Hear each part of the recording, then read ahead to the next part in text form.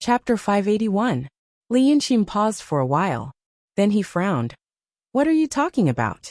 But his heart was already filled with joy. The first 2 times he was in a daze were sincere. Now this time, he finally understood why Xie Sheng would ask this question.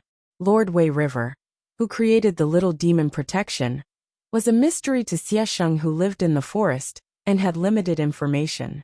However, smart people would always be able to see the outline of the overall situation from limited information. As the saying goes, by seeing one spot, one could know the whole picture. If Li Yunxin was in Xie Sheng's position, the name Little Demon Protection would attract his attention first. Little Demon Protection Association. This was not a name that people in this world would come up with. And the leader of the Little Demon Protection, Lord Wei River, destroyed the forces of Daotong and demons at the same time. Its origin was also mysterious. To a transmigrator like Xie Sheng, it was as if this thing was standing on the top of a mountain, holding a torch and shouting to him, "The organization is here, come find us." This smart person, with a very reasonable and brilliant deduction, regarded the Little Demon Protection as the organization he belonged to. He still didn't know about the existence of Mu Nanju. Li Yunxin's previous worries and painstakingly searched for an entry point. Now this smart person suddenly delivered himself to his door. So, smart people were really the most adorable creatures in this world. Especially those who thought themselves to be smart. Li Yunxin's previous reaction wasn't fake at all. Even he himself couldn't see any flaws. Seeing his current appearance, Xie Sheng smiled again. I said Taoist arts. Since I can use 3 days to learn that killing intent incantation, Taoist arts should also be very fast. I couldn't find it before. Now you should have it. Give it to me first, so I can protect myself on the road. This was a brilliant plot. It was exactly the same as what Li Yunxin had done. If this Li Yunxin was one of us, of course he would gladly agree. If he wasn't one of us, but wanted to gain his trust, he would be even more generous. Li Yunxin's reaction was also within his expectations. You are still immortal. Li Yunxin pretended to be hesitant. I naturally have Dao techniques, and I can give them to you. But you have just recovered from a serious injury. Cultivating Dao techniques at this time. If something goes wrong, Xie Sheng calmly said. When I was cultivating the killing intent arts, I didn't know anything compared to now. Do not judge me by the standards of your world. Give it to me. Li Yunxin sighed and put his hand into his sleeve. After searching for a while, he took out a scroll. This is the golden light technique. It's a type of Kenzo sword technique. After saying these 2 sentences, he didn't say anything else and directly threw the Taoist book to him. Li Yunxin had taken this along with the Cloud Mountain when she plundered it. The various techniques of Daotong and Kenzo, even if they were unimportant and low-level techniques, would always have a backup. Thus, Li Yunxin caught them all in one fell swoop. The scroll he threw to Xie Sheng was actually not a third-rate one.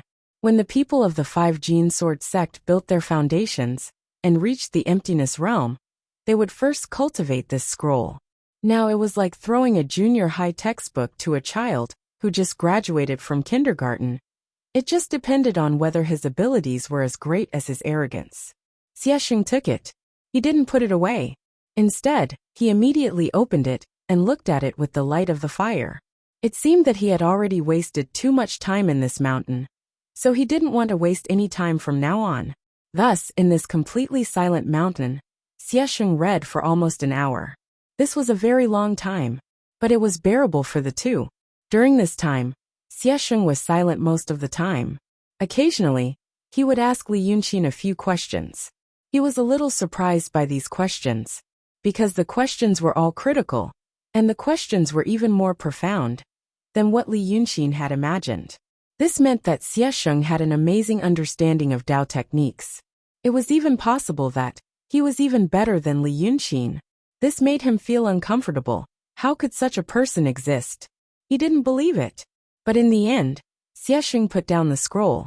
He closed his eyes, sat cross-legged on the ground, and adjusted his breathing for a while, as if he was comprehending. Then he picked up the scroll and read it again, as if he was trying to verify a few key points. About a quarter of an hour later, he raised his hand and threw the scroll into the fire. Li Yunxin frowned. He saw that Xie Sheng had already entered meditation. Then he began to feel a slight fluctuation. The surrounding spiritual energy began to gather in Xie Sheng's body. This time he was really shocked, and he almost jumped up. A warrior. He had never come into contact with Dao techniques. After reading the Dao scripture for more than an hour, he entered meditation. And he even sensed this world. If Li Yunxin hadn't disturbed the spiritual energy in the world, causing the spiritual energy in this place to become chaotic and thin, this Xie Sheng would have successfully built his foundation and stepped into the intent realm tonight. This was really King strange. How could there be such a person? It only took him half an hour more than when he successfully built his foundation and stepped into the intent realm. But the spiritual energy in this place couldn't be compared to before. In the past, the spiritual energy in this world was like a calm ocean. As long as one had the tools, the right cultivation method, they could obtain water from this ocean. But now, the ocean had become turbulent. Although one could absorb some spiritual energy, the spiritual energy conflicted with each other, and it wasn't as easy to obtain as before. Xie Sheng's body sensed the world, but if one were to describe it vividly, it would be like the messy spiritual energy was rushing into his body, entangling with each other and blocking his way, making it impossible for anyone to enter. If he wanted to truly build his foundation and step into the cultivation world, he had to find a paradise with the same stable spiritual energy as before. About a quarter of an hour later, Xie Sheng exclaimed softly and opened his eyes. Li Yunxin immediately retracted the gloating smile on his face and solemnly frowned. You can't be impatient about this. Spending 15 minutes in meditation is already an extraordinary achievement. There are very few people in this world who can compare to you.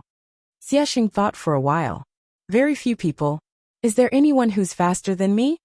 Yes. Li Yunxin smiled. I heard that there's a mysterious peerless master who entered meditation half an hour faster than you during his first time. Alas, it'll be a blessing if I can meet someone like that. Xie Sheng also smiled. That's impossible. It's just a legend. Li Yunxin gave a non-committal, oh. He found this guy more and more annoying, because he was too like himself. Xie Sheng stood up, brushed the snow off his body and said casually, let's go. Take me to Qinzhou. Hearing this, Li Yunxin was silent for a while. Then he said calmly, you won't be able to see him. After saying this he paused. But Xie Sheng only frowned slightly and didn't reply. So he said the second half of the sentence, Qinzhou is already dead. Xie Sheng's face was filled with undisguised shock, even though it was only for a short moment. Then, the destined one looked at Li Yunxin suspiciously. Are you kidding me? Isn't she already a few thousand years old? Li Yunxin's mind raced. Xie Sheng clearly knew Qinzhou. The phrase has lived for thousands of years, revealed two pieces of information. First, since it was already, it meant that Qinzhou hadn't existed in the past. Qinzhou was indeed a transmigrator. Therefore, the vague information about her cultivation and attainment of Taoism became more credible. She used to be a mortal. Second, before Xie Sheng came here, or for some purpose, received some information, or used some method, it was no earlier than 2,000 years ago. If it was earlier, he wouldn't know that Qinzhou had attained enlightenment and had a long lifespan. But it wouldn't be later than 1,000 years ago, because at that time, the art saint had already been killed by the saints. Xie Sheng really didn't know anything else. This meant that it had been about 1,000 years since he received the information and came here. Then, Li Yunxin realized an unbelievable situation. The people of Southern Wood House, the art saint's remnant, thought he was the true prince.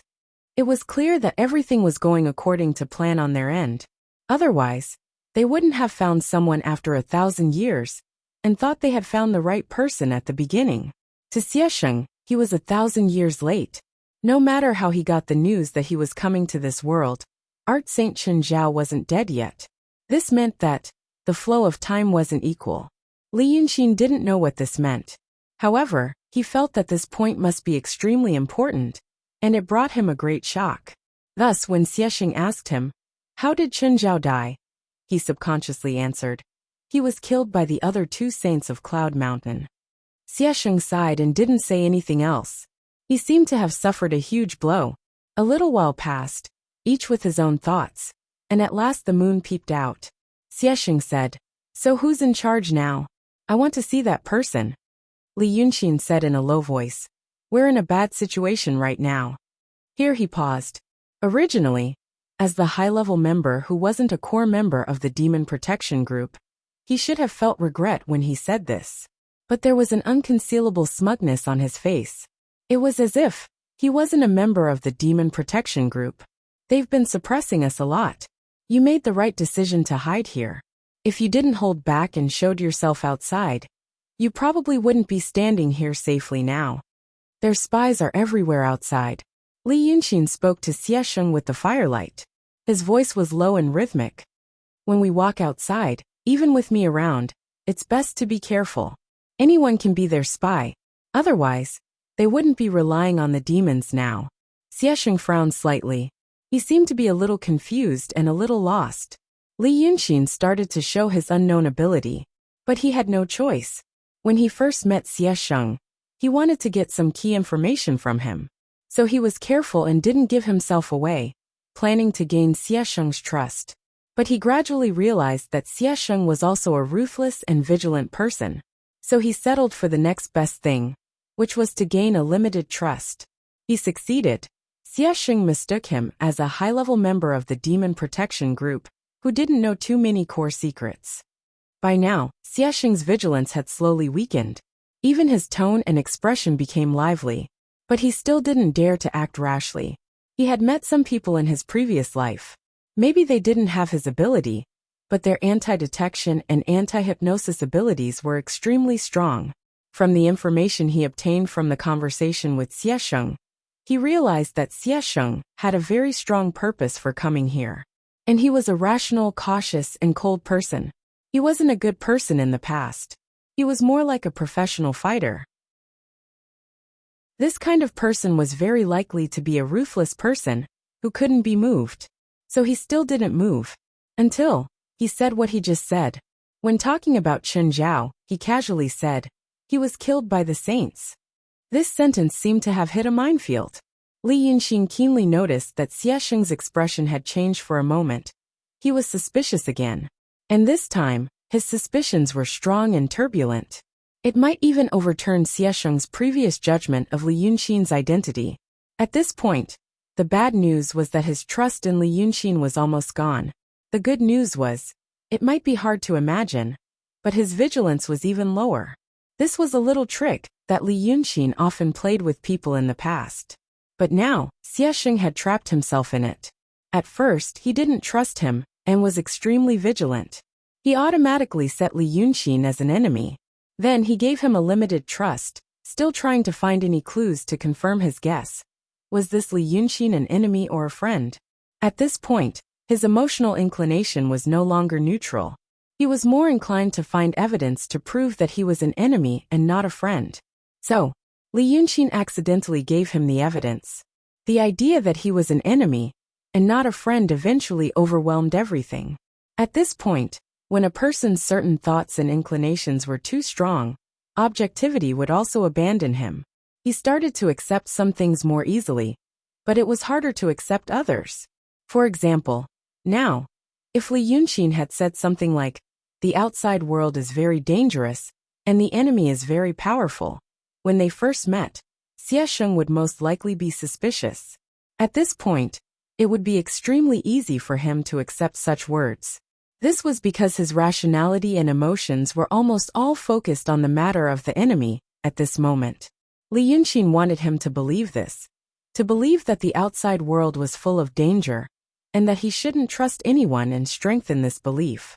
Because since he had already lost his trust, then he would use him to do something else. Xiesheng was not the only person he was looking for on this trip. After saying this, Li Yunxin fell silent. Xiesheng's confusion meant that his hint had some effect. But he didn't dare to be too hasty. Things had to be done slowly. To deal with this Xiesheng, he had to be more cautious than dealing with anyone else. After a short period of silence, he said, so it will be very difficult for you to meet the manager. We have to think about this matter at length. I'll take you to the north first. We have a... He seemed to think a little hard, then said, a safe house. Xiesheng nodded. Okay. Then let's rest for the night. After saying this, he hit the ground with his palm. The snow was immediately pushed away by the wind from his palm, revealing the withered grass underneath. It seemed that the killing intent formula he practiced was indeed a good thing. In the world of mortals, it should be a kind of divine skill. No wonder he could rely on this skill to mix with the demons. Then Xiesheng lay down on the weeds and pretended to rest. But as soon as his arm touched the ground, he made a soft hiss sound. Li Yunxin immediately asked with concern, "What's wrong?" Xiesheng frowned and slowly lay down, then let out a long breath. "My injury hasn't healed yet. Do you still have the healing thing you gave me before?" Li Yunxin smiled. "It's not really a good thing." "Of course I do." He took out a bottle from his sleeve and threw it to him. Xiesheng took it and drank it without hesitation. Then he held the jade bottle in his hand and let out a long breath. Slowly he fell asleep. His breathing quickly became long and slow, just like a person who had truly fallen asleep. But Li Yunxin knew that he wasn't sleeping. He was meditating again. Before he obtained the Dao technique, he drank the thing Li Yunxin gave him. So he must have experienced a different feeling, because the martial arts and inner strength in Jianghu were actually imitations of cultivation methods by mortals. It could be considered as a kindergarten version of cultivation methods. As a powerful martial artist, of course he had experienced it. After comprehending the Dao technique, he should have realized that the thing he drank before was very beneficial to cultivation. So he found an excuse to get another bottle from Li Yunxin. Now that he drank it, he wouldn't waste any time. He used 3 breaths to meditate and began to absorb the spiritual power in the medicine into his body, intending to officially step into the door of cultivation. Xiesheng was indeed very courageous and capable in doing things. If it wasn't for his identity, Li Yunxin actually felt that this person could become one of his most capable arms. Then quietly and softly he walked away. After walking for about a dozen steps, the shadows of the trees blocked the light. He could only see the red light between the trees. At this distance, ordinary people wouldn't be able to hear the quiet whispers. But Li Yunxin knew that this Xiesheng could. He could sense that Xiesheng's martial arts cultivation was roughly the same as Ingjuren's, or maybe even higher. According to Ingjuren's classification of martial artists in Jianghu, he should be a top second-rate master. If he used his inner strength, he should be able to hear the voices of people here. At least Ingjuren could. Li Yunxin said in a low voice, "Old Lu." Lu Gongzan quickly appeared from the shadows. His eyebrows and beard were covered in snow.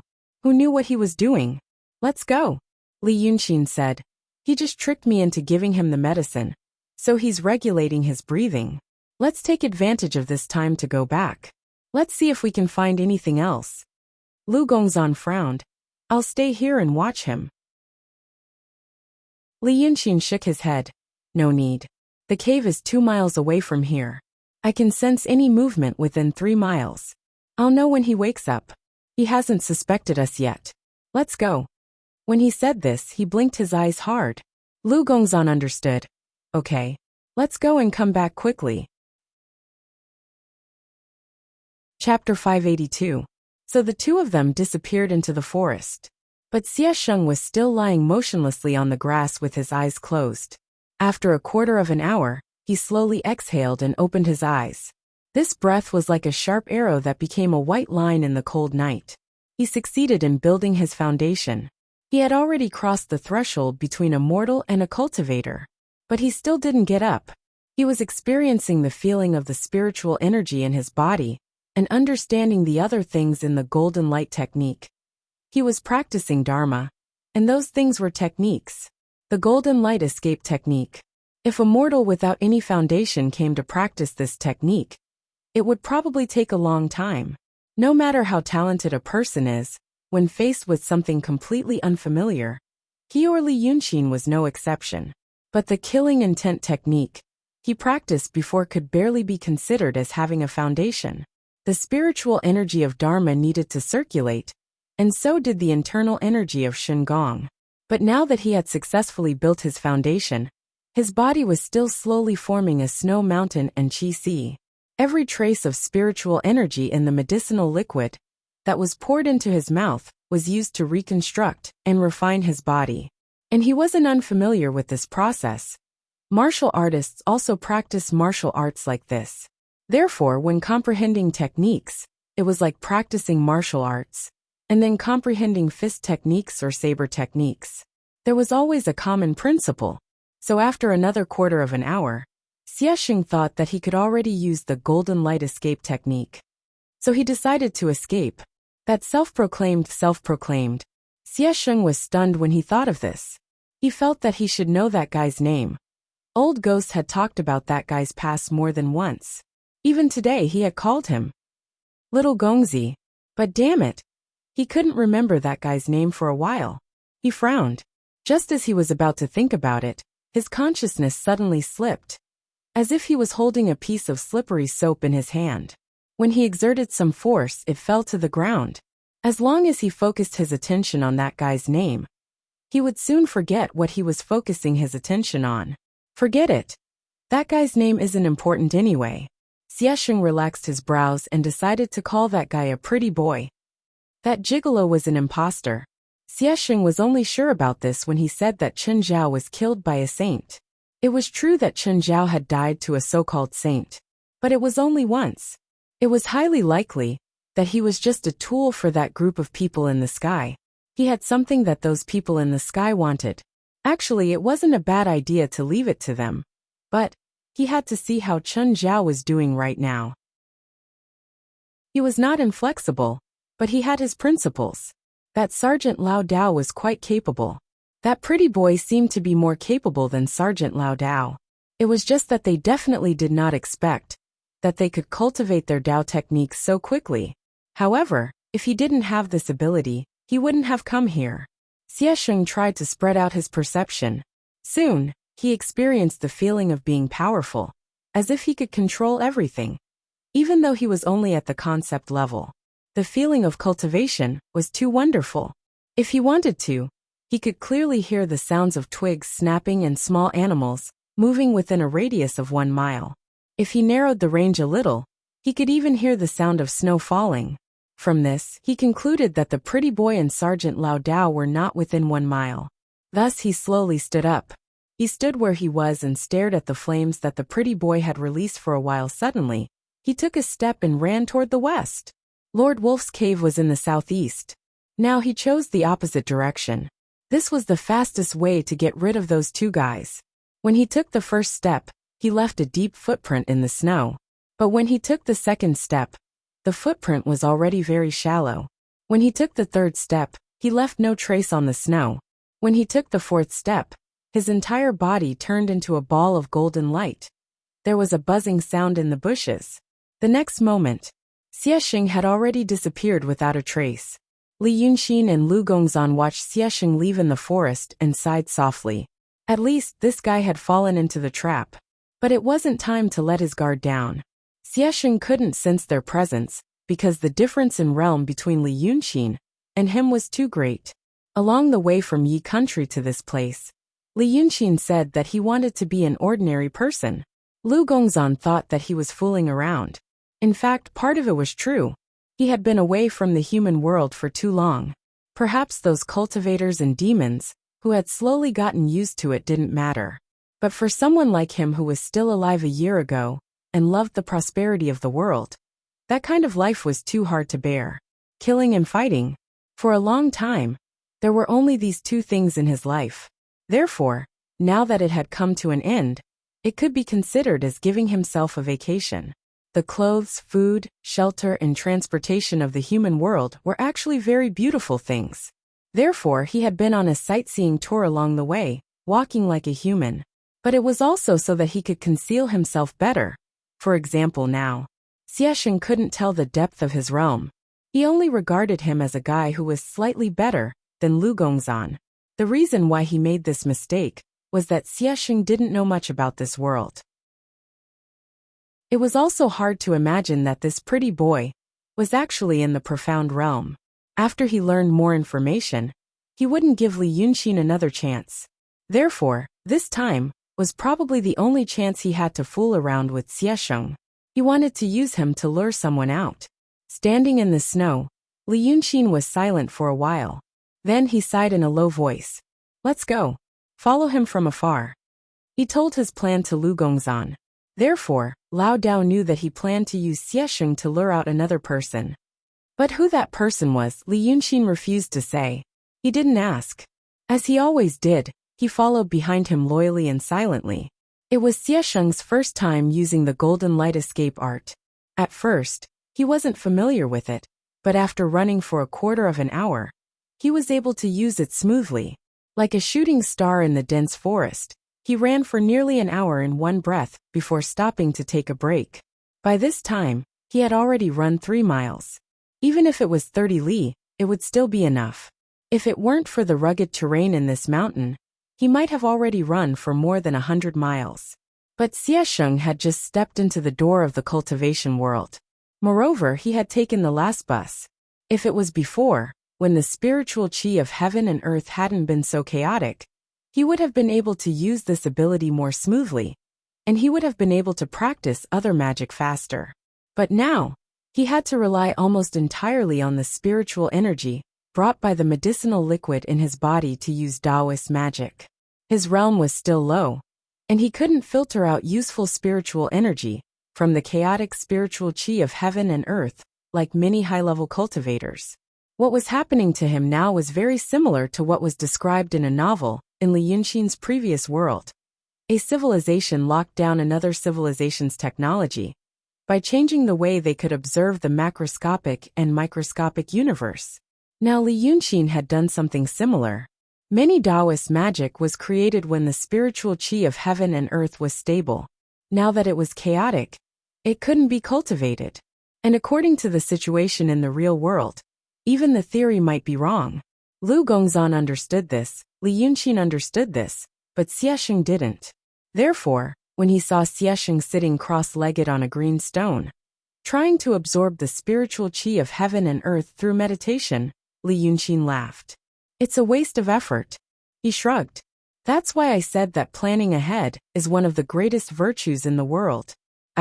I'm afraid that this real guy is also a genius. That's why he spent so much effort to make the spiritual qi of heaven and earth like this. Even if he was a genius, he wouldn't be able to cultivate. Now look at him, ha ha ha. I'm so happy. After thinking for a while, he couldn't help but laugh. I'm happy. Continue to be happy, ha ha ha ha. Lao Dao looked at him worriedly. He felt that there was something wrong with Brother Xian at the moment. As for what was wrong, he couldn't tell. He just felt that there was something wrong with his emotions. But according to the theory that Li Yunxin had told him before, once you had an intuition that something might be like this, then maybe it was because your subconscious had noticed many small details that your subjective consciousness didn't pay attention to. That was why you had this feeling. And now Lu Gongzan felt that. Li Yunxin's joy seemed to be concealing something in his heart. Was it nervousness or worry? He tried to look at the expression on Brother Xian's face inadvertently, but he didn't find anything. He tried to look at Xie Sheng and the distant mountains. Then a thought suddenly jumped out. The direction that Xie Sheng was going was the direction of Brother Xian's former hometown previously. When Brother Xian talked to Xie Sheng, he told him that they should go north. So if Xie Sheng wanted to escape, he definitely wouldn't choose the north. Then, when they talked, they deliberately let Xie Sheng hear that they were going to Lord Wolf's cave. And Lord Wolf's cave was in the southeast. Therefore east, south, and north were not good choices for Xie Sheng. He had to go west. This was Brother Xian's usual method. When you talked to him, you didn't notice anything unusual. Then you made a decision and felt that it was your true thought. But in fact, you didn't know. He was the one who told you to think so. That was the scary part. Brother Xian drove Xie Sheng to the west, to his hometown. Who was he trying to lure out? As this thought came to mind, Lu Gongzan immediately remembered more things along the way. Along the way, Li Yunxin looked carefree and relaxed, but he was actually very cautious. He used to think that Brother Xian was such a person. You looked at him and thought he was carefree and carefree. But in fact, when he was smiling, he was thinking more than anyone else. Now, when he carefully recalled what had happened in the past few days, he realized that Li Yunxin had done many things along the way. He had been carefully on guard. He left some tracks along the way and erased others. The ones he left behind seemed to be to let others find him. The reason why he was erased was so that others would only know his approximate location, but would not be able to pinpoint his exact location. For example, in the previous hour, they had been tracking Xiesheng. In fact, with their current cultivation and treasures, even if they were walking close to Xiesheng's back and chatting and laughing, they had ways to make him not notice them. But Li Yunxin was watching from afar. This meant he wasn't guarding against Xiesheng. It was someone else.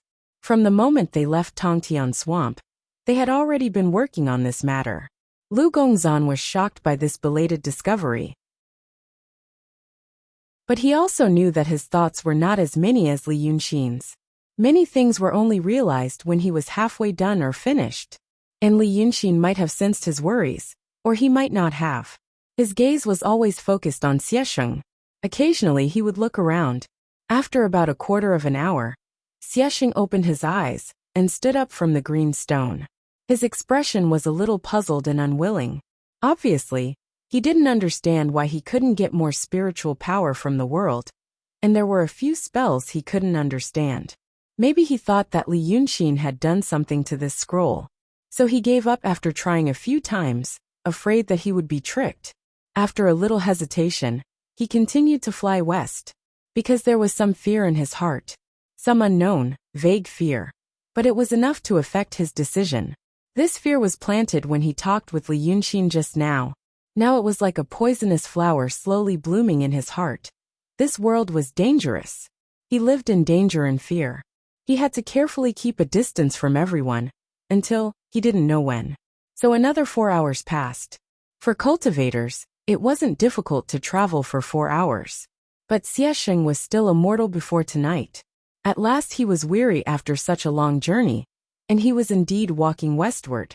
But most of the time, he was going around in circles, going in circles. This wasn't because he couldn't recognize the road, but because he encountered Li Yunxin hitting the wall. Finally, Xiesheng climbed over a ridge and saw signs of human habitation. A small village with a dozen or so families scattered in the valley. There were no lights at this time. He knew this place. This was the village that Old Ghost used to live in. And it was also the village that the pretty boy used to live in. It turned out that he had only walked this far after going around in the mountains for more than 4 hours. This made him anxious. But more than that, he was vigilant from the bottom of his heart when he saw this village. He had been in the mountains for many years. How could he not know the way? Someone was playing tricks. The first thing he thought of was that the pretty boy was following him. Once this idea came to his mind, he immediately crouched down and hid behind a tree. Then he planned to slowly retreat into the forest behind him. But just after 3 steps, he suddenly tripped over something. He looked down. It was a few broken bricks. So he immediately knew where this was. The former residence of the pretty boy.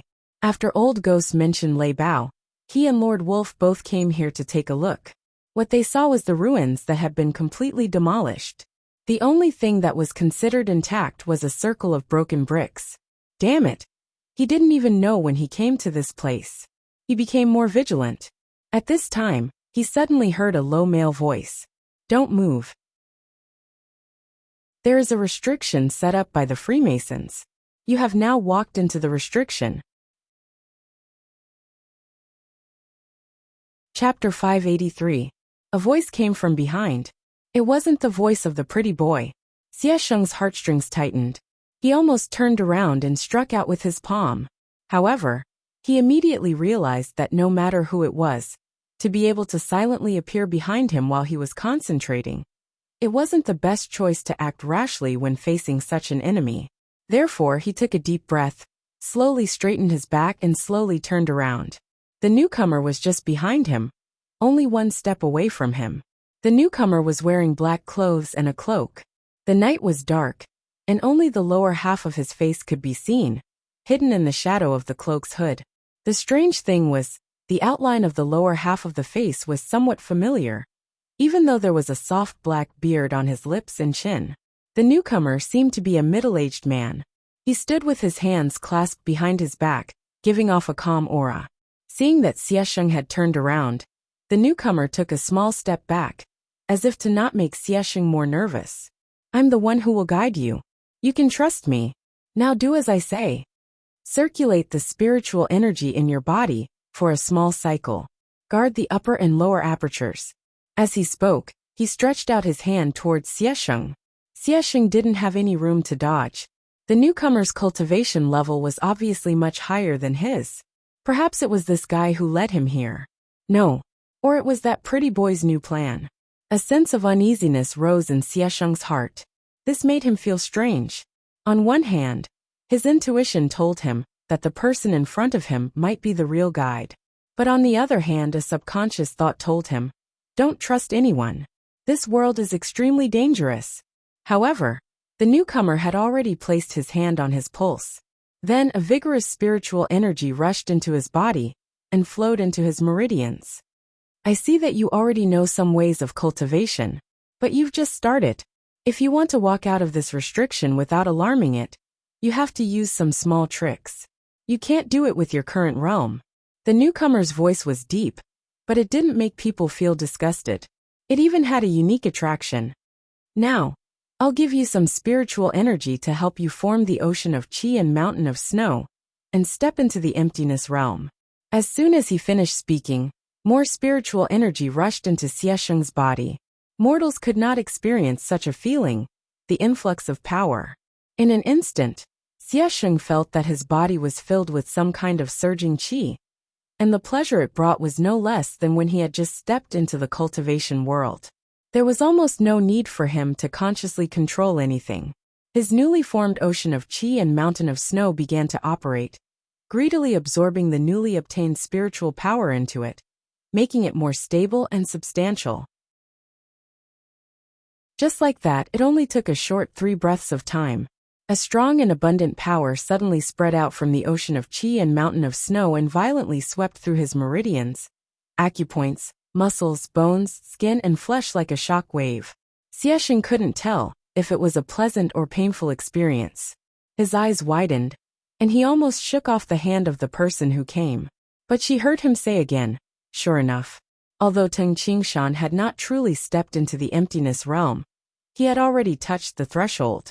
Your cultivation speed is the second fastest I've ever seen in my life. It really is you. But now, Xiesheng's body was being battered by spiritual energy that was like waves. His meridians, muscles, and bones all changed in a short period of time. He became stronger and purer than an ordinary person. He no longer had any spare thoughts to listen to the words of the person who came.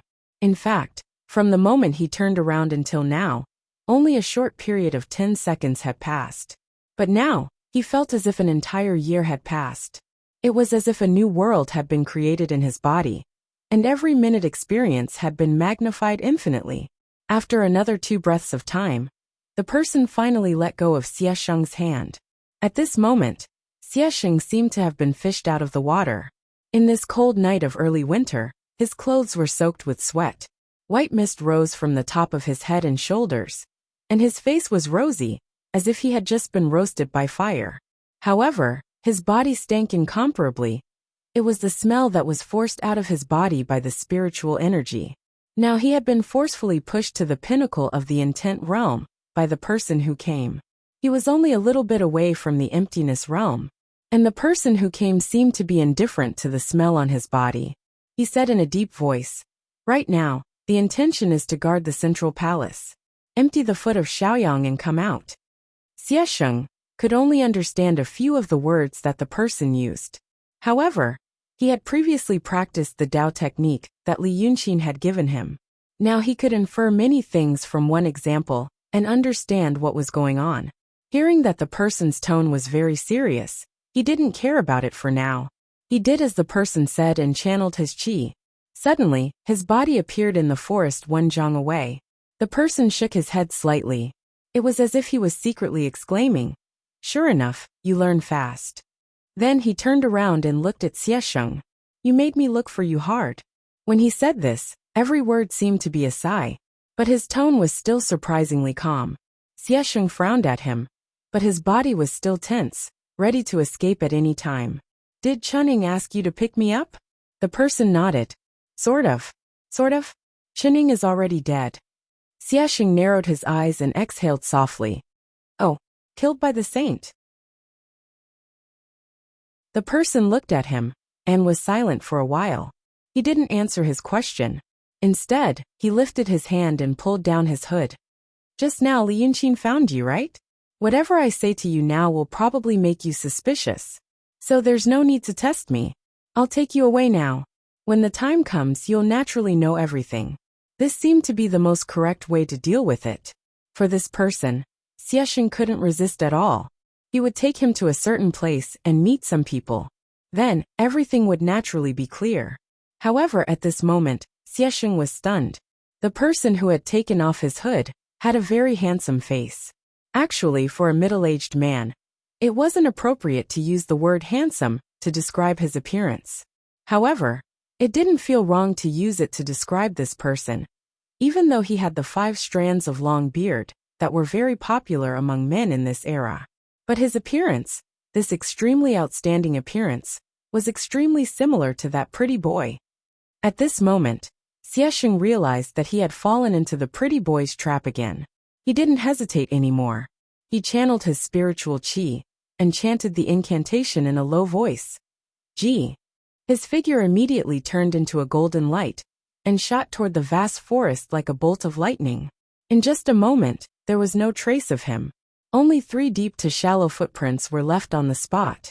However, this man wasn't in a hurry. Instead, he shook his head helplessly, like an adult watching a naughty child running away. As long as he took 2 steps, he could easily catch him back. But at this time, a voice also rang out behind him. You also made me look for you hard. The newcomer paused. Standing where he was, he didn't turn his head. This continued for a full 3 breaths of time before he heard the person behind him say again, Aren't you guys dead? The tone was calm, and the voice was clear. It was like he was narrating an insignificant matter. The 2 stood on the snowy ground. The newcomer was silent, his gaze staring straight ahead. But there was no focus in his gaze, as if there was no focus in his thoughts. Behind him, 3 steps away, stood Li Yunqin. He had wrapped himself in a cloak, only revealing his face, as if he was extremely afraid of the cold. However, his gaze was firm and his expression even more unswerving. After another long 3 breaths of time, the newcomer slowly turned around. Li Yunqin stared at him for a while and laughed, but his tone was still calm. It was as if the one laughing and talking were 2 different people. It's really you, Li Chunfeng. Where's Shen Guanyu? Why isn't she here? Li Chunfeng sighed softly. Yun Xian. Stop, said Li Yunqin expressionlessly. You can call me Dragon King, or Wei River Lord now. If you really want to call me by my name, use my surname as well.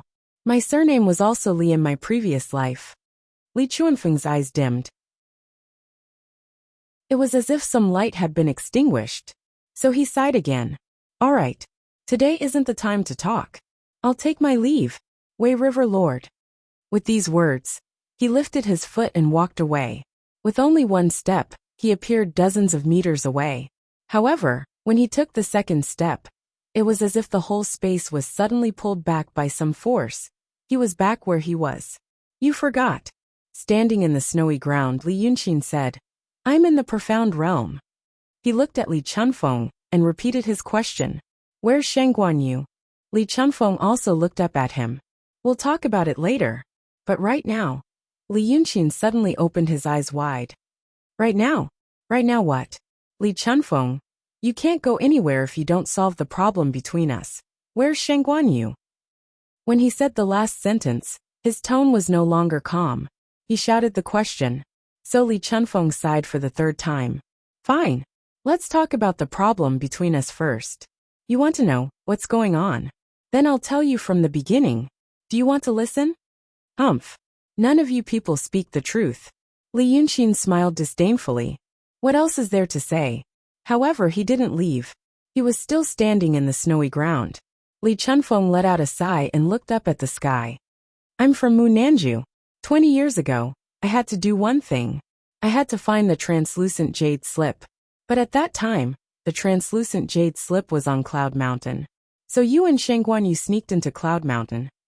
Li Chunfeng looked at Li Yunqin with a complicated look in his eyes. No, your mother.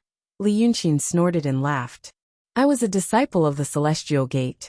But because I have the bloodline of the sage, I can enter and leave Cloud Mountain freely sometimes. Li Chunfeng said slowly and calmly. So my mission was to sneak into Celestial Gate and win her favor. To become her Dao companion, and get the translucent jade slip through her. Li Yunqin's disdainful look disappeared. He became expressionless again, and looked at Li Chunfeng with a gloomy look. Then I succeeded. I got the translucent jade slip through her. Li Chunfeng was silent for a long time. You want to say that she didn't know? Li Yunqin said slowly. Huh. Someone who didn't know would come here from Celestial Gate with you with the translucent jade slip. Then I found out about you. Li Chunfeng interrupted him. I told her everything. After that, we escaped here with the translucent jade slip to live in seclusion, to hide from Daotong Kinzo and Mu Nanju. Li Yunqin opened his mouth. He laughed convulsively, but quickly restrained himself. His eyes became fierce as he stared at Li Yunqin. So touching. Are you trying to say that it was all for love for me for Shangguanyu? What's going on? Receiving people? He finally took a step forward and approached Li Chunfeng like a beast. The person you are looking for, Xiesheng. He should be the child of you and Shangguanyu, right? I should be him, right? You felt that something was wrong, so you observed me for more than 10 years, pretending to be a loving father, a filial son, and a loving child.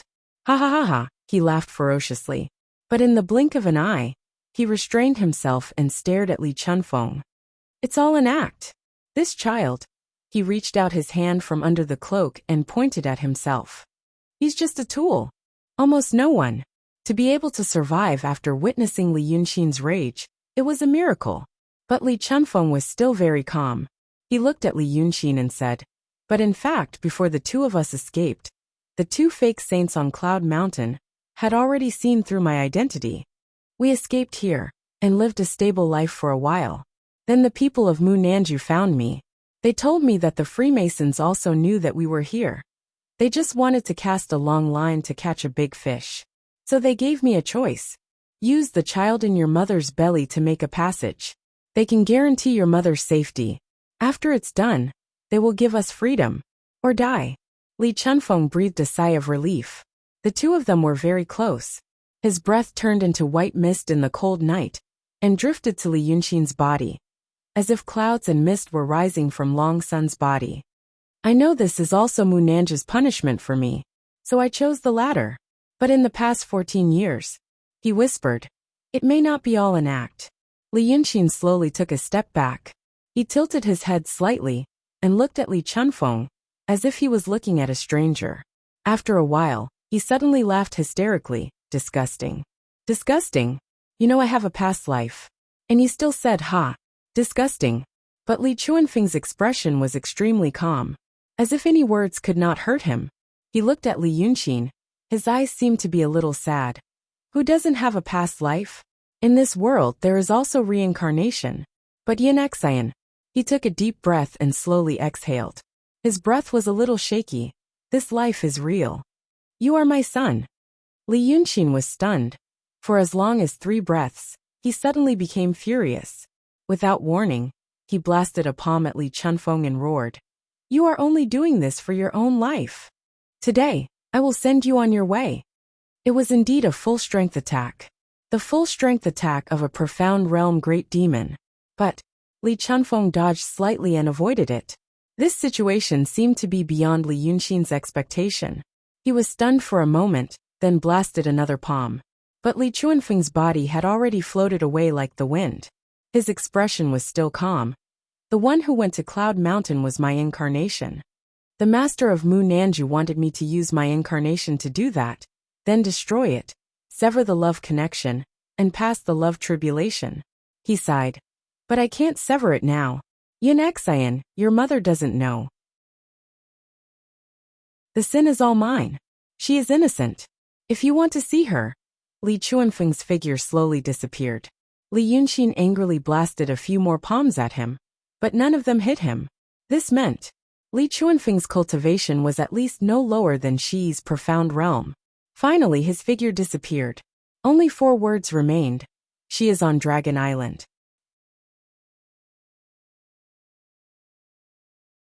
Chapter 584. Li Yunxin's body suddenly froze. The snow stirred up by his palm wind was still falling from the sky, and the trees that had been blown down were rolling down the mountain.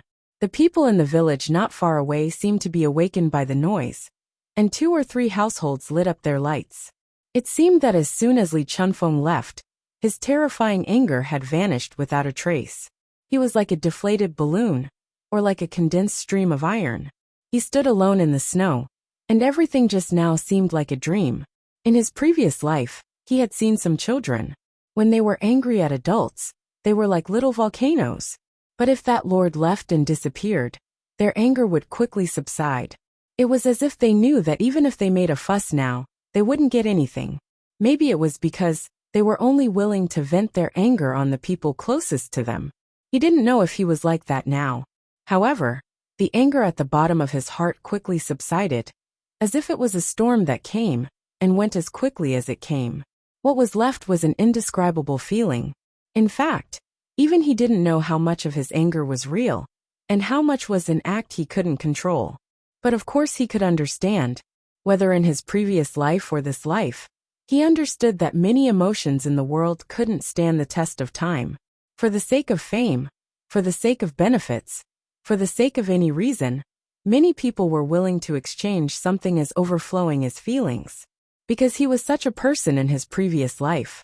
In his previous life, he wasn't the producer of emotions, but he was definitely the most skilled user. He realized this when he looked into the darkness from the foot of the Free Cloud Mountain and saw a familiar figure. But he knew that Li Chunfeng and Sheng Guanyu actually had a reason to do certain things.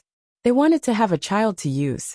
No matter who ran into the child, they would be used. He ran into the child himself, so who could be blamed? Then things developed step by step, and the various events in the past made him develop certain emotions. It was something that he was willing to do great things, to use nothing. But he was stupid enough to shed a tear because of this emotion. But when he faced Li Chunfeng, when the anger rose in his heart, he realized that he might not be able to hide or suppress this emotion. Since he couldn't suppress it, he did it the way he always did. He magnified the joy by 90%. The slightest bit of anger would cause his anger to soar to the heavens. In this way, others could not figure out his feelings, and it could also be considered as putting on a good show. Perhaps he was living a free and unrestrained life, or perhaps he was hiding in the solid 7-layered fortress. He didn't care about that. But only this time, when he allowed his anger to grow unscrupulously, he felt a frightening comfort. He felt comfortable because of this anger, because he could unleash this anger on Li Chunfeng. He knew that this feeling of release had another well-known name. He felt wronged. But if he didn't mind it, and had already gotten over it, why should he feel aggrieved? After standing in the snow for a full quarter of an hour, Li Yunxin gritted his teeth and spun around, shouting, "Old Lu!" Lu Gongzan dashed out of the forest. He shook his head and said, "That won't do. There's nothing left." Before Li Yunxin showed up, he gave Lu Gongzan a magical treasure. He wanted to let Li Chunfeng go, so that he could track his whereabouts and find out something. But before, he only thought that Li Chuanfeng's cultivation base was roughly in the true realm. He didn't expect that he was in the profound realm. The true realm and the profound realm couldn't be mentioned in the same breath. So the magical treasure in Lu Gongzan's hand didn't find anything. This was all within Li Yunxin's expectations. He slammed his palm on the ground. Hey! This was a sound of both anger and helplessness. A large area of the ground, the place where Li Chunfeng and Sheng Guanyu had once lived, was smashed into layers of mud with a loud boom, completely destroying the remaining bricks and tiles underneath. Lu Gongzan only sighed softly and still didn't say anything. By this time, all the houses in the village at the foot of the mountain had turned on their lights. They vaguely saw people looking in their direction, but they couldn't see clearly. Li Yunqin also turned his head to look at them for a while, then suddenly jumped up and disappeared into the boundless forest with a gust of evil wind. Lu Gongzan hesitated for a moment, then followed him. About a quarter of an hour later, Lao Dao saw him again. Li Yunqin sat alone on a big snow-covered rock, surrounded by trees with twisted branches. He rose from the snowy ground into the night sky, like a huge, ferocious cage. He sat alone in this cage in his cloak. He was also a ball of white. When Lu Gongzan walked to the edge of the rock, Li Yunqin sighed. I didn't expect that. Lao Dao stood beside the rock and thought for a moment. When did you know? Maybe long ago. Wei River Dragon King was silent for a while. His eyes were like that of a mortal looking at the snow, but in fact he couldn't see anything except the snow. Now that I think about it, I used to think that they taught me slowly, because they weren't sure if they wanted me to get involved in the disputes of the cultivation world. But now looking back, it turns out that they weren't sure if I was that person. In the past, I should have known that the two of them were in the true state. They hid for so long. How could they be killed so quickly? But I still told myself that it was like that. Maybe it's because in my heart. Lu Gongzan interrupted him. His tone was gentle, but also very serious.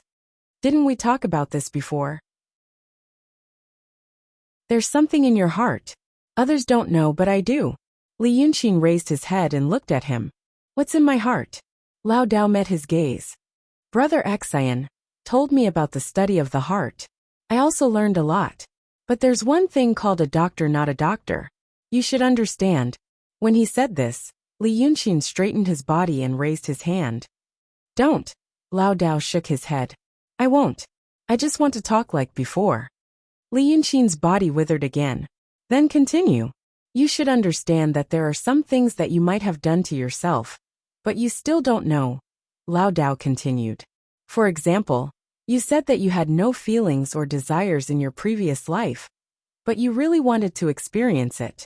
In the end, maybe you experienced it, but that feeling also brought you more regret. So you took revenge for 10 years.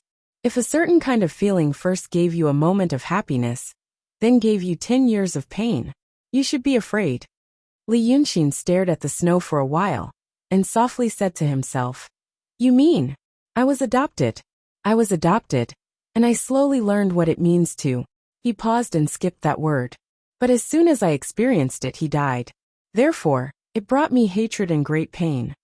And then in this life, Lu Gongzan said in a low voice, You are afraid of that kind of feeling like a tiger. But in your heart you want it. So you build up a mental defense for yourself, and at the same time, you want to break your mental defense. You said that you used to have the state of mind of Taishang Wang Qing. Is it really Taishang Wang Qing? Or, are you like those Daotong and Kinzo cultivators, all pretending to be emotionless? However, these may not be what you did consciously. Your subconscious mind finished it. It wants to protect you, but you yourself don't want this kind of protection. So Brother Xian should be very sad. Li Yunqin didn't say anything. Lao Dao shook his head. So there's nothing to be afraid of. You are a person who understands love and hate. In this life, you feel that you have someone who loves you, so you experience it. But in the end, you find that everything is not the case. Everyone will be sad because of this. There's nothing to be afraid of. Li Yunqin frowned and gritted his teeth. But he lied to me. Not necessarily. Lao Dao sighed in a low voice. Which parent in the world doesn't love their child? Brother Xian, it's true that they want to use you, but their feelings for each other may not be fake. They have been together for more than 10 years, and they gave birth to each other. Even cats and dogs have feelings, let alone humans. Li Yunqin snorted. Do you believe these words? Lu Gongzan looked at him. Since you left the mountain until tonight, you have been under the control of Mu Nanju. Then, you have turned misfortune into blessing several times, and escaped death by the skin of your teeth. Don't tell me he had nothing to do with it? Perhaps that Li Chunfeng has done many things for you. Li Yunqin slowly straightened his body and frowned. You speak up for him. Do you want me to be deeply grateful to him? Lao Dao didn't say anything and only looked at him. After looking at him for 3 or 4 seconds, Li Yunqin's body finally relaxed. Alas, He sighed. All right. So, Brother Xian, you know all this. There are few people smarter than you in this world. You just need some time to think about it. Lu Gongzan said this and paused for a moment. Then he said, I also need some time to think about it. The last sentence made Li Yunxin frown. What? What do you want to think about? The old Taoist priest lowered his gaze and smiled. I still have debts to settle. Debts? I owe someone a debt. He sighed. I owe someone 2 lives 3. That day on Mount June, I told those people that Shek and Siki were at White Dragon Mouth. Sanhua and Jessen were also there. You did it to save me, Li Yunxin said seriously. But it was also what I said. Lao Dao also looked at Li Yunxin seriously. I did it to save you.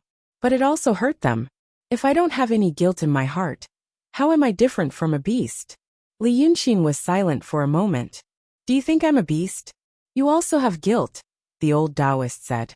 It's just that your guilt towards them has been transferred to me. Otherwise, why did you come to me in Shanji when you entered Cloud Mountain that day? At that time, demons and cultivators of Xianmen were outside. If any of them found you, you would really die. But you spent a lot of effort to come to the dungeon. Is this your style of doing things? Li Yunxin frowned and waved his hand. What's the use of saying this? It will become my inner demon. Lu Gongzan sighed again. Brother Xian, I used to be a dissolute painter. Maybe I will be poor for another 10 or 20 years, and that will be the end of my life. But you told me to have other choices. You told me to cultivate, achieve the Tao, and be reborn. But you and I both know that the cultivation method of those Taoists and swordsmen of Xianmen is evil. Cultivators can't be as heartless as them. Otherwise, what's the purpose of cultivation and longevity? Even if it's not for humanity or the common people, it should be for oneself. But if it's for oneself, when you cultivate, you will have no desire. So these days I've been thinking, what should I be like? Lu Gongzan put his hands behind his back and paced slowly on the snow. I'm cultivating now, but how should I cultivate? Xianmen is an evil path. I can't go like that. Cultivators should be. They know more about love, sorrow, and suffering than mortals. They should be compassionate and observe everything, as if they were observing their own bodies. But it's because they understand that they can accept it. Because they understand without fear, they can let it go. Speaking of this, he raised his head and looked up at the night sky for a long time. So I can't let go of those I owe. Xianmen regard this as a taboo.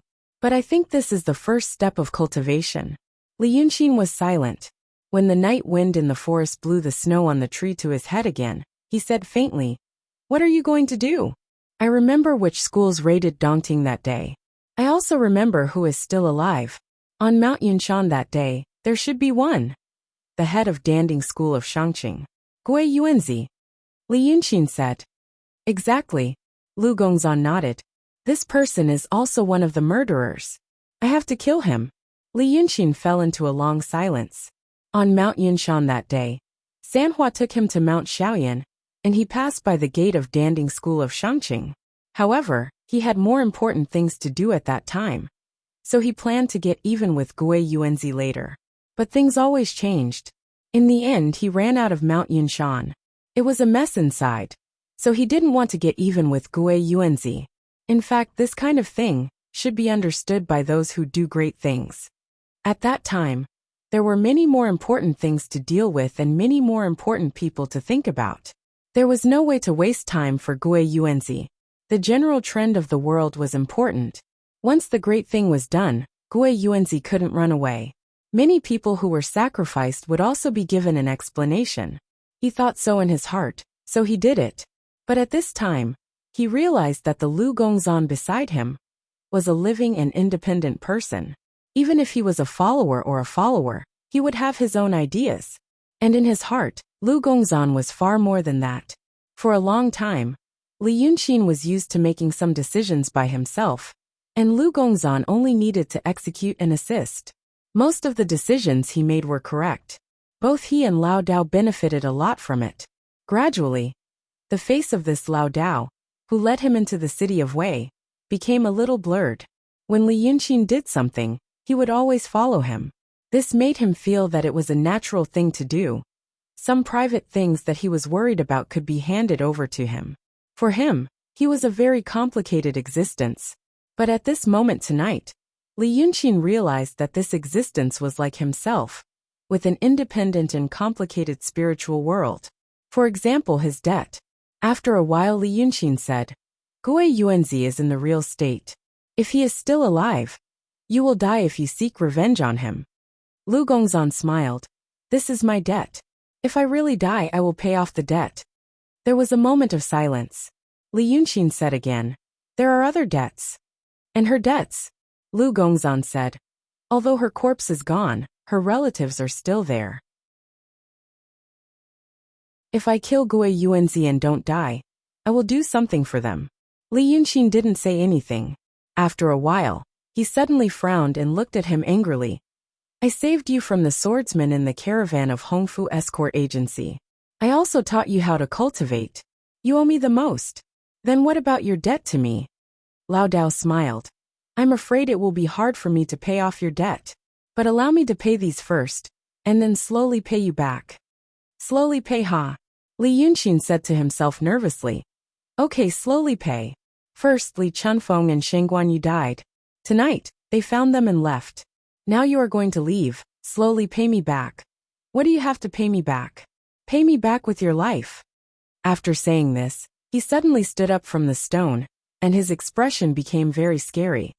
Pay me back with your life now. Lu Gongzan was stunned. But then he thought of something, frowned and shouted. Brother Xan, no. That thing is extremely precious. But Li Yunqin had already pointed her finger at him. I want it. He was now in the profound realm. Everything that Lu Gongzan cultivated was imparted to him by him. Therefore, with just this finger, Lao Dao's body was frozen. Even his expression froze on his face. Li Yunqin jumped off the big stone he was sitting on and waved his hand at the stone. The huge stone was instantly cut in half. The cut surface was as smooth as a mirror. Then, Li Yunqin used his finger as a knife and used his demonic qi to carve on the stone. The first time he did this was in the city of Wei. He used the yang qi of the 300,000 people in the city of Wei to draw another him, to ensure that his soul didn't lose its mind. He was in the void realm then, and now he was in the profound realm. When he did the same thing, how could the word familiar be used to describe it? It only took him a quarter of an hour. That Lu Gongzan was drawn on the stone. Then he stared at the frozen Lu Gongzan for a while, and then said, Okay. If you want to repay your debt, I will help you. But if you want to repay your debt like this, go and die. Is it because you feel that you owe too many people, and now that you help me get out of danger, you feel that you can die and live comfortably? Hey, there is no such thing as leaving after owing someone something in this world. It's okay if you can't pay it back now. Remember to pay it back slowly. Now I will let you pay me back slowly. After saying this, his wrist shook in the void. With a swoosh, he opened the fan in his hand. This folding fan hid the tens of thousands of souls that he collected on the battlefield. Now he used his supernatural power and shook it on the green stone. The majestic demonic qi poured into the painting on the green stone. Almost half of it was used. Then with a swoosh, Li Yunqin closed the fan. He stared at Lu Gongzan for a while. He flipped out a sharp scale from his palm and smashed him into pieces of flesh and blood with a single palm strike. Chapter 585. Since Lu Gongzan's body was destroyed, only a remnant soul was left standing in the same place. Like all ghosts that were born after death, they were at a loss for a moment, not knowing what was going on. But Li Yunqin didn't hesitate. He clenched his fist, and this remnant soul was also destroyed. Everything happened in an instant. At this time, the forest returned to peace. But soon, the surface of the green stone lit up. A misty golden light emerged from the portrait of Lu Gongzan. Countless strands of golden light intertwined and wandered, slowly forming the acupoints, meridians, snow mountain, and ocean of qi. The old soul had been destroyed, but a new soul stood up from the green stone. The soul, painted by the only two Taoist painters of the mysterious realm, perfectly replicated Lu Gongzan's appearance, personality, memory, and all the characteristics. This was also what Li Yunxin did to himself in the city of Wei. Compared to the old him, the new him was in a sense completely independent, but also himself. This new soul of Lu Gongzan blinked and suddenly shivered. Li Yunxin also experienced this feeling. A human soul was hidden in the body, and it was difficult to separate it. After death, the ghost formed was an incomplete soul, and its senses were much slower. Lu Gongzan's current situation could be considered an anomaly. He had an intact divine soul, but no physical body to carry it. It was like a baby was suddenly taken out of the mother's body and placed in the cold air. Then he looked around and still couldn't help but say, "Don't."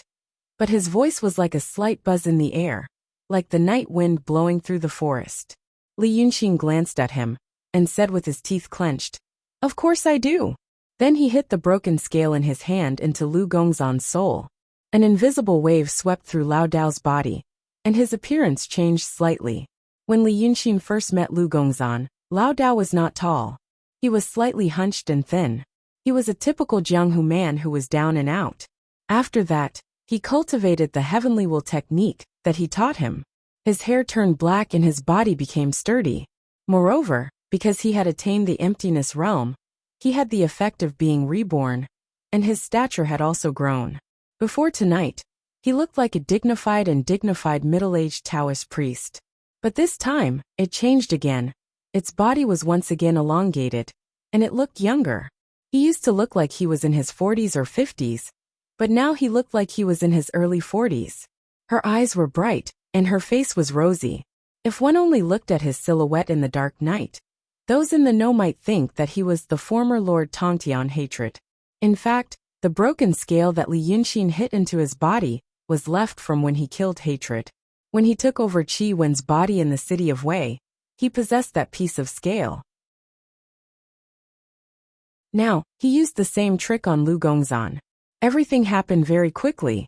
When Lu Gongzan's body finally took shape and stood on the ground, the flesh and blood that once belonged to his body were still steaming. The newly born Lu Laodao immediately shouted, "Why did you use it on me?" At this moment he naturally knew that he used Hatred's emptiness. Li Yunxin had already told him about this after he entered the Cloud Mountain and rescued him. Dragons were different from other humans and demons. They had emptiness. When Qi Wen died, there was an emptiness. From Li Yunxin's point of view, this so-called emptiness was like an official position. When the former Qi Wen died, the position of the 9th Standing Committee member of dragons became empty. If someone else could fill this emptiness in some way, then he would also occupy this official position. Emptiness was made of iron, but the people on it were like flowing water. When Li Yunxin reconstructed the demon body of the 9th young master in the Cloud Mountain, he did not use emptiness. Because emptiness was extremely precious. When one became Dragon's son, he would have the strongest body in the world. He didn't need to cultivate to have a long lifespan. Many people fought for power and profit for nothing more than life. Apart from the few supreme existences in the world, who would be able to resist the temptation of becoming the dragon's son?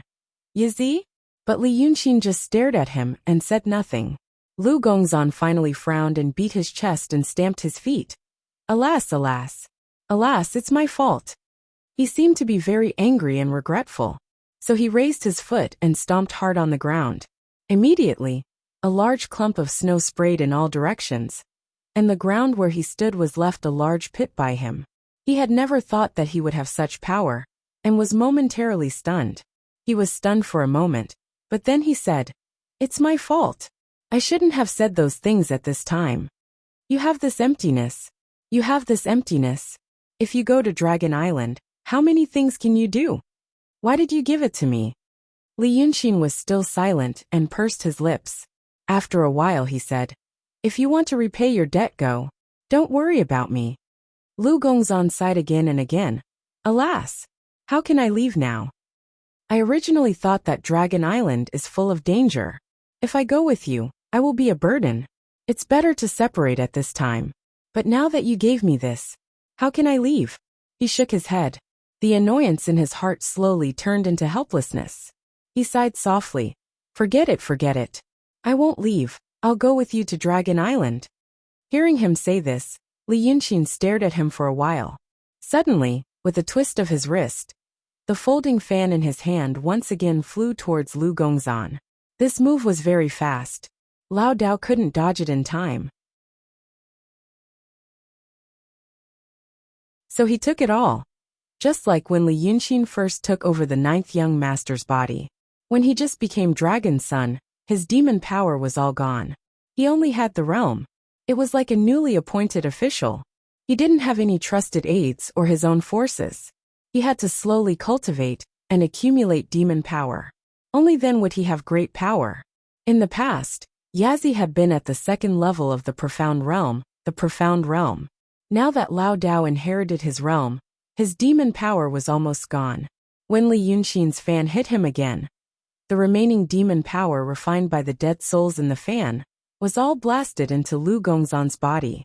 In an instant, the unstoppable power destroyed his strength to the peak of the true realm. He really reached the sky in one step. At this point, he had finally used up all the souls he had collected from the battle between the Taoist and Taoist cultivators. Lu Gongzan felt the changes in his body. The expression on his face became shocked and annoyed again. He frowned and circulated his qi. He seemed to want to force out the demon power in his body. However, he couldn't use this new body as he wished. For a moment, he felt the power in his body was being destroyed by him. He couldn't find a way to vent it. So he raised his eyebrows and got angry at Li Yunqin for the first time. What are you doing? Why are you throwing a tantrum? Why are you throwing a tantrum like a child? After saying this, he stomped his feet. I spent so much effort to get them, and now they're all gone. He used to be a bandit, but he was not a vicious thief. He was more like a military counselor. People gave him the nickname Ghost Teller, because he didn't show his emotions on his face. Later, he was disheartened by the death of his wife and son. He changed his name and became a street painter. Later, he got the Dragon King Temple in the city of Wei by chance. He could barely make a living. He always looked like a resigned person. Later, he got to know Li Yunqin. He worked harder and never lost his temper. He had lived for 50 or 60 years in the human world and was used to the ways of the world. When he met Li Yunqin again, he felt that he was not an ordinary person and always had something special about him. However, because of his age and Li Yunqin's temperament, he always had some affection for him. Now because it was a serious matter, he finally got anxious. He raised his eyebrows and his face turned red. Just by looking at their appearance, they looked like a pair of grumpy grandfather and granddaughter, or father and son. Li Yunqin was also glaring at him darkly. But when he saw Lu Gongzan like this, he was stunned. It seemed that his anger was stopped and stagnated in his body. After a while, he stepped back and closed his eyes. After a while, he opened his eyes and sighed. Okay. Old Lu, okay. You can go. He also wanted to ask Lu Gongzan to go. But his tone was calm now, even though he was full of anger before. In the calmness, he seemed to be remorseful and self-blaming like Lu Gongzan. This made old Lu blush and frown. He was also stunned. The two stayed silent in the winter night and in the snow for a while. Old Lu walked 2 steps to Li Yunqin. Brother Xian, what's wrong with you? Li Yunqin looked at him for a while and shook his head. You're right. I'm a kid. I'm childish. I have a childish temper. Seeing him like this, Lu Gongzan really felt sorry. He hurriedly said, those words don't count. Li Yunqin smiled sadly and raised his hand to interrupt him. No. You're right. I thought God was dead and I was the son. Lu Gongzan didn't quite understand this sentence. He didn't know if the so-called God was the God of heaven in the folklore. But he could understand what Li Yunqin meant. He was about to speak when he heard Li Yunqin say, alas. I told Su Sheng about this before we went to Yunshan. At that time, I said that everyone thinks they are the protagonist of this world. Even if they are just an insignificant child beggar. Their perception of the world is also presented with themselves as the center. Haha. At that time, I thought I saw through everything. But today, I found that I haven't. Alas. You are all in the background. Li Yunqin shook his head and sighed. He took 2 steps back and sat down on the smooth rock. You are all in the background. Everyone else is in the background. I think about my own matters. I think about my own thoughts. I think about my worries. Everyone feels that they are the most wronged and have it the hardest. It's hard to consider the feelings of others. Speaking of this, he looked at Lu Gongzan as if he was very emotional. Old Lu, you keep surrounding me. You understand my thoughts and my pain. I'm slowly getting used to it. But in the end, you also have your grievances and pain. Lu Gongzan shook his head slightly. Brother Xian, let's not talk about this. Of course I have to. Li Yunxin lowered his gaze. He paused and said softly, yes. I feel wronged and sad. The parents who gave birth to me might be the ones who helped me. They lied to me and said that they were dead so that I would feel sad. Then they went to find someone else. I met all kinds of strong enemies along the way. I was in a dangerous situation. But you must be sad too. Sad that the person closest to me was killed by a friend. It's probably hard for me to understand this feeling even now. With me, your life has been turned upside down. But you used to be immortal. You have to adapt to these upheavals. You don't have a golden finger. And you don't have any experience from your past life. These things must be very difficult for you. Lu Gongzan sighed repeatedly and waved his hand. Don't mention it. Sai, don't mention it. However, Li Yunxin didn't stop. Some time ago. Sure, Queasy. Sai. Only the two of you know how you and her feel. I'm not a person who understands this kind of feeling. It's even more difficult for me to understand if it doesn't happen to me. Old Lu. I just met Li Chunfeng and had a talk with him.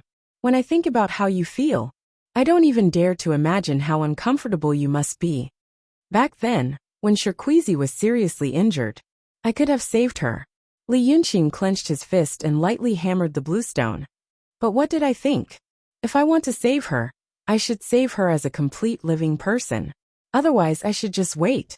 Even if she doesn't die, it's still better than becoming a puppet or a ghost cultivator. I've never thought about you. Even if you look at her corpse in the ice coffin every day, you'll feel better. I didn't understand back then. After meeting Li Chunfeng, I also experienced it. But it's not even 1,000th of what you experienced back then. Old Lu, I've let you down. After hearing Li Yunxin's words, Lu Gongzan finally fell silent. He didn't sigh or speak anymore. After a while, he turned around and rolled up his sleeves to wipe his eyes. Li Yunxin smiled again. I'm a person without a heart. It doesn't matter if I become a human, a ghost or a demon. But you have a heart. When I became a demon, you followed me and killed people. At the bottom of Cloud Mountain, you saw me talking to a group of demons about dividing the world and the catastrophe of the human Tao. I don't have any morals or conscience, but you do. In order to save me, those few little demons died. You feel bad about it. At this point, he shook his head. In my previous life, I gave guidance to some people who had shot and killed people. Those people were still like that under those circumstances. What about you? Lu Gongzan's back was facing him. He said in a trembling voice, Brother Xian, don't. Li Yunxin nodded. Let's not talk about it. Lu Gongzan stood in the messy snow, while Li Yunxin sat on a bluestone. The two of them stood like this for a while. Then Li Yunxin said faintly, So old Lu, I'm serious. Go. Don't mention anything about how precious it is or what not. What you've done for me, you deserve 10 times the compensation. This kind of thing, if I don't give it to someone I trust, who else can I give it to? Lu Gongzan slowly turned around. Brother Xian. I'm afraid I won't be able to rest easy with you like this. Li Yunxin looked at him. What's there to be worried about? I feel like I'm a human now. I feel weak, confused, and have a weakness? Lao Dao was silent. Li Yunxin stood up and sighed softly. He heaved a sigh of relief. I finally thought things through. I can't be a child anymore. Some people, even in death, have never truly matured. I'm probably that kind of person. Li Yunxin smiled.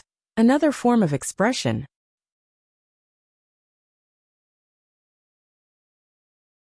Chapter 586. His smile. It was hard to tell if it was melancholy or sadness. However, it was a complicated meaning that Lu Gongzan could not understand. Thus, he did not know how to comfort Li Yunxin. In the past, whenever Li Yunxin was sad, He could talk to him and tell him to get better quickly. But now, Lao Dao had a lot of troubles and worries in his heart. If it were not for the fact that he could not bear it, and had reached the limit of what an ordinary person could bear, he would not have said it tonight. Thus, he was speechless, and could only stand opposite Li Yunxin. After a while he said, "Brother Xi, and then you. I need to think about what I want to do." Li Yunxin sighed in a low voice. He took 2 steps and sat down on the green stone. "I probably should not live like this anymore." Lu Gongzan did not know how to live like this. In fact, most people did not know either. They were born into this world. Regardless of the environment or the conditions for growth, they had no choice. Many people might have different thoughts and longings, but they were limited by reality. Most of the time, what a person would become after a long time was not something he could decide himself. Instead, it was what the environment changed him into. For these people, if nothing unexpected happened, the path of their lives had been planned from the moment they were born. They could see the end with a glance. Why would they need to think about how to live?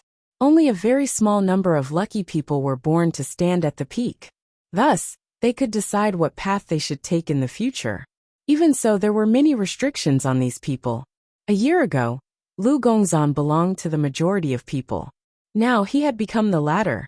He had a long lifespan and great power that surpassed ordinary people.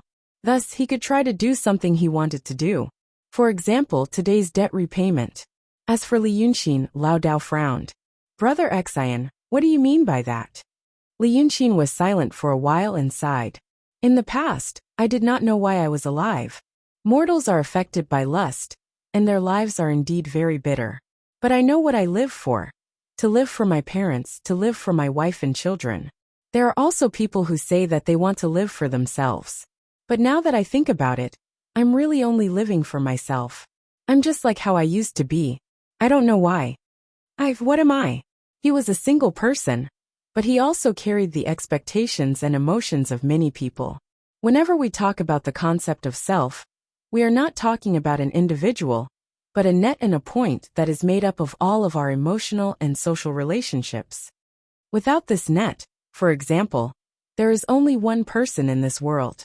Then what does he use to please himself? In fact, there is nothing that can please himself. Li Yunxin said in a low voice, "I know this. I only look at the flowers on horseback, and I don't care about anyone. The prosperity of the human world is like passing clouds to me. But there will always be a time when I get tired of it.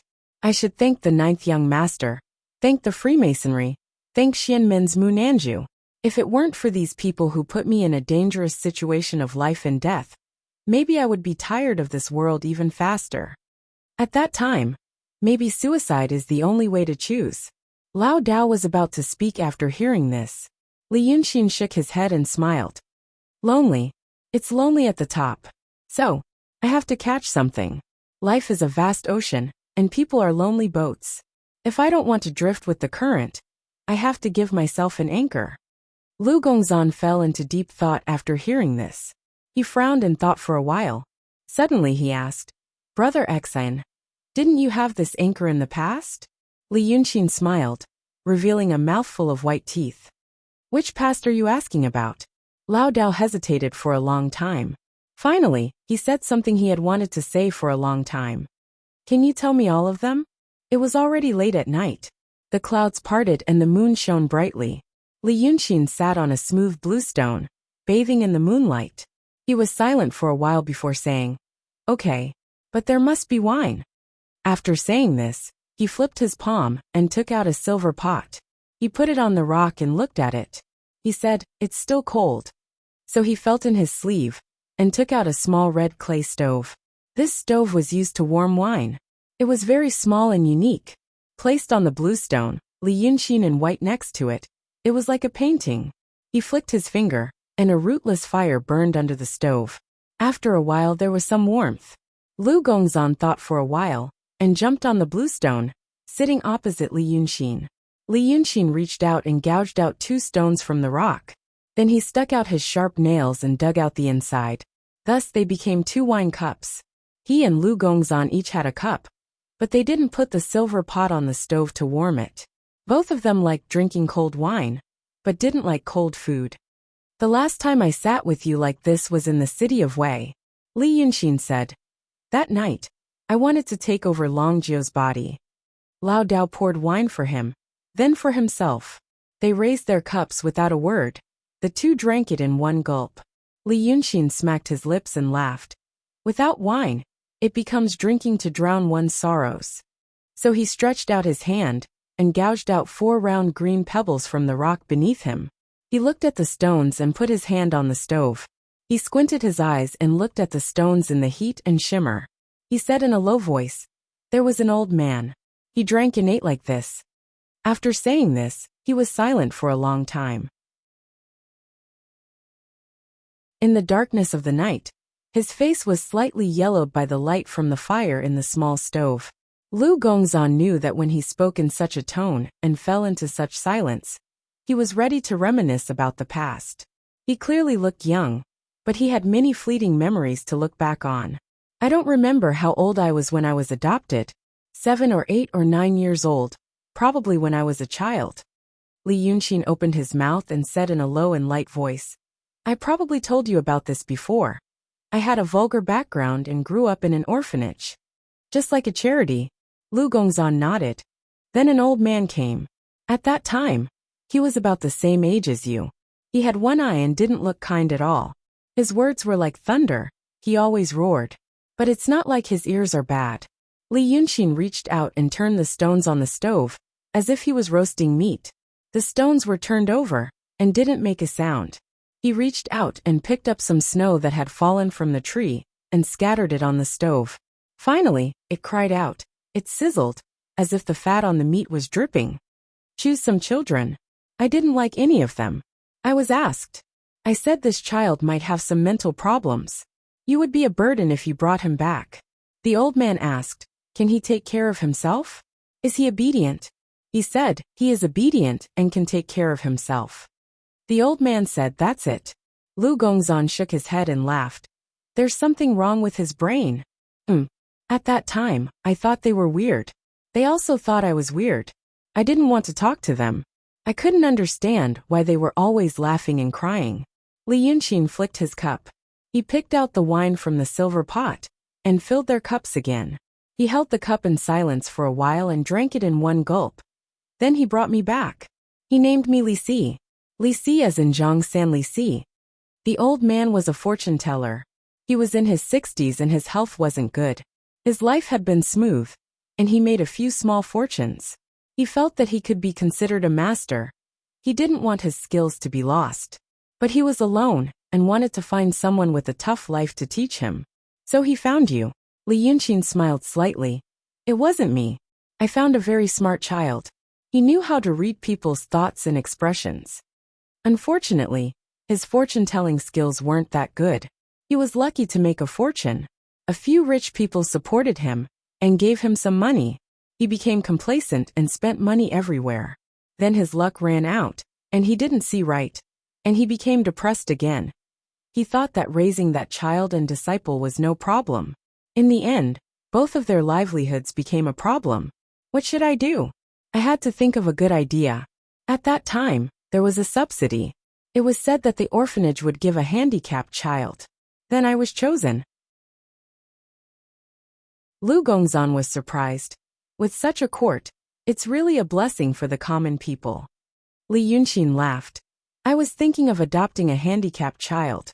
It didn't cost much to raise this child, and I could still make some money. If it was a smart child like me who could take care of himself, he could even serve them. Then, I came out.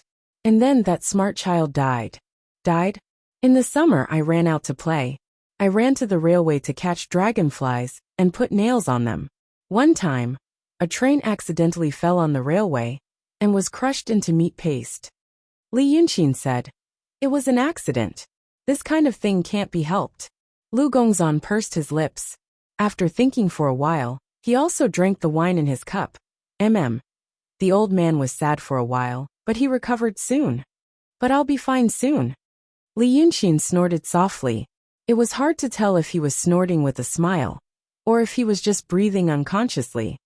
At first, I thought that child was smart and learned everything quickly. Slowly, I realized that he didn't learn quickly. He didn't learn anything. He would only say obedient words in front of the old man to coax him. Once he was out, he would be exposed. Some people have high EQ, but not high IQ. It's probably this kind of person. Lao Dao raised the pot and was about to pour the third cup of wine for the two of them.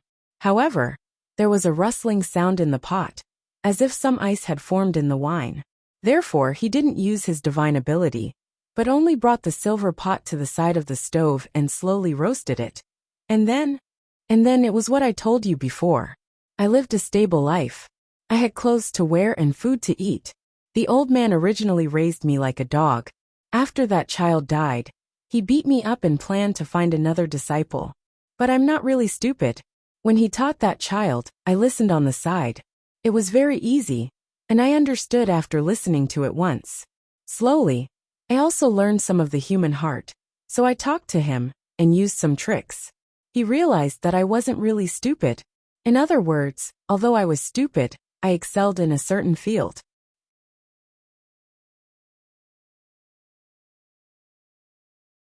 Chapter 587. He thought it was bad luck to be in that line of work, prying into the secrets of the heavens. Or he could believe in Buddhism and do good deeds to accumulate good karma. But he didn't believe in those. Therefore, I felt that since my fate was not good and I had to offend the heavenly cursed lone star, it was fine to find someone like me as a disciple. In the future, I'll have nothing to worry about and live a lonely life. There's nothing to distract me with. Then teach me.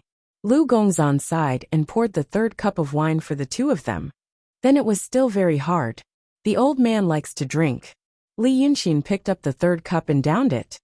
At the beginning of the month, I have money, so I eat and drink to my heart's content.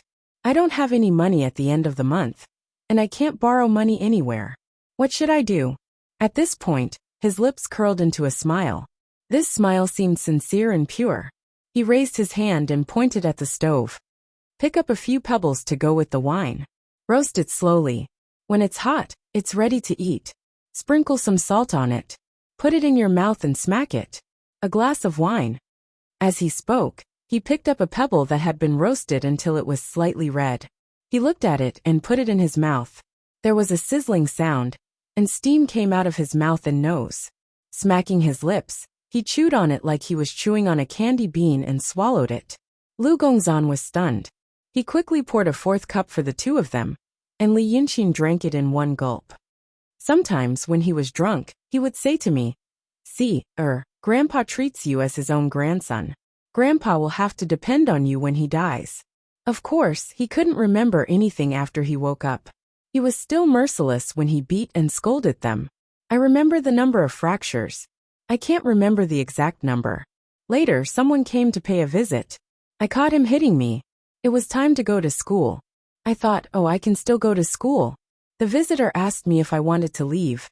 I thought, what the old man is teaching me is interesting, and I haven't finished learning it yet.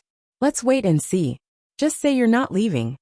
Then they gave me more subsidies and forced me to go to school. Li Yunxin shook his head and smiled. Only after I went to school did I realize that reading is more interesting. It turned out that not all people were idiots. There were also some smart people who wrote very smart things. At first, he went to a special education school. Later on, his results were not bad, and he was reported in the papers. People would say, oh, he's actually a genius. That's why I transferred to another school and kept studying. I was about 11 when I was in primary school. I was about 18 when I got my master's degree. Master? It's similar to a cultivation realm. Li Yunxin said. For example, in the secular world, the great painters of the emptiness realm are incredible.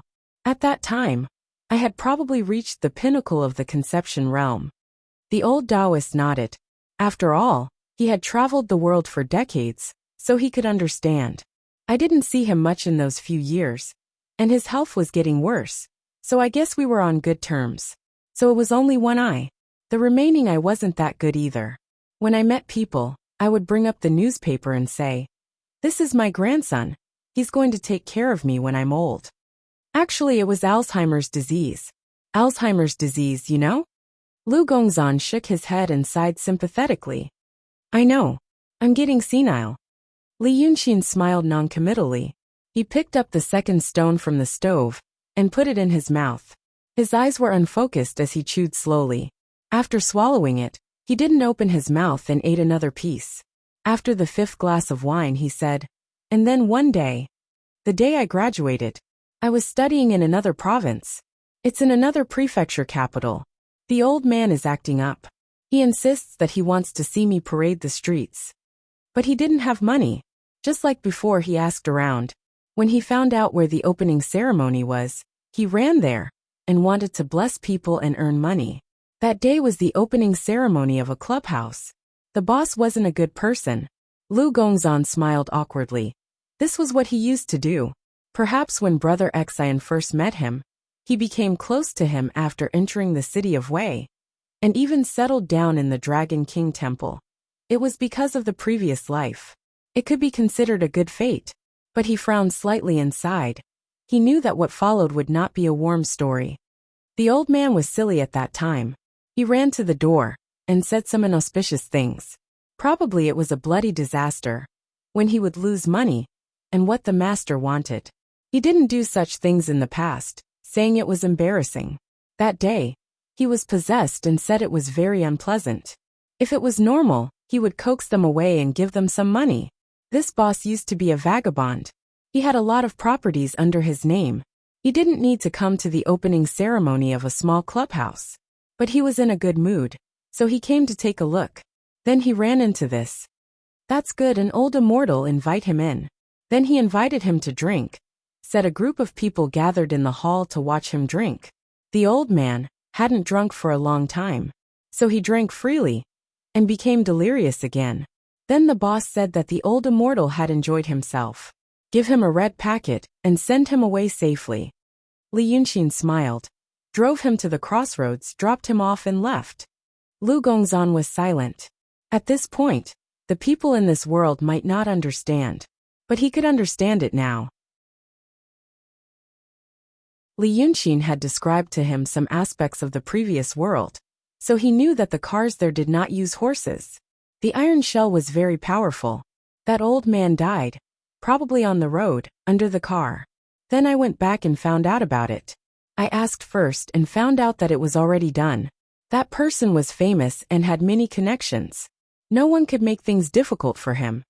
Then how did I feel at that time? Actually, there was no special feeling. People die when they die. Everyone would die one day, right? But I don't seem to have anything to do. Li Yunxin frowned slightly and said in a low voice, I used to be young and didn't know anything. As long as he was alive, so be it. Then I met the old man and was beaten and scolded. But I found life a little more interesting. In fact, life has always been interesting, not necessarily because of him. Maybe it would have been more interesting if I met someone else. But now that he is gone, what should I do in the future? I thought about it, and for the first time, I felt a little anxious. It was like a ship. There used to be a port. Now that the port was destroyed, it floated on the sea. Then who am I? What do I want to do? Where do I want to go? I don't know. So I need an anchor. Li Yunxin glanced at the wine pot. Lu Gongzan silently picked up the wine pot and was about to pour him wine. But the pot was light. It was empty. Li Yunxin crushed the cup in his palm. He picked up a few large pieces of stone and slowly put them on the stove. Then I will take revenge, he said.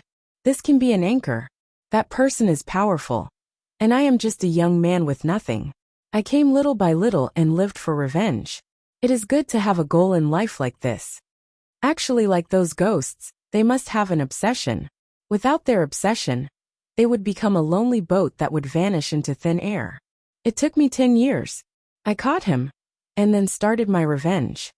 This time Li Yunxin paused for a long time. Then he picked up the fourth pebble and ate it. But at that time, I suddenly thought of a problem. After I take revenge, what should I do? After taking revenge, there is nothing to do. What is the point of living? Since there is no point, why not die? There are many feelings in the world that I can slowly observe and slowly imitate. Only when I die, Maybe I don't need to imitate the feelings I have when I die. Maybe I can really experience it. So I decided to die and see. It is not a big deal. After taking revenge, I will also die. How about asking this person to do me a favor? Let's find an opportunity to find his men. Then he was killed, covered his face with a towel, and suffocated to death. Li Yunqin thought for a while. Unfortunately, I still don't feel anything. Lu Gongzan moved his lips and lightly exhaled. Then after coming here, the situation was similar for a long time. I experienced something, but I don't know if I can rely on it. I am afraid of the feeling of drifting with the current. Then I met you. Li Yunqin raised his head and looked at Lu Gongzan. You are like an old man. I tried to find an anchor for myself, to find a way to go back and complete my revenge. Then I can have fun in this world again. But recently, I began to panic again because it has been less than a year. Li Yunqin sighed. I reached the profound realm from the emptiness realm. I don't dare to think about what will happen after a year. If I find a way to go back after a year, what should I do? So on Cloudy Mountain, I only said that I reached the profound realm. I am afraid that if I have more power, things will go more smoothly. Lu Gongzan was speechless. I am afraid that I will advance too fast. Only Li Yunqin could say such arrogant words. Lu Gongzan wouldn't feel that something was amiss if he said it. Instead, Lu Gongzan could understand his distress. At this time, the gravel on the stove was slightly red from the heat. Li Yunqin flicked his finger and extinguished the rootless fire under the stove. He collected the gravel in his palm and put it into his mouth. But now, I think I shouldn't be like this. He chewed the gravel loudly as he spoke. His voice was still very clear. I used to have a problem with my head. I don't have it now. You are right to say that I am childish. I am like a child now. I have to experience all the love and sorrow from the beginning. My previous life is almost non-existent. But I have the memory of my previous life, so I am afraid to try new feelings. If a person is not born ignorant, who would be willing to experience the so-called sorrow and hurt again and again, and then grow up in the process? But now, I know that I can't. I can't wrap myself in a shell for the rest of my life. However brave this shell makes me, it also makes me cowardly. So I think maybe I need a new anchor. He shook his head. I still need some time. Before I get through this time, I still need a new anchor. Otherwise I will panic again. Lu Gongzan was thoughtful for a while before he said, Your new anchor, what is it? Li Yunqin stood up. Under the moonlight, he said, It's you. You and I are relatives, teachers, and friends. We entrust our lives to each other. I have taught you a lot, and you have taught me a lot. Thanks to your care, I am living a good life. I also dare to slowly see the world and experience some things. In my previous life, I experienced some precious feelings, but I didn't know it. In this life, I re-experienced the feelings of my previous life in you. Only then did I know who I was in the past, and what kind of life I lived. But these, I didn't know much before. I only realized it when I saw Li Chunfeng today. Li Yunqin smiled. So don't die. Otherwise I will be a lonely boat. Lu Gongzan was stunned for a while. Then he took a deep breath and stood up slowly. Brother Xi and I, he said in a low voice. Sai. I didn't know before. Li Yunqin smiled. Go. I am not a child anymore. Lu Gongzan frowned and stared at him. After a long time, his brows relaxed and he said loudly, Okay. This time, I will ride the wind and leave. I will pay my debts, take revenge, and come back alive. I will accompany you to find out. What is the purpose of living forever in this world? And what should it be for? After saying these words, he no longer hesitated and lingered. The Taoist robe on his body suddenly fluttered, and his whole body flew with the wind, directly shooting toward the horizon. Only his faint voice could be heard. Fast wind. This wind also caused Li Yunqin's cloak and robe to flutter violently. He sighed in a low and gentle voice and laughed. Send the gentleman off with the wind. You will know once we part.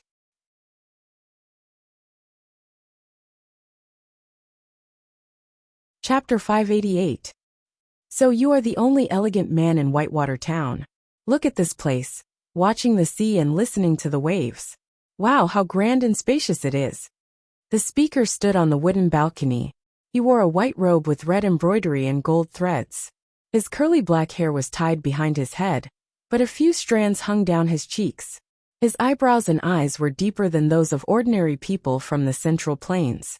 Now he raised his hands and sighed while facing the sea, looking like a madman. The balcony was built on a cliff by the sea, which was not very high. Behind it was a guest room that wasn't luxurious, but was definitely elegant and unique. It was very big. It could almost be called a palace. In the distance, there was the vast sea under the hazy sky. The waves on the sea were a little big, with layers of white waves stacked on top of each other.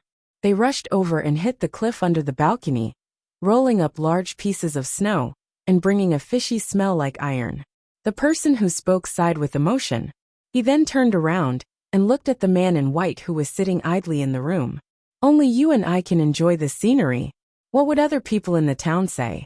They say it's damp, fishy and harmful. Ha ha ha. I, Liu Baishui, have dominated the Western countries for more than 10 years. How do you feel now? Have I lived a short life? Now it was winter. There were icicles hanging on the edge of the balcony, but the man called Liu Baishui only wore a thin robe, and his chest was exposed. It seemed that his body was very healthy and strong, as he said, but compared to him, the man in white in the room seemed to be afraid of the cold. A white fox fur cloak was hanging on the side. He was wearing a thick winter coat, with a fur collar up to his neck. There was a brazier in front of him, with the charcoal fire flickering. There was an iron grill on the brazier, with 5 or 6 chestnuts roasting. The fierce sea wind blew in. He squinted at Liu Baishui and smiled. Brother Liu, your machete skills are first class in the world. Your internal force is even more vigorous. Of course, I have nothing to say. But didn't you say there was a woman who lived here before? Is she not a refined person? Liu Baishui waved his hand. Of course, a woman is not a refined person. She should be a beauty. After saying this, he blinked his eyes and said, Ever since I accidentally mentioned that woman today, Brother Li has already asked around 4 times. Could it be that you recognize her? Thus, the extremely handsome man in front of him smiled again. Nothing can be hidden from Brother Liu. I came to the east this time to look for someone. Oh, who are you looking for? Madam. The man in white smiled. When I was in my teens, there was a huge change in my family. My mother is missing. Recently, I heard that he might have left some traces in Donghai. Some even said that he might be in the Dragon Islands.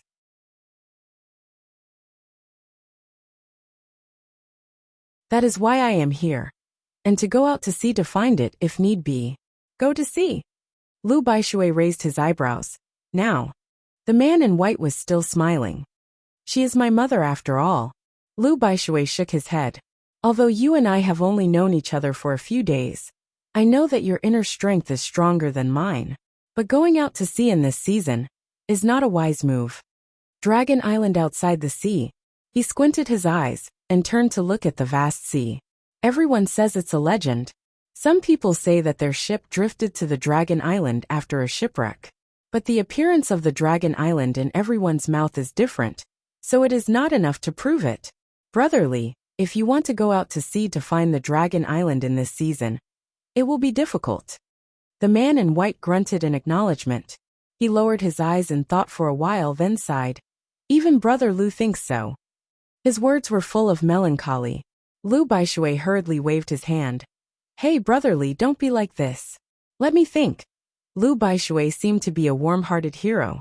Seeing that this man was lonely, he frowned and paced back and forth in the room. Then he turned to look at him seriously. Brother Li, let me ask you first. The woman you mentioned and the woman I mentioned. I brought a portrait with me. The man in white reached into his sleeve and took out a small scroll. He paused and unfolded it in front of him. He stared at it for a while and sighed. My mother's name is Shangguanyu. I have been carrying this for many years. Liu Baishui walked over to take a look. He was stunned when he saw it. Then he looked at the man in white. Brother Li, is this really your mother? The man in white, or Li Yunqin, smiled faintly. My mother had a miraculous encounter when she was young. She obtained a scroll of nourishment of life. She practiced it for many years. It can be considered a technique to preserve her youth. Lu Baishui stared at the portrait for a while and took a step back. If this portrait is correct, the person who stayed in this room last spring is your mother. Li Yunxin raised his head.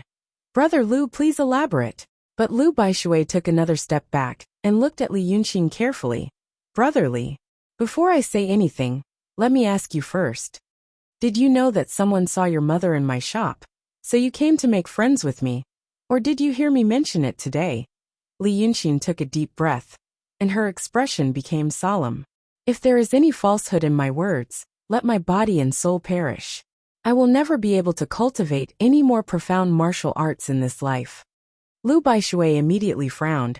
Hey, Brother Li, how can you say that? Hey, it's my fault. I was just asking casually. I am. Oh. Li Yunxin's oath made this hero feel ashamed. He sighed and said, Oh, I was just afraid that you might have something else. Forget it. I was being a villain, and was being too careful to guess your heart. Li Yunxin said seriously. Brother Lu, you are a straightforward man and don't hide anything. That is the way of a gentleman. Since you and I are on the same wavelength, there is nothing we can't talk about. Brother Lu, don't take it to heart. Lu Baishui still shook his head. It's my fault. It's my fault. Li Yunxin met Lu Baishui 4 days ago. Now he was in the viewing room of the Donghai Inn. The Donghai Inn was in the northeast of Whitewater Town. Whitewater Town was under the jurisdiction of the Donghai Kingdom's Stormy Waves Road. As for the Donghai Kingdom, it was a small place. Its territory was about the same as the former Yu Kingdom, only about the size of a prefecture in the Qing Kingdom. Li Yunxin said goodbye to Lu Gongzan and headed east before he realized this problem. Everyone knew that Dragon Island was in the east, and that Shinryu lived on it. He also knew that the true dragon lived on the Dragon Island. But where was the Dragon Island? To the east of the Donghai Kingdom was the vast sea. It would be difficult to find Dragon Island. He had the imperial map of heaven and earth in his hand, and the location of Dragon Island was indeed marked on the map. But what was worse was that the marked Dragon Island was represented by dotted lines. This meant that either the map was not certain, or the location of Dragon Island had changed. So he asked with the talisman he had left with Bai Yunxin. It was true. There were very few people who had been on Dragon Island. Even the few who had been were summoned by Shinryu. It was unprecedented that the former Lord Dongting went to Dragon Island by himself. At that time, the news of Lord Dongting's death on Dragon Island spread so fast.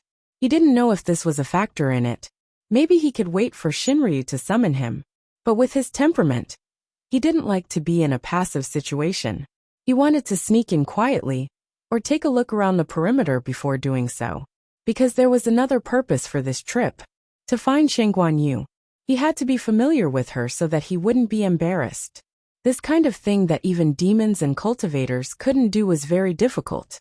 But after entering the Donghai Kingdom, Li Yunxin found that the customs here were very different. Although the countries along the way had different customs, the East Sea Nation was the exception among the others. For example, the people of Li Kingdom, Qing Kingdom, Yi Kingdom, and other countries in the Central Plains believed in immortals and demons. But this belief was not absolute belief. It was more like a custom that permeated every aspect of life. When they encountered difficulties, they prayed for blessings from heaven. When they encountered bad luck, they scolded demons for causing trouble. They believed that there were demons and immortals in the world.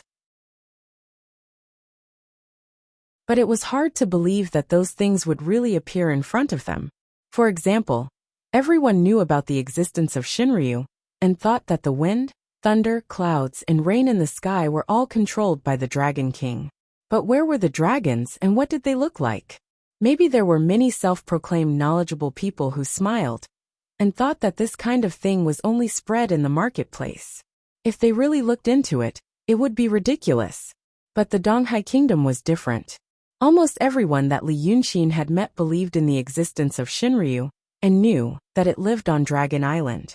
There were also many people who swore that they had seen the dragon's body. In the hearts of the Donghai people, Shinryu was not a vague image, nor was it an illusory god in the legends. Instead, it was tangible and could even be touched. He had also seen a holy image of Shinryu painted by the Donghai people, which was very similar to the Lord of Shinryu he had seen. Because of this, Li Yunxin realized one thing. Maybe because the Donghai kingdom was very close to Dragon Island, Shinryu might have been here more than once. That was why there was such a strong belief. Since this was the case, it meant that the Donghai people, especially the people of Baishui town, said that they had seen Dragon Island was true. So he planned to start with these mortals. On one hand, he could fool people. Ever since he fled from the mountain village in Dingzhou, until he met Li Chunfeng in the mountain village, he seemed to have been in the sights of Mu Nanju and the Freemasonry. At this time, he felt that he had temporarily escaped from that net. So he didn't want to be in the sights of those people again. Since this was the case, he had to do something unexpected. Who would have thought that the Lord of Wei River would ask mortals where Dragon Island was, and how to get there? On the other hand, there was a vast ocean to the east of Donghai, which was no different from the ocean that Li Yunxin had seen in his previous life. But he knew that if he went further, it would not be seawater. It would be something called weak water. One couldn't float on the weak water. The magical powers of demons and cultivators would be gradually weakened by the weak water, and they would eventually lose their strength. If Dragon Island was surrounded by the weak water, then if he wanted to sneak across, he would have to travel with mortals. It was true that fiendish demons had powerful bodies, but in the vast world and the vast ocean, once he lost his magical powers, no matter how strong his body was, it would be no different than a grain of sand in the vast ocean. At that time, he could only rely on human ships. When he came here from Dingzhou, he was very fast. Shanji, who accompanied the ninth young master, was much slower than him, because he had extra instructions from Li Yunxin. He stayed in Baishui town for a few days, and learned that they would arrive in a dozen more days, so he wandered around a bit more. He liked the prosperity of the human world, and the customs here were different, so he felt comfortable. Then, he happened to hear someone mention that he had seen a woman at the East Sea Inn in town last spring. It was said that the woman was very beautiful, so the speaker, the owner of the cosmetics shop opposite the Donghai Inn, had a deep impression of her. He also said that the woman's surname was very rare in Donghai Kingdom. It was Shengguan. As everyone knew, people with compound surnames were mostly descendants of the royal family in Midland. Thus, even 2 years later, the boss still remembered it vividly. Then he heard it from Li Yunxin. He spent 3 days investigating the person who spoke, and confirmed that this person wasn't sent by some other force to spread the news and trap him. Then he walked into the Donghai Inn. He got to know Lu Baishui. Lu Baishui was a big shot in Baishui town, and even in Donghai Kingdom. It was said that he was an orphan when he was young, and grew up in Baishui town. When he was 13 or 14, he went out to wander in Jianghu, but he almost died. But in the end, he was chosen by an elder of the sect of Flame in the West Plains, and was accepted as a disciple. After he finished his studies, he started to wander, and became a merchant. He traveled back and forth between the East and West, earned a lot of money, and met many heroes. After he became famous, he returned to Baishui town, and built the Donghai Inn. Everyone in the town knew that he would come here to spend the winter in winter. Of course, the most important thing was that he had money and time. People like him had traveled all over the world, and although he didn't hate the world, he would gradually lose interest in many things. Besides, he was a hero who was good at martial arts. He had to think about other things. Since he was born in Baishui town, he grew up listening to the legends of Shinryu and Dragon Island. Although he was not as faithful as the people of Donghai Kingdom, after traveling for more than 10 years, it also made him think about something else. Where were Shinryu and Dragon Island? What else was above the vast sea? He thought he had seen most of the things on the land. He wanted to see what was on the sea. Everyone in the town knew what he was thinking. Li Yunxin also knew. Wasn't he the best candidate? It wasn't hard to get to know Lu Baishui. Handsome people were hard to hate. Lu Baishui probably wanted to get to know someone who was handsome and good at martial arts. If it was a handsome, knowledgeable, well-versed man who could get along well with him, then it would be a treasure bestowed by the heavens. Li Yunxin's observation skill was the best in the world.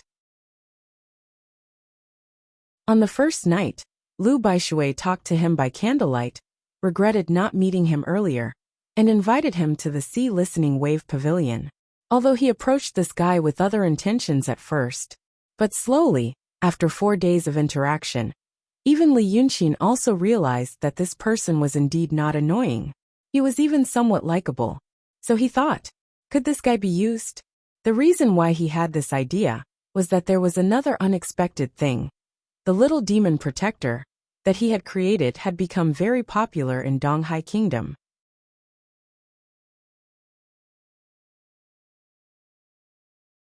Chapter 589. What was more surprising was that he didn't hear the words little demon protection from a demon, but from a mortal. Lu Baishui. Lu Baishui's understanding of demons and ghosts was similar to that of the people in the Central Plains. He wasn't sure if the Dragon Island and Shinryu really existed, but he was sure that demons and ghosts existed. He had seen demons, and even made friends with 1 or 2 when he traveled around the Midland. He had been close to Li Yunxin these days, so he mentioned it casually. He said that he was a brother of a demon near Whitewater Town, and they often talked to each other. Before Li Yunxin came, he heard from that demon that something big happened in the monster realm. Shinryu and Dragon Sun created a little demon protection to restrict the demons and ghosts in the world to do good deeds and benefit the people. From what he said, that demon wasn't a fierce demon king, but a little demon. He was naturally interested in it, but the kings in other places didn't like it, so they wouldn't pay attention to it.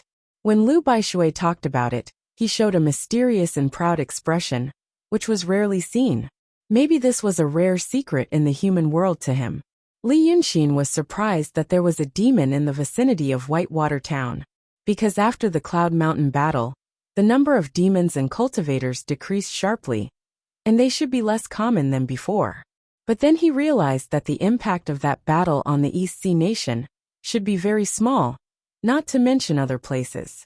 Near the Dragon Island, who would listen to Dragon Sun's call and die, but he knew that more and more people knew about what he had done.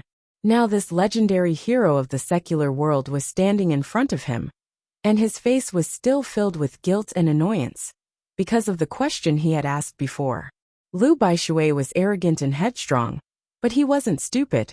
Otherwise he would have died on the road, and wouldn't have lived until now. 2 years ago, an outstanding woman stayed in his inn. Now Li Yunxin also stayed here. Moreover, he took the portrait and asked about it. Naturally, he had to wonder if they had any ulterior motives.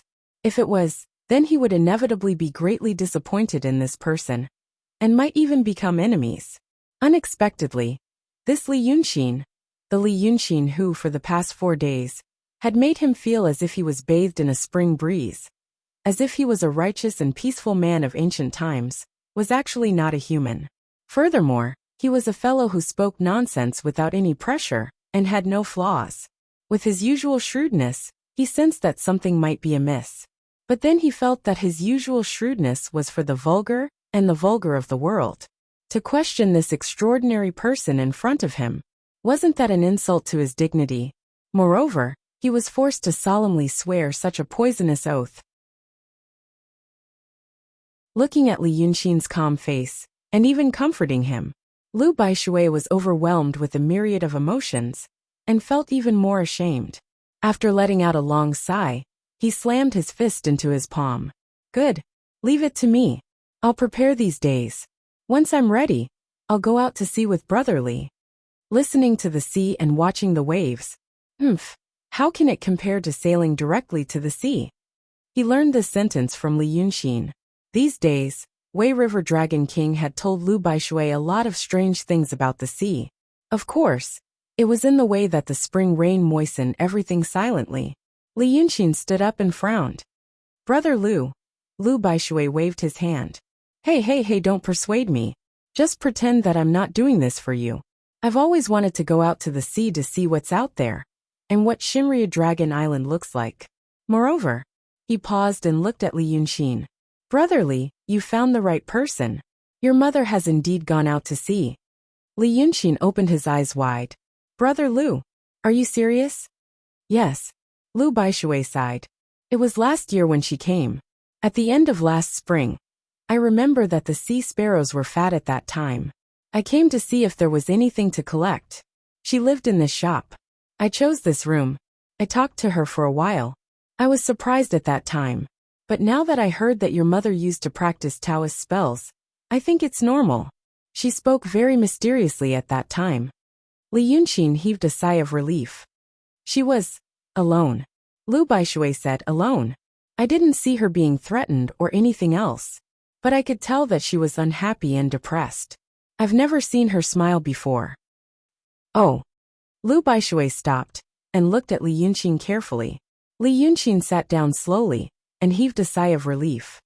Brother Lu, please continue. Alas. Okay. She stayed there for about 3 or 4 days and often went out. Brother Li, you know that I like to make friends with interesting people. I found someone to follow your mother. I didn't mean any harm. Your mother was good at maintaining her looks. At that time pooh. Brother Li, don't. Li Yunxin smiled. It's human nature. Brother Lu, don't take it to heart. This Brother Li had always been like this, gentle, cultured, and reasonable. He didn't look like a martial arts master, but he was. Lu Baishui admired him the most because of this. So he also laughed. That's all. Later, I found out that your mother asked some people in town. She asked how to go to the sea, and where the Dragon Island was. She asked for about 3 or 4 days. She found a gambling addict called Li Si. Li Yunxin raised his eyebrows. Li Si. This name was given by someone else.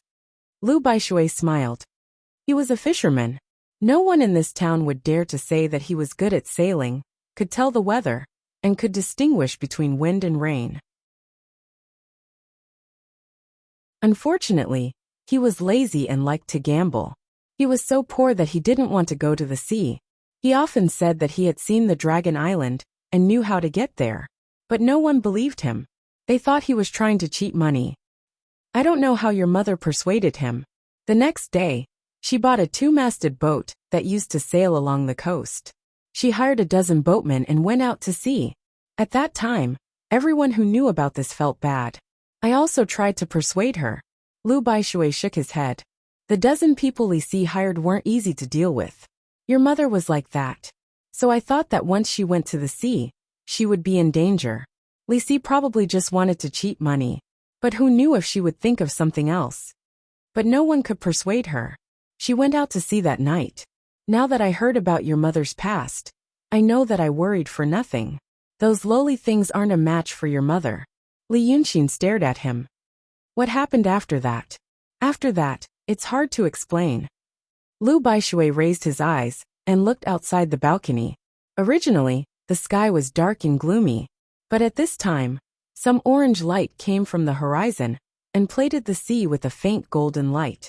But this light was the setting sun. It was a gloomy day.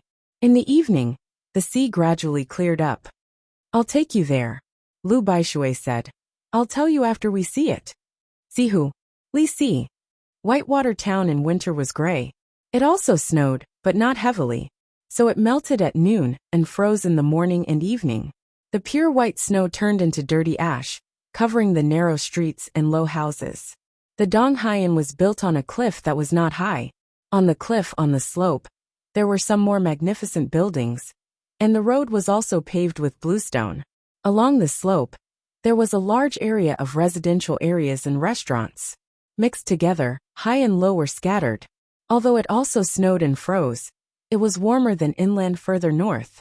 According to Li Yunxin, the temperature here in early winter was about 1 or 2 degrees below zero. Even in the middle of winter, it was only 10 degrees below zero. Therefore, there were still many people who came here during the winter. Because the sea near Whitewater Town was rich in several kinds of special seafood in autumn. Nowadays it was hard to travel, and it was even harder to keep fresh. So it was made into pickled food. Gradually, it became a special delicacy and gradually became famous. So when the late autumn passed and winter came, when the food was pickled, people from nearby counties would come to taste it.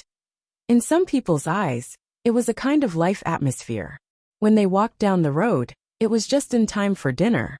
Many tourists and diners from other places crowded into the street from their warm houses, rushing to several restaurants on the cliff. They were reluctant to stay, but willing to eat, so they stayed in the inn at the foot of the cliff, and only went to the top of the cliff when sightseeing. This was very much like Little Rock Canyon in the Yi Kingdom. It was also a high-end commercial district, built high on the top of the mountain, and looked like a tourist. But considering the amazing gap between the rich and the poor in this era, this marketing strategy was reasonable. After all, they only opened their doors to a few people. Thus, the two of them swam against the current. Looking at Li Yunxin's clothes, it was obvious that he was a rich man. Lu Baishui's clothes were also very recognizable in Whitewater Town. So there was no crowd on the road. Those who knew him made way for him. Those who didn't also made way for him. After walking for a quarter of an hour, they arrived at the foot of the cliff, and it was already dark. The lights slowly lit up, and the town was no longer gray, but warm yellow. Passing through a large number of low-rise houses, Lu Baishui took Li Yunxin to the south of the town. There were gradually fewer houses, and they began to see large areas of untrodden snow and withered trees propped up like poles. "That's Li Si's house in front of us," Lu Baishui said to Li Yunxin as he stepped on the icy bumpy road. And he raised his hand and pointed. There was a small courtyard in front of them, standing alone outside the town. The low walls, which seemed to be made of crushed stones, were covered with yellow soil, and the roof was also covered with thatch. There were no people around, and the low, lifeless hills in the distance were behind it. At this time, they were still 100 steps away from the courtyard, but Li Yunxin could already hear people in the courtyard, and there were many of them. Then he noticed the road under his feet. The roads in this era were mostly dirt roads. There was a layer of snow, and if there were not many people walking, only some footprints would be left. However, the road under their feet was melted and frozen, and then melted again. Obviously, there were many people walking on it. Li Si's house was very lively. Later, only he came back. He said that the boat was destroyed in a storm. Everyone else had died, but he was the only one alive. He said. Lu Baishui turned to look at Li Yunxin. "Brother Li, do you know the legend of the Spirit Mountain on the sea?" Li Yunxin thought for a while. "I heard about it when I was a kid. Dragon Island is a spirit mountain, and there are also Punglai, Yingzhou and Fanghu. They said that only the fated people can see it." "Yes." Lu Baishui shook his head and looked at Li Yunxin worriedly. Li Si said that after the boat was destroyed, he met an immortal, goddess Punglai of Punglai Spirit Mountain, and she saved him. He also said that if she taught him magic, he would know whether it was good or bad. Li Yunxin frowned. "He's the only one alive." Lu Baishui hurriedly said. "His words may not be credible. Since your mother is good at martial arts and knows Taoist magic, she won't be in trouble. That's why I brought Brother Li here. Don't worry about it." Li Yunxin nodded wordlessly. Soon, the two arrived outside the courtyard. Looking in through the open wooden door, they saw more than a dozen people standing inside. Most of them were women and old people. Judging from their clothes, they didn't have a good life. Their faces were either sad or numb. Standing in the cold wind of the winter evening, they looked into the house. The door was not closed. He allowed the cold wind to rush in. A few people were at the door, and some were inside. When Li Yunxin and Lu Baishui entered the courtyard, the people in the courtyard looked at them. But it was completely dark now, and the candlelight in the house was very weak, so people couldn't see the people's faces clearly. So they turned their heads, shrank their necks, and continued to endure the biting cold wind. The two of them squeezed forward again, and someone finally saw Lu Baishui's face.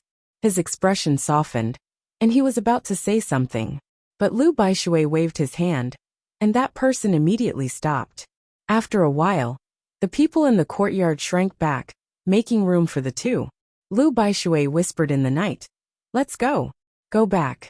Tomorrow, go to the East Sea Inn and get some rice." More than a dozen people in the courtyard immediately bowed to him and left quickly. Li Yunxin nodded slightly. Brother Lu is a real hero, not a tyrant. Lu Baishui shook his head. Brother Li, you flatter me. They looked into the house together. In the main hall of the low house, there was a dim oil lamp and an incense table.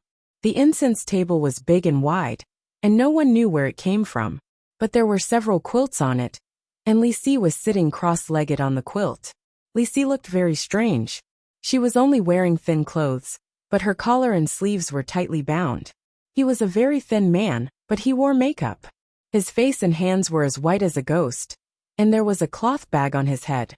There were several big red silk flowers on the bag, and some other shiny things. It looked funny and nondescript. But now he closed his eyes, sat cross-legged on the incense table, and shook his head, mumbling something.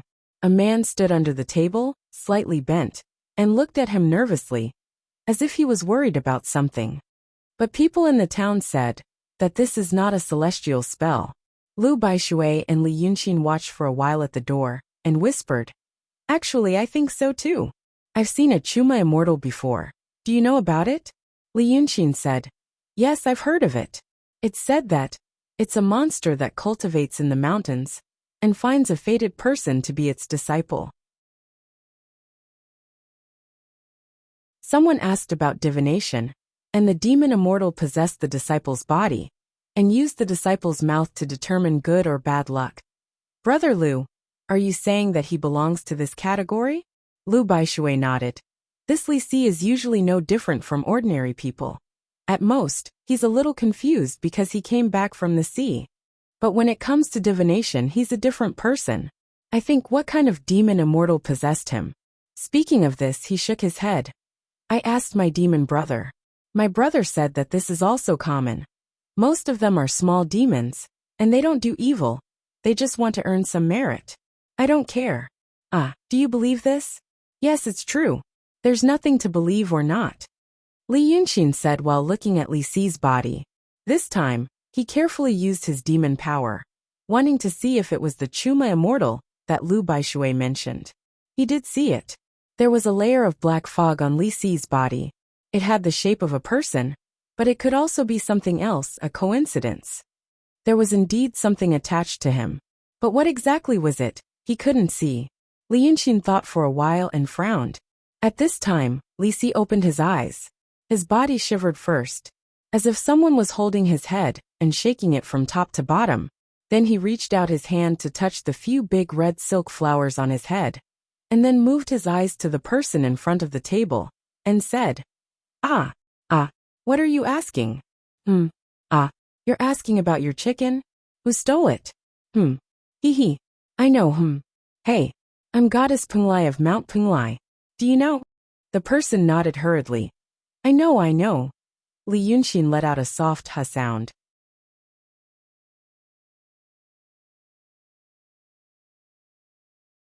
Chapter 590. What a familiar tone. It reminded him of Mrs. Sanhua. But he knew it wasn't. A demon's aura was similar to a human's appearance, but there were slight differences. With his current cultivation, he wouldn't make a mistake if he checked. But the problem was, it was very similar. The thing attached to Li Si's body spoke in a tone very similar to Mrs. Sanhua's. The aura of a demon was also very similar. He had never seen this kind of similarity on other demons. It was even smaller than the difference between Dragon Sun's aura. What on earth was this thing? Now he already knew that after he left the mountain village in Dingzhou, many things weren't purely coincidences. Some were certain, and some were still questionable. But the appearance of Mrs. Sanhua, he felt that it was the former.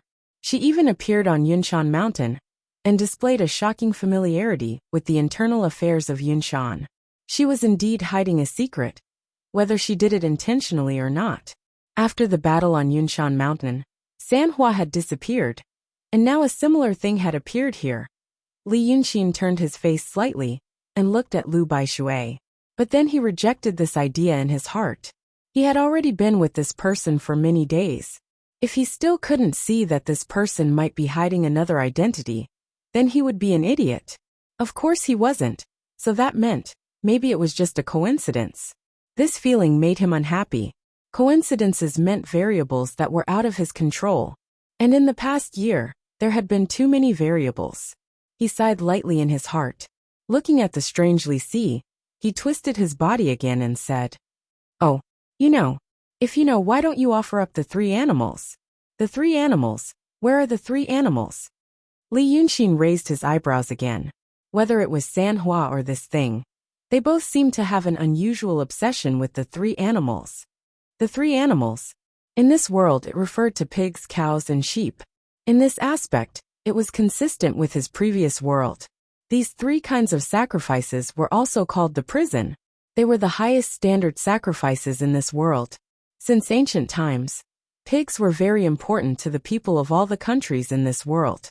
Moreover, they were listed among the highest standard of offerings, and had a certain sacred meaning. As far as Li Yunxin knew, in the kingdom of Qing, if someone said that this thing was dirty and disgusting, they would be sentenced to exile. After all, it was a sacred offering, so how could they allow others to defile it? Cows were large livestock used for farming in this era. It was not an exaggeration to say that they were strategic resources. As for sheep, it was a common meat on the dining table since ancient times, so it wasn't strange for it to be included. These 3 items were either sacrificed to the heavens, the earth, or the various supreme gods. The 3 flowers, and this thing always said that it needed 3 animals. Li Yunxin frowned, thinking that this seemed to be a key point that he had neglected from the beginning to the end. Previously, he thought that Sanhua's words were just like how people in the secular world would say, "Now that I have money, I must do this and that." But looking at it now, there seemed to be an important inside story. The people in the room were similar to the people in the front yard. They didn't have money or knowledge. Originally, they just wanted to ask the great immortal to see why their chickens were always being stolen. It was said that Li Si, the great immortal, was not greedy, and his offerings were very small. If he didn't have money, he could send some vegetables and fish, or even stay and work for half a day. But now he suddenly asked for 3 animals. Where did he get such expensive things? For a moment he became nervous and said repeatedly, I don't know. Li Si suddenly laughed strangely. It was like a chicken being squeezed by the neck, squeezing out the air from its vocal cords. Hey, you know nothing. And where would you get them? Hee, only the 2 outside have them. Ask them if they are willing to help you. As he spoke, he shook his body, as if he really wanted to twist and turn. But his body was stiff, and he could only shake back and forth like a tree. That person hurriedly looked outside in a panic. With the dim light in the room, he saw Lu Baishui's face. Startled, he hurriedly said, "Lord Lu. I didn't know you were here. Please." After saying a few words in fear, he hurriedly leaned his body and rubbed his way out. Only Li Si was left in the room. Lu Baishui and Li Yunxin were standing outside looking in. One of the oil lamps in the room flickered, and the room became even darker. Only then did they realize one thing. Although the door of the room was open, and the cold wind of the winter night poured into the room, but the light of the oil lamp continued to shine, as if it was in a quiet room. When those who came to ask about good or bad luck saw this, even if they didn't believe it, they would immediately feel that it was extraordinary. But Lu Baishui had traveled far and wide, and had seen many such things. He just smiled and walked into the room. Looking around, he saw 2 old chairs near the door. He lifted his clothes and sat on them. He raised his chin and said, "Master Li and I are looking for Li Si. Where is he? Tell him to come out." Li Yunxin followed him in. He turned his hand and closed the door. The cold wind outside the room was immediately isolated, and only a soft whine could be heard. Li Si saw that Li Yunxin also sat down, and he made a sound of surprise. He squinted at Lu Baishui and said in a soft voice, "Li Si? I am Li Si."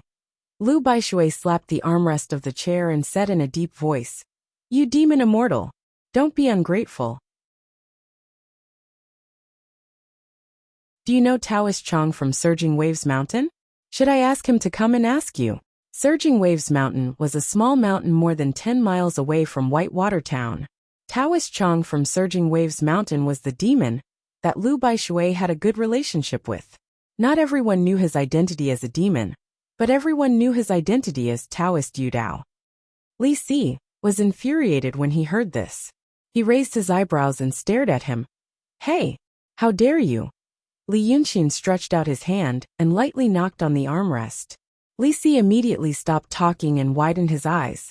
He looked at Lu Baishui and then at Li Yunxin, as if he was uncertain about something. After hesitating for a while, he suddenly snorted and didn't say anything. Li Si shuddered, blinked his eyes quickly, and looked at the two people in the room blankly. But the room was dim, and it took him a while to see them clearly. He hurriedly said, "Ah, Officer Lu, I." As he spoke, he rolled down from the incense table. But it seemed that he had been sitting for too long, and the cold wind had been blowing for too long. When he walked, he felt like a piece of hardwood, which was a hindrance to his hands and feet.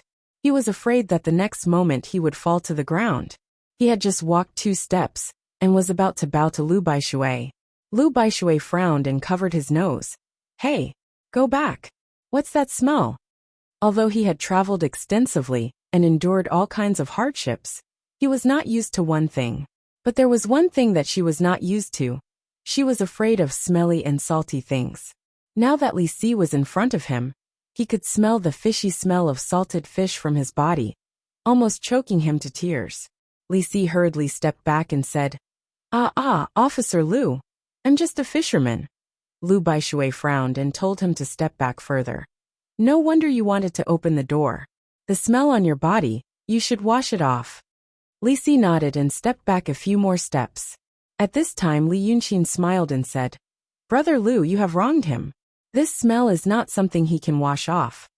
His tone was gentle, and Li Si hurriedly looked at him with gratitude. But then he heard Li Yunxin say, "The smell of a corpse. How do you wash it off?" Li Si's originally lifeless expression froze. Lu Baishui paused and suddenly jumped up from the chair. What did Brother Li say? Li Yunxin was still sitting on the chair, and flicked his nails. "Brother Lu, you know that my mother practiced Taoist books. After all, it is not a profound celestial art, so she taught me some. Although I don't have the ability of an immortal, I still know the principle of exorcism. So I took a look just now. This Li Si, he died long ago." After saying this, he looked up at Li Si. "Tell me, am I right?" Li Si stared at the two of them. His eyes slowly became fierce, and the fire in the room also flickered, casting their shadows on the wall, as if evil demons were dancing. Seeing him like this, Li Yunxin sighed. It's useless to act fierce. A corpse may be soaked in the sea for a few days after it died, and then salted like salted fish, then air-dried it, and use some other methods to barely maintain a human appearance. It's fine to scare others, but it can't block my brother Lu's thunderous attack. I have some soul-calming talismans here. You won't get any benefits. The two of us are not here for anything else." Li Yunxin looked at the fierce Li Si. "I just want to ask you how Li Si and the people on the boat died. As for the future, you can attach yourself to this zombie and absorb incense. As long as you don't harm people, no one will care."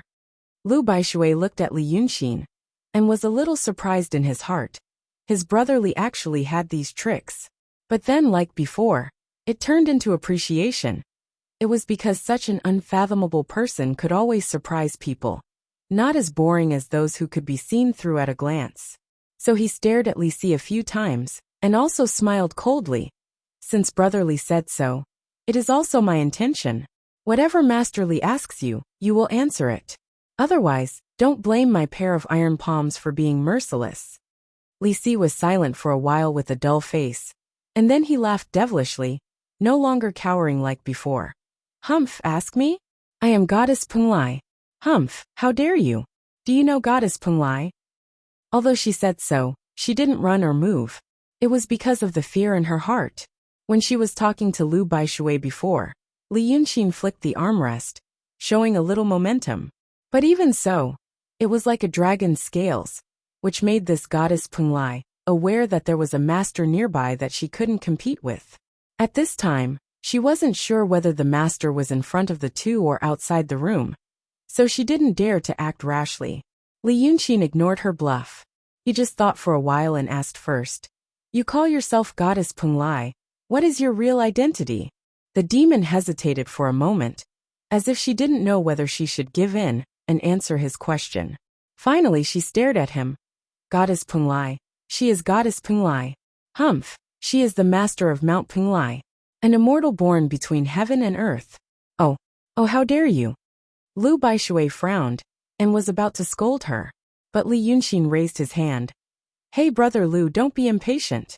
Humans are the soul of all creatures. Why bother with this kind of demon? As he said this, he reached into his sleeve and pulled out something that looked like crumbs. It was about the size of half a fingernail. Look carefully. This is the dregs of Jinsui bolus. One piece is worth the power of incense, and wishes you have collected for hundreds of years. You are smart, so it's yours. Lu Baishui didn't know what it was, but Goddess Penglai seemed to know it. Her eyes immediately widened, and she seemed to be very interested. But because of this, she took a step back. Li Yunxin understood that this guy was actually very smart, although he seemed to be talking nonsense. Since he was able to casually take out something that this demon covets, his strength must be extraordinary.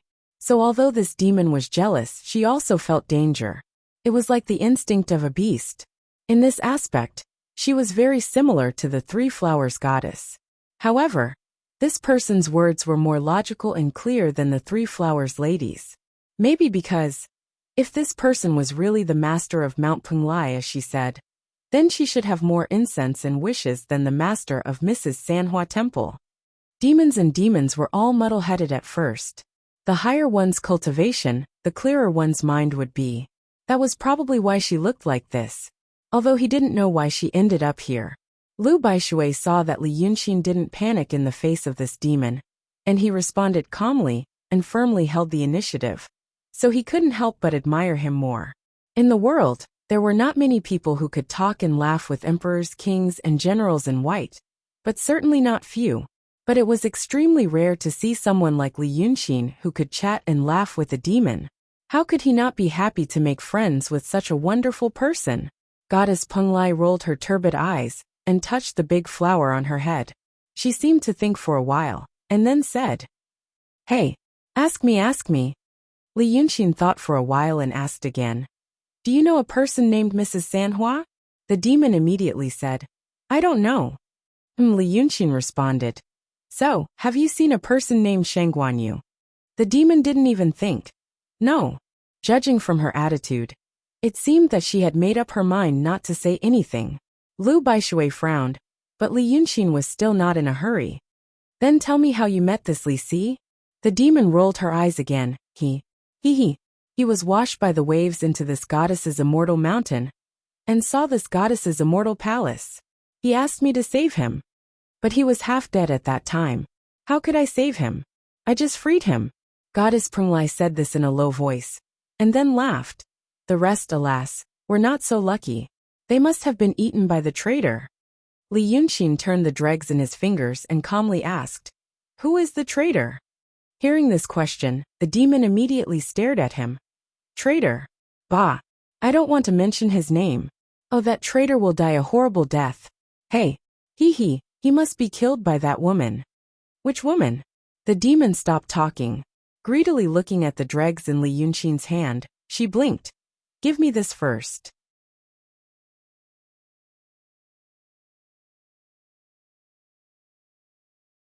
Chapter 591. Li Yunxin took out the scroll from his sleeve and unfolded it. Is it this woman? Goddess Penglai glanced at it and nodded. Yes. Li Yunxin replied with an oh. And, is she very, very tall, even taller than me? Her face is black, and her eyes are red? The demon nodded again. Yes. Lu Baishui frowned and shouted, How dare you? Li Yunxin raised his hand to stop him and looked at the demon. Last chance. Staring at the dregs in his hand, Goddess Penglai suddenly jumped up and threw herself at Li Yunxin. Give it to me. When Goddess Penglai saw the dregs in Li Yunxin's hand, she took a step back vigilantly. But now, after 10 minutes, she suddenly changed her attitude. It seemed that she had lost her mind because of her strong desire. She overestimated herself and tried to snatch the dregs. Li Yunxin wasn't surprised by this. Demons, they couldn't be judged by human reason. If a cute puppy wagged its tail at its owner and growled at a passerby, would it be strange? Demons were the same. Compared with human beings, Demons changed their emotions faster. Maybe it was because of their beastly nature. But this goddess Penglai, Li Yunxin realized that she seemed to have lost her mind because of the rebellion she mentioned. This demon must hate the so-called rebellion to the bone. Or at least it left a deep impression on her. She lost her composure when she mentioned it. But how could she snatch it? With her current cultivation, she was already at the emptiness realm. But in front of Li Yunxin, she was like an ant. Before Lu Baishui made a move, Li Yunxin had struck with his palm. There was a trace of demonic power in his powerful palm. Lu Baishui didn't notice it, but the demon's expression changed. She knew that the power was so violent that she couldn't compete with it. His body, which had been pouncing forward like a wooden stake, swayed and fell straight to the ground. Her real body turned into a black fog and went straight for the crack in the door. Li Yunxin did not get up either. He lightly stomped his foot on the ground. All the cracks in the room immediately emitted a golden light invisible to the naked eye, forcing the black fog back.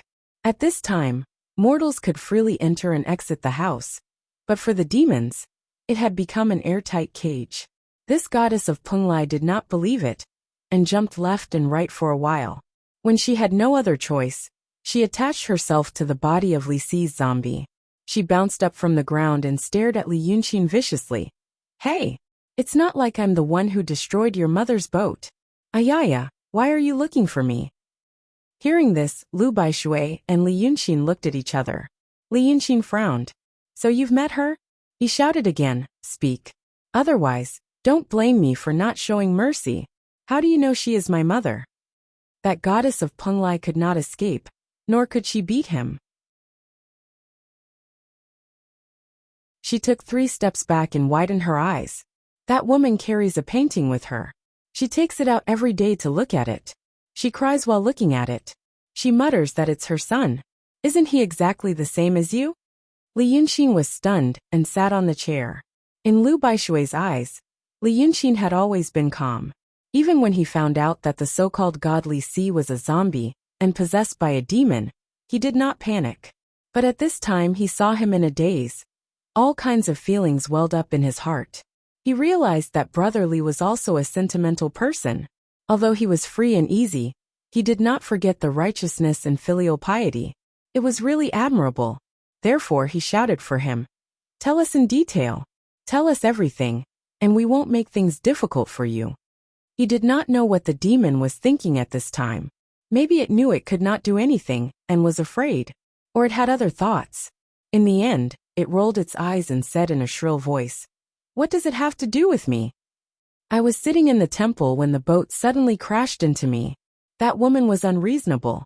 She almost destroyed my temple and said I was making trouble. It was all because of the rebellious wind. The trouble. She stayed on my spirit mountain for a few days again. Oh, asking questions here and there, asking questions here and there. Just like you now.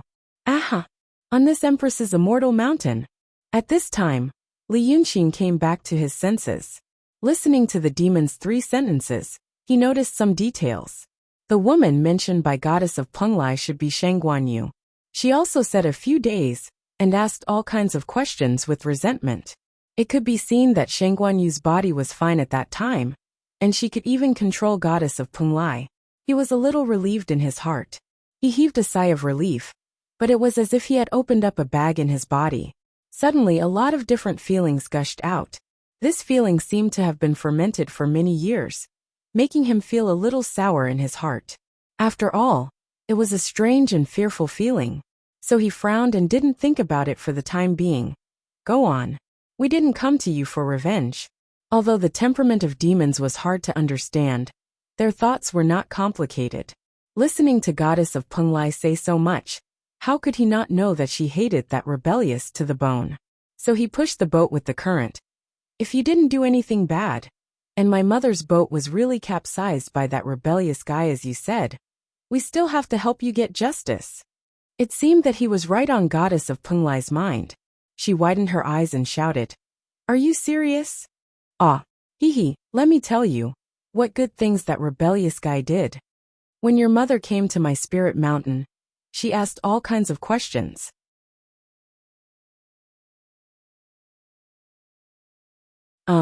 She said she wanted to go to the Dragon Island. Hee. She lost her mind. It was spring. How could she go to the Dragon Island? I drifted on the sea for more than 10 years. I didn't even see the Dragon Island. Humph. Later, she didn't believe me and insisted on asking that rebellious guy. Hee. That rebellious guy hadn't seen anyone for many years. Of course he liked to eat people.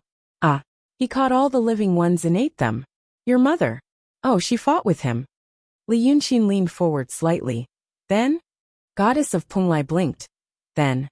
I attached myself to the body of this dead guy and ran away. Li Yunxin and Lu Baishui looked at each other and then at her. Why did you run away? Goddess of Punglai glared at him. Because I asked her to fight with that rebellious guy. Li Yunxin was silent for a while and asked her. What is this rebellious guy you always talk about? This time, it was the demon's turn to be silent. After a long silence, just when Li Yunxin thought she had used some unknown method to escape, she opened her mouth, her voice full of obvious viciousness and hatred. That rebellious guy. It's that damn Dragon King of the Eastern Sea. Li Yunxin frowned. Dragon King?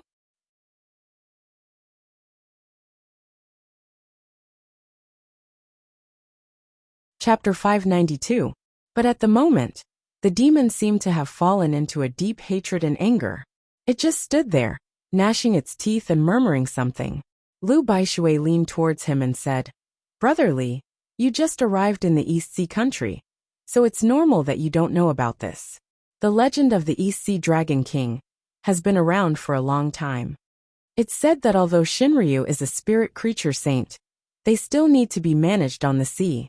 Therefore they infect a few dragon son as Dragon King. The East Sea Dragon King is the 9th son. Li Yunxin thought for a while, then asked, Brother Lu, according to what you said, the legend of the East Sea country is interesting. There are some legends in the Central Plains too. Brother Lu, you're a knowledgeable man, you should have heard about them. They say that Shinryu did infect 9 sons. But the one that controls 70% of the water in the world. Lu Baishui smilingly shook his head. He seemed to be in a good mood, knowing that Li Yunxin's mother was still alive. He said in a low voice, Brother Li, you're talking about the Dragon King of the land. The ones in the coastal area are the Dragon King of the sea. The Midland is vast. It's normal that there are different legends. We often have visitors from the inland. In fact, there are also legends about the Dragon King of the land.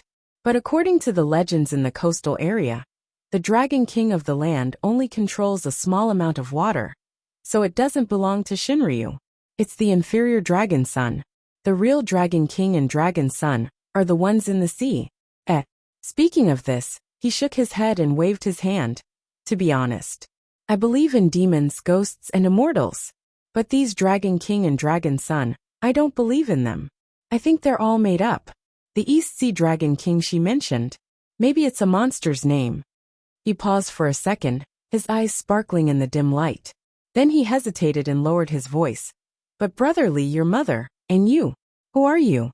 He had thought that Li Yunxin was a gentle and courteous hero. Perhaps he was the kind of young master who was born in a wealthy official's family and didn't have to worry about food and drink. So he hired a brilliant teacher to teach him. Only when he left the mountain and roamed the Jianghu would he have such an appearance. But later, she heard from him that his family was in trouble and his parents were separated. His mother had cultivated in the Taoist scriptures, but her whereabouts were unknown. Thus, he felt that she might be from a noble family of the pugilistic world. He had roamed the Jianghu for many years and was once an outstanding disciple of an elder of the western region's flame cult. He had also made acquaintance with some Jianghu's first and second-rate experts, such as Golden Blade Zhang Daxia, Black Blading Daxia, Piercing Cloud Thunderbolt Hand Du Xingyang, Cajun Alu Kongkong, and so on. But now, he was thinking hard about which aristocratic family had done such a thing. But he just couldn't figure it out. The person in front of him, Li Yunxin, was definitely not a nobody in Jianghu. But he just didn't know. So, what kind of person was he? At this moment he heard this demon mention the East Sea Dragon King. The demon in front of him was real.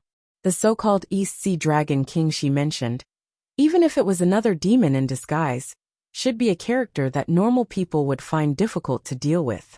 But this brother Li's mother could actually fight evenly with the East Sea Dragon King. At this moment, Lu Baishui didn't dare to think too deeply about Li Yunqin's background. Hearing this, Li Yunqin thought for a moment and said in a low voice, "I was born in the Qing Kingdom, and I am a citizen of the Qing Kingdom." He thought for a moment and said, "I have never been a bandit, nor have I taken bribes, nor am I a heretic." Lu Baishui quietly said, "Oh," and didn't ask any more. He was a Jianghu person, so he naturally understood human feelings. He knew that Brother Li had answered him like this, because there was something he couldn't say. But in the end, he still told himself that he was not a bad person, so there was no need to worry. It wasn't the first time he had encountered this kind of situation, so it was understandable, but there was still a lingering curiosity in his heart. It was as if he had returned to his youth, when he first entered the Jianghu. Facing the mysterious treasure cave on the cliff, curiosity and excitement rose. Even though he knew that going forward could lead to unpredictable dangers, he also knew that there could be new discoveries. This kind of feeling had not appeared in a long time, as his martial arts improved, and his wealth increased. Now he experienced it again. After Li Yunqin said these words, he turned his head to look at the demon again, and asked in a low voice, "Let me ask you, what does the East Sea Dragon King look like?" At this time the demon rolled her eyes again.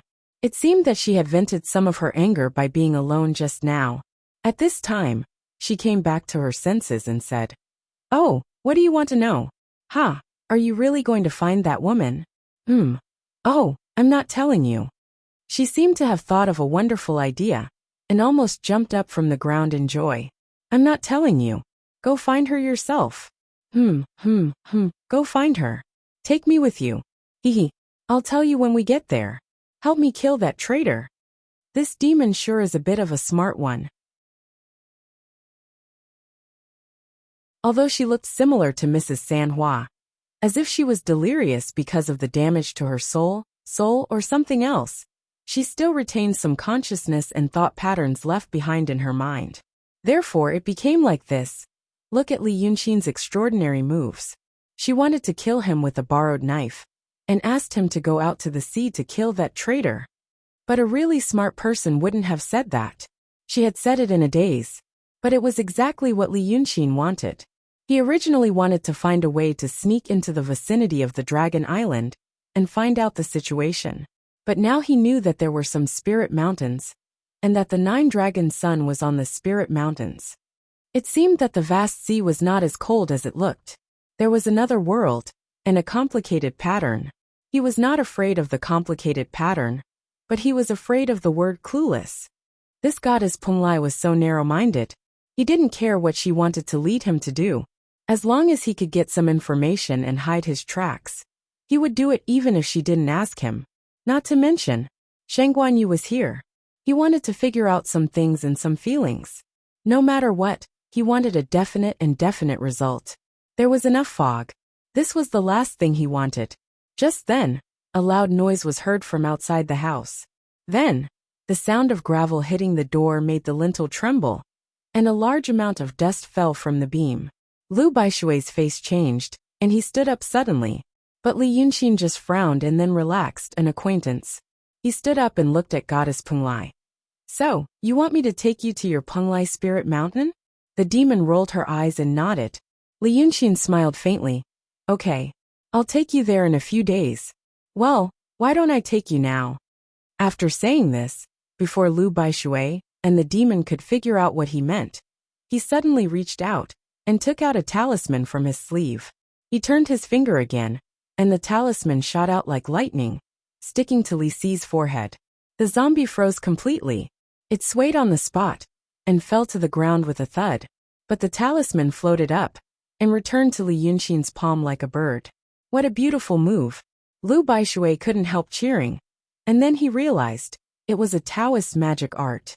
As expected, this brother Li of his wasn't a simple martial artist. Li Yunqin folded the talisman into a small triangle, and put it away. He looked at Lu Baishui, seeming to be in a dilemma. "Brother Lu, there are some people outside, They are my acquaintances. Lu Baishui's face darkened. Enemies?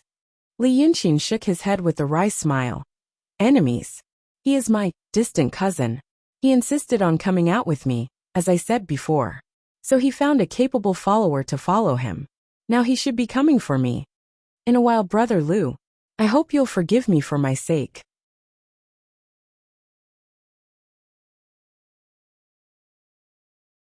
Li Yunqin rarely spoke in such a tone. Lu Baishui was slightly surprised. Then he realized that Li Si might be an arrogant young master. He came from a mysterious family living in seclusion in the mountains, so he was arrogant. He had seen many people like this, so he didn't care. Besides, he was more and more curious about Li Yunqin's background, and he was willing to take this opportunity to find some clues from his distant cousin. So he smiled. I've seen so many miraculous things today, so there's nothing to hide. Brotherly, please. After saying this, he didn't look at Li Si's zombie on the ground. Instead, he exerted his palm force and blasted open the door through the air. A gust of cold wind rushed into the courtyard, and the two of them saw the scene in the courtyard. Li Si's yard was surrounded by a low wall, and the low wall was built with stones and smeared with yellow mud. Looking at it now, there was a big hole in the wall on the east side of the yard, and the rest of the wall had fallen. The stone that struck the door just now should have been sent flying by the impact. In the yard, there were two people. One was a young man in white. In Lu Baishui's eyes, he was even more handsome than Brotherly. If Li Yunqin's appearance was the best in the world, then this young man must have the appearance of a celestial being. He must be Brother Li's distant cousin. And this cousin was grabbing the follower in his hand. The follower's clothes were a bit exotic. He wore a green robe decorated with colorful embroidery. It looked like the feathers of a big rooster were pulled off and woven into his clothes. He didn't look very pretty. He had a sharp mouth, but not monkey-like cheeks. But his eyes were bright and full of expression. Looking at the two, it seemed that this cousin was grabbing the follower's collar and was about to hit him. But Lu Baishui knew at a glance that it was not a play of a villain bullying a servant, because the follower also looked like he was about to fight back. When he took a closer look, he gasped in astonishment. This Brotherly by his side was unfathomable, and looking at his follower, he was actually a top-notch expert. In this shock, Li Yunqin had already stepped out of the door and sighed. What are you doing? The ninth young master looked at Li Yunqin, and then at Pheasant. He angrily let go of Shanji and pushed him away, pointing at him. You better remember this. You lost this time. I'm better than you in martial arts. Pheasant said. I let you take a step back. Otherwise I would have hit the house. Next time we compete, your palm technique is not as good as mine. After saying this, he winked at Li Yunqin. So he knew that Pheasant did a good job this time. Before he and the ninth young master set off, Li Yunqin told them something.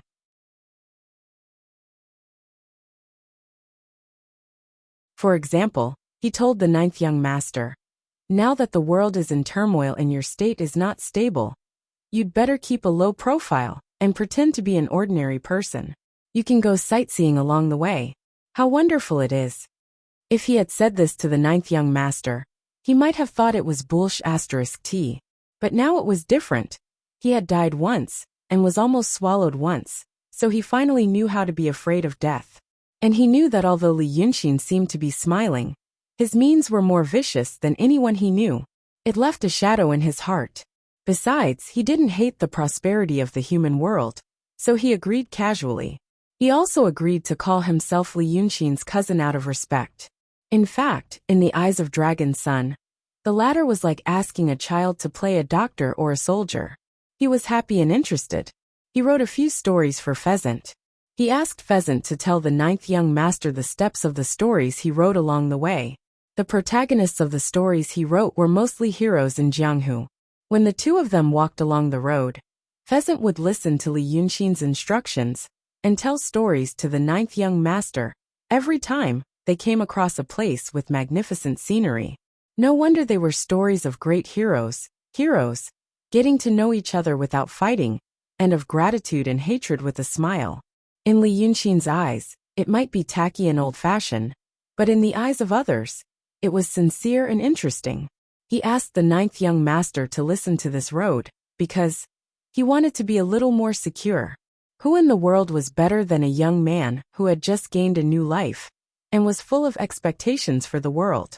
So far, the ninth young master didn't make any big trouble along the way, and he got along well with Pheasant. Li Yunxin nodded slightly to him. Then he looked into the distance. Where's Miss Bai? Pheasant tidied up his robe and said respectfully, Young master, I met Miss Bai on the way. On the way he met Miss Bai. After walking together for 2 days, they suddenly parted ways in a hurry. She said something big happened at home and had to go back to take care of it. She didn't say anything else. Miss Bai referred to Bai Yunxin. This Bai Yunxin was originally asked by the evil lord to walk with him, but something big happened at home. Li Yunxin had a vague idea, but he didn't know if it was a blessing or a curse. At this time Lu Baishui also walked out. He cupped his hands to the ninth young master and said with a smile, Young hero, you are good at martial arts.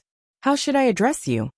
Hearing this, the ninth young master tilted his head slightly and looked at him, but he didn't say anything, he just looked curious.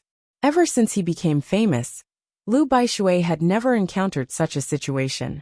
He greeted someone first, but someone didn't listen to him. So after 2 breaths, he slowly put down his hands and his face gradually turned cold. Suddenly the ninth young master said, Aren't you cold? Lu Baishui was stunned. Then he looked at Li Yunxin's cousin carefully, and finally found some clues. This person seemed to be a little childish. In the martial arts world, it was a decent way to describe a person as mentally retarded. But according to Lu Baishui's experience, this person belonged to the kind of people who were extremely talented in martial arts, but behaved like a child. Thus he felt relieved in his heart, but at the same time, he felt a little ashamed of his anger just now. Before he left, this brotherly had reminded him. Since that was the case, his unhappiness turned into love. He smiled and said, I'm used to walking in the snow. It's not cold. The ninth young master stared at him for a while. It was only when Li Yunxin coughed softly that she laughed, revealing 2 rows of snow-white teeth. This person is interesting. After saying this, he walked 2 steps forward, still staring at Lu Baishui. His bright red tongue flashed by his lips and disappeared. He is much more interesting than the others on the road. Hearing this, Lu Baishui laughed. Brotherly, your cousin is also an interesting person. But Li Yunxin also laughed. He looked at the ninth young master and coughed again. He said in a low voice, Cousin, this is my friend.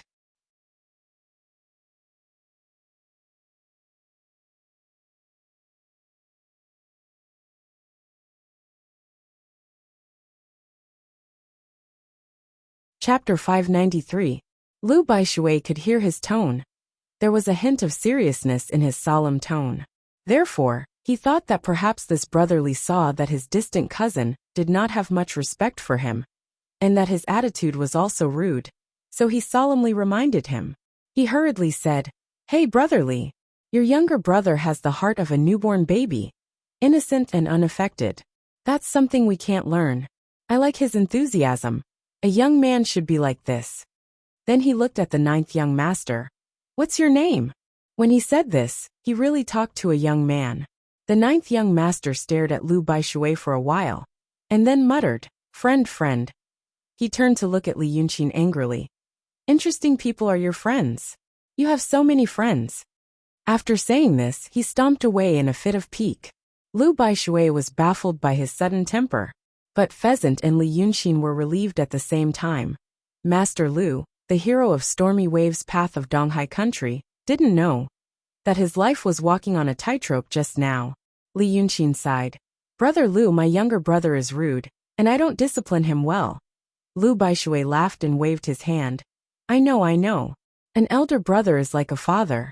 You should have a headache. But your cousin is an outstanding talent, and he also has a hard time. It doesn't matter. When he said this, he saw Pheasant was a little anxious beside Li Yunxin. He was clear. He knew that this attendant should have something to say to Li Yunxin, so he laughed knowingly. Okay. You haven't seen each other for a long time, so I won't disturb you. I'll go back and prepare some food for you. Brotherly, see you later. Li Yunxin smiled. Thank you, Brother Liu. Liu Baishui stretched his limbs and jumped onto the roof, disappearing into the darkness of the night. Li Yunxin turned to look at Pheasant. What's wrong? The chicken spirit said in a low voice. Great King. Young master, we met a strange person on the way. I thought I should tell young master about this. Thinking about what Liu Baishui and Goddess Penglai said about the Dragon King of the East Sea and the Dragon Son of the Sea, Li Yunxin answered, Yes. Speak. That's right. 3 days ago, a strange person came to us. I don't know what kind of strange person he is, but the way he spoke and acted was strange. When you see him, ask if he's Wei River Dragon King. Pheasant said while looking at Li Yunxin's face. The 9th young master. Although he didn't cause any trouble along the way, it wasn't very peaceful. I didn't watch them. I ate a few people. I was thinking that perhaps because of this, my identity was exposed. Then I said. The 9th young master overheard him. The demon walked over and pushed the pheasant aside. Go, go, go. I don't need you to tell me what to do. He was quite proud when he said this. He seemed to be satisfied with what he had done 3 days ago. Then he said to Li Yunxin, Humph, I'll say it myself. That person, haha, is also interesting. His name is Xie Sheng. Li Yunxin's ears suddenly stood up and he came to his senses. Xie Sheng? What does he look like? The 9th young master said indifferently. Humans all look the same. They are ugly with 2 eyes and 1 mouth. How many beautiful ones are there? Li Yunxin looked at Pheasant. Is he shorter than me, dark face, thin eyebrows? Speaking of this, he found that Pheasant seemed to be confused. Then he remembered that many demons indeed couldn't see much difference when they looked at people. It was like people looking at cats, monkeys, cows, and sheep. If there was no difference in fur color, they looked the same at first glance. So he put his fingers together and sketched a figure in the air. Is it this person? The 9th young master glanced at it. Yes, I think so. Pheasant nodded. Young master, it's this person. Li Yunxin replied with a 9th young master, please tell me in detail. This Xie Sheng they met was the real prince, who had run away from Li Chunfeng. He thought this guy would come to him, but he didn't expect it to be so soon. Hearing his tone, the 9th young master knew that this matter must be important to Li Yunxin. But then he raised his eyebrows and stared at him. Is he your friend again? Li Yunxin shook his head. No, he's not a friend. The demon said with an O. Ha. That's easy. Ha ha ha. He's an idiot. According to the 9th young master, it didn't happen 3 days ago. In fact, it should be 7 days ago. 7 days ago, they passed by a small village near Sima Town. The village was small, with only a dozen families. It was here that the 9th young master, the demon, became greedy. When Pheasant wasn't paying attention, he killed and ate a man. In public, in front of dozens of people in the village. Pheasant used Li Yunxin to pressure him. But the 9th young master wasn't a vegetarian. With blood in his mouth, he stubbornly said, What's the big deal about eating meat? I'm the son of Wei River Dragon King, Shinryu. And Shinryu came to praise me at the foot of Yinshan. Maybe because he had been the Wei River Dragon King for 1,000 years. He said this name smoothly. Since he said it, he wouldn't change it. What could Pheasant do to him? He could only try his best to coax him away, before he became violent and killed more people. As for the people in the village, he didn't kill them. Because nowadays, it wasn't news for demons to eat people.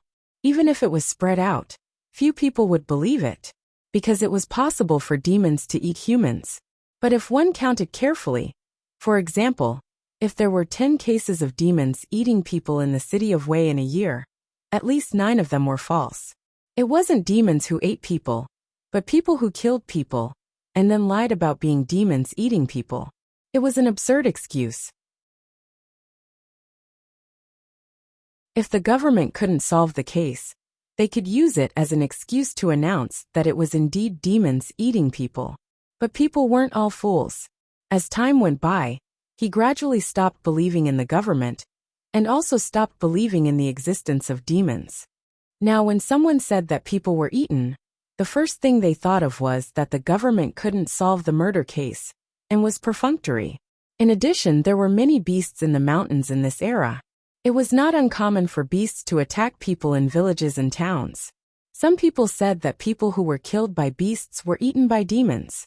Pheasant thought that if the two of them left, no one would believe it even if dozens of people told others about it. Who would care about a cheap life in the mountains and villages? Unexpectedly, among the dozens of villagers that day, there was a foreigner, Xiesheng. Hearing this, Li Yunqin frowned. He thought how could it be so coincidental? But after thinking about it, he couldn't think of any other explanation except coincidence. But on the other hand, it wasn't strange for a real prince with a protagonist's destiny to encounter such a coincidence. After all, he could find a secret book of martial arts even if he fell off a cliff. Xiesheng had taken Ninth Young Master's words to heart. Then he followed him for 4 days and observed secretly. When he first entered the world, he thought he had made rapid progress in cultivation and had great magical power. But he didn't know how clever the demons in the world were compared to him. No matter how well he hid his tracks, how could the Ninth Young Master not find out? Fortunately, the demon had already satisfied his appetite. It was rare to find a person dared to follow him, so he had fun. Along the way, he deliberately talked about the things between him and Shinryu, and many details of his life in the Wei River. No one knew who he was showing off to, but Xiesheng must have seen and heard it. Combined with what he had seen and heard on the way, he seemed to realize that this was indeed the Wei River Dragon King, who had existed for 1,000 years. So 4 days later, 3 days ago, Xiesheng found the Ninth Young Master. He suddenly came in through the window. When he landed, he asked me, "Are you the Wei River Dragon King?" The Ninth Young Master stared at Xiesheng and imitated him. He couldn't tell the Qing people apart, but he imitated them very well. From this, Li Yunqin could imagine Xiesheng's expression at that time. It was a cautious but firm expression. Maybe there were some other meanings. For example, some kind of heroic spirit caused by courage. I asked him, "Who are you?" The Ninth Young Master took a step back and distinguished the two people he described, as if he was enjoying it. He just said a lot of nonsense. Things like guiding people, protecting little demons, plans, and so on. I felt dizzy. Hey, I thought he was annoying, so I waved my hand and sent him out. Li Yunqin slightly frowned and glanced at Pheasant. Pheasant immediately said, "Then I followed him." The Ninth Young Master was surprised. "What? Why didn't I know?" Pheasant muttered a few words to fool him and said to Li Yunqin, "That person fought with me for a while, and it was a draw, but I pretended to lose to him." "Why did you follow him?" Li Yunqin suddenly asked. He looked a little curious. Pheasant said, "I saw him following me for so long, and he was interested in the name of the king, so I paid attention to him." "Well, go on." "I didn't think he would kill me. Sure enough, he just asked me some things. I thought about it and felt that everything he asked had other intentions. But I was not as smart as the king, so I couldn't figure it out." Pheasant sighed. "But I could see that no matter what I said, he didn't believe me." At this time, Li Yunqin was more sure that it was the Xiesheng he met. Xiesheng was smart, but he didn't know much. He didn't trust people easily, and he had strong confidence in himself. When he talked with Li Yunqin in the mountain, he was sure that the organization he was looking for was the little demon protector. Now he met him by chance and followed him all the way, probably to confirm his conjecture. Fortunately, the Ninth Young Master, who used to be the real Wei River Dragon King, but was now a fake, helped Li Yunqin unintentionally. The Wei River Dragon King he met on the way must be different from what he imagined. If it was an ordinary person, he might think it's not. But smart people like him and Li Yunqin always took a roundabout way. For example, was it a deliberate act? Otherwise, how could the Wei River Dragon King, who made the little demon protector, drive him out without hesitation after hearing the word guide? So I followed his words and wanted to know what he wanted to ask. "I wanted to know what he was going to ask," said the Pheasant slowly. "But the man was too clever. I couldn't see the flaw. Except for the king, I have never seen such a smart person." Speaking of this, Li Yunqin asked another irrelevant question. "Your real body is a rooster. What about before you transformed into a human?" He had seen a lot of demons in his life. But even some great demon kings in the real state might not be as smart as Pheasant.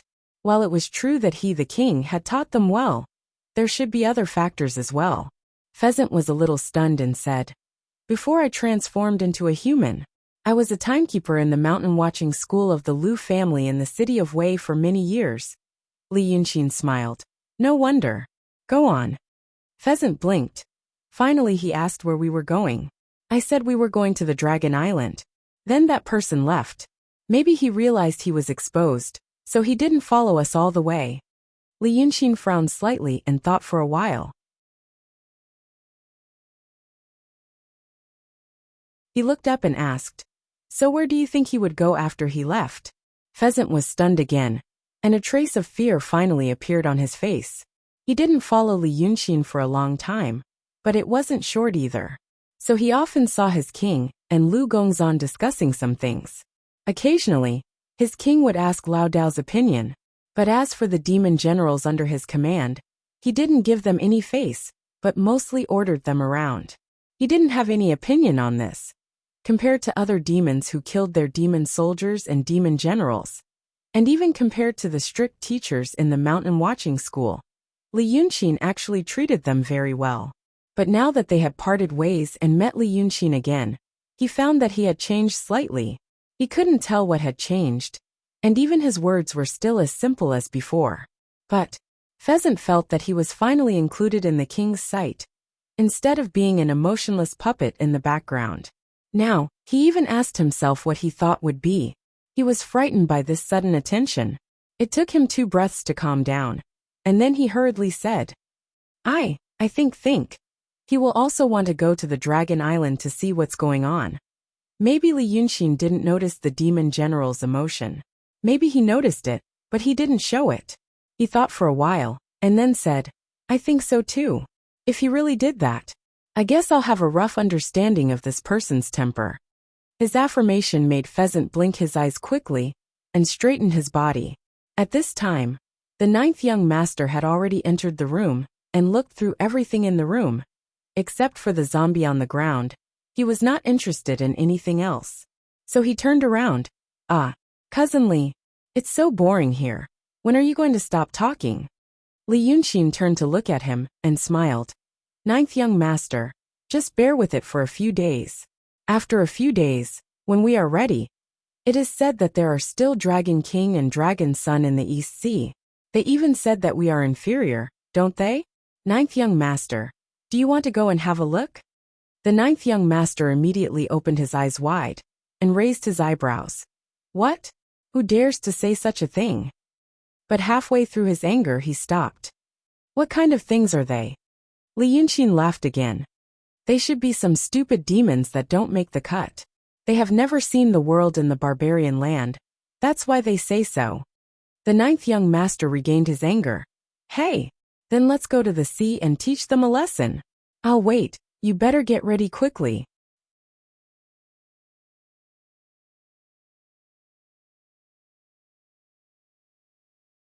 Chapter 594.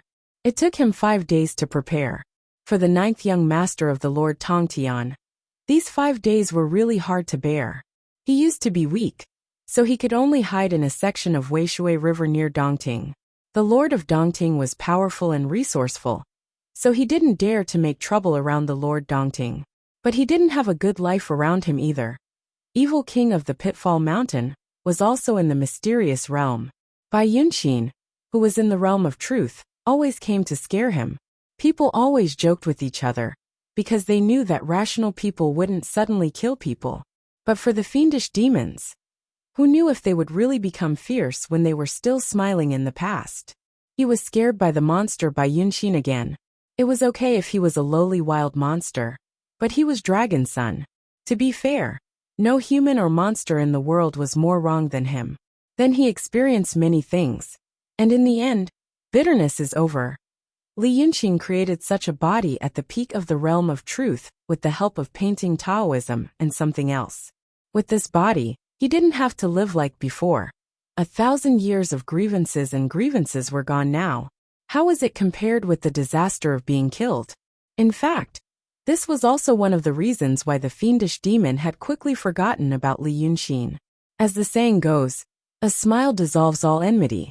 Otherwise, why would the ninth young master say to Li Yunxin when he met him outside the burning city of Wei, "Don't disgrace the name of the Lord of Weishui River"? Because of this, the ninth young master was like a duck out of its nest. Shinryu came to support him, and with the terrible Li Yunxin, no one dared to provoke him. Those who hadn't played before wanted to have fun, and those who hadn't eaten before wanted to eat to their heart's content. The prosperous world was vast, and everyone wanted to see it. But now, staying by Li Yunxin's side in the East Xian was really painful. He couldn't do anything, and Li Yunxin didn't allow him to eat people. It was like returning to a cage. Therefore, he looked forward to it day and night, wanting nothing more than to go to sea as soon as possible. But it all depended on Lu Baishui. This stormy wave road tycoon had quite a few businesses under his name, but he had never been involved in the fishing industry before. Although he had plans to go overseas to explore, it was already winter. He had planned to wait until spring to prepare for this matter. Who would have thought that they would run into Li Yunxin? And so they made their move at this time. There were many boats in Whitewater Town, but they were all small and medium-sized. They could walk in the coastal waters, but they couldn't withstand the winds and waves of the ocean. But Lu Baishui had a wide circle of friends, so he got lucky. In the past, his relationship with the local government was not bad, but it was not harmonious either. Over the past year, because of some business matters, he had become acquainted with the Supreme Judge Xie Sun of the Stormy Waves Road, and could be considered to have some friends in the government. As a result, he managed to obtain 2 three-masted three-fang warships. 3 masts referred to the 3 main masts, and 3 fangs referred to the 3 floors of the ship. It was nearly 100 meters long, and required nearly 200 sailors to accompany it. This kind of thing would not be easily obtained by the common people. Even if one had a mountain of gold and silver, it would be difficult to buy it. But these 2 warships were not obtained by the proper way. In the area of Aquarius Bay in the East Sea, there had always been a pirate fleet, which was quite powerful. The pirate leader's surname was Lu Fei, and he called himself the Sea King. It was said that he used to be a rich and powerful family in the Central Plains, but because of an accident in his family, he escaped to the sea and gathered a group of pirates. This group of pirates was not ordinary. There were 5 or 6 such 3-masted three-fang warships, and dozens of small boats. The bow of the ship was equipped with an angle of attack, and when they encountered a merchant ship, they would rush over and then board the ship. It was extremely fierce. The East Sea Navy had sent troops to encircle and annihilate them 3 times, but they lost 2 times and won 1 time. They had never found the main force of the pirates. But in this spring, there was an unforeseen event. Somehow, there was an internal strife among the pirates. One of the leaders brought these 2 warships, and more than 300 people to surrender to the government. He said that he could also offer the sea map of Aquarius Bay, so that the government could capture the Sea King Lu Fei. The government temporarily detained these 2 warships, and the leaders who would surrender to the government also treated them well. But for some unknown reason, these leaders were suddenly beheaded. More than 300 pirates were also hanged. It was said that they did not come to surrender. Instead, they planned to pretend to surrender, and then cooperate with the Sea King Lu Fei to capture the Stormy Waves Road. This matter had been going on for quite some time. It gradually calmed down at the end of autumn, but the warships of the East Sea Navy were 5-fang big wings, and the shape was different from the ships of the pirates, so they did not want to accept them. The coastal people who could afford these 2 warships were not willing to be involved in bad luck. It must be known that Lu Fei was extremely arrogant. Some ignorant people bought his ships to run shipping on the sea.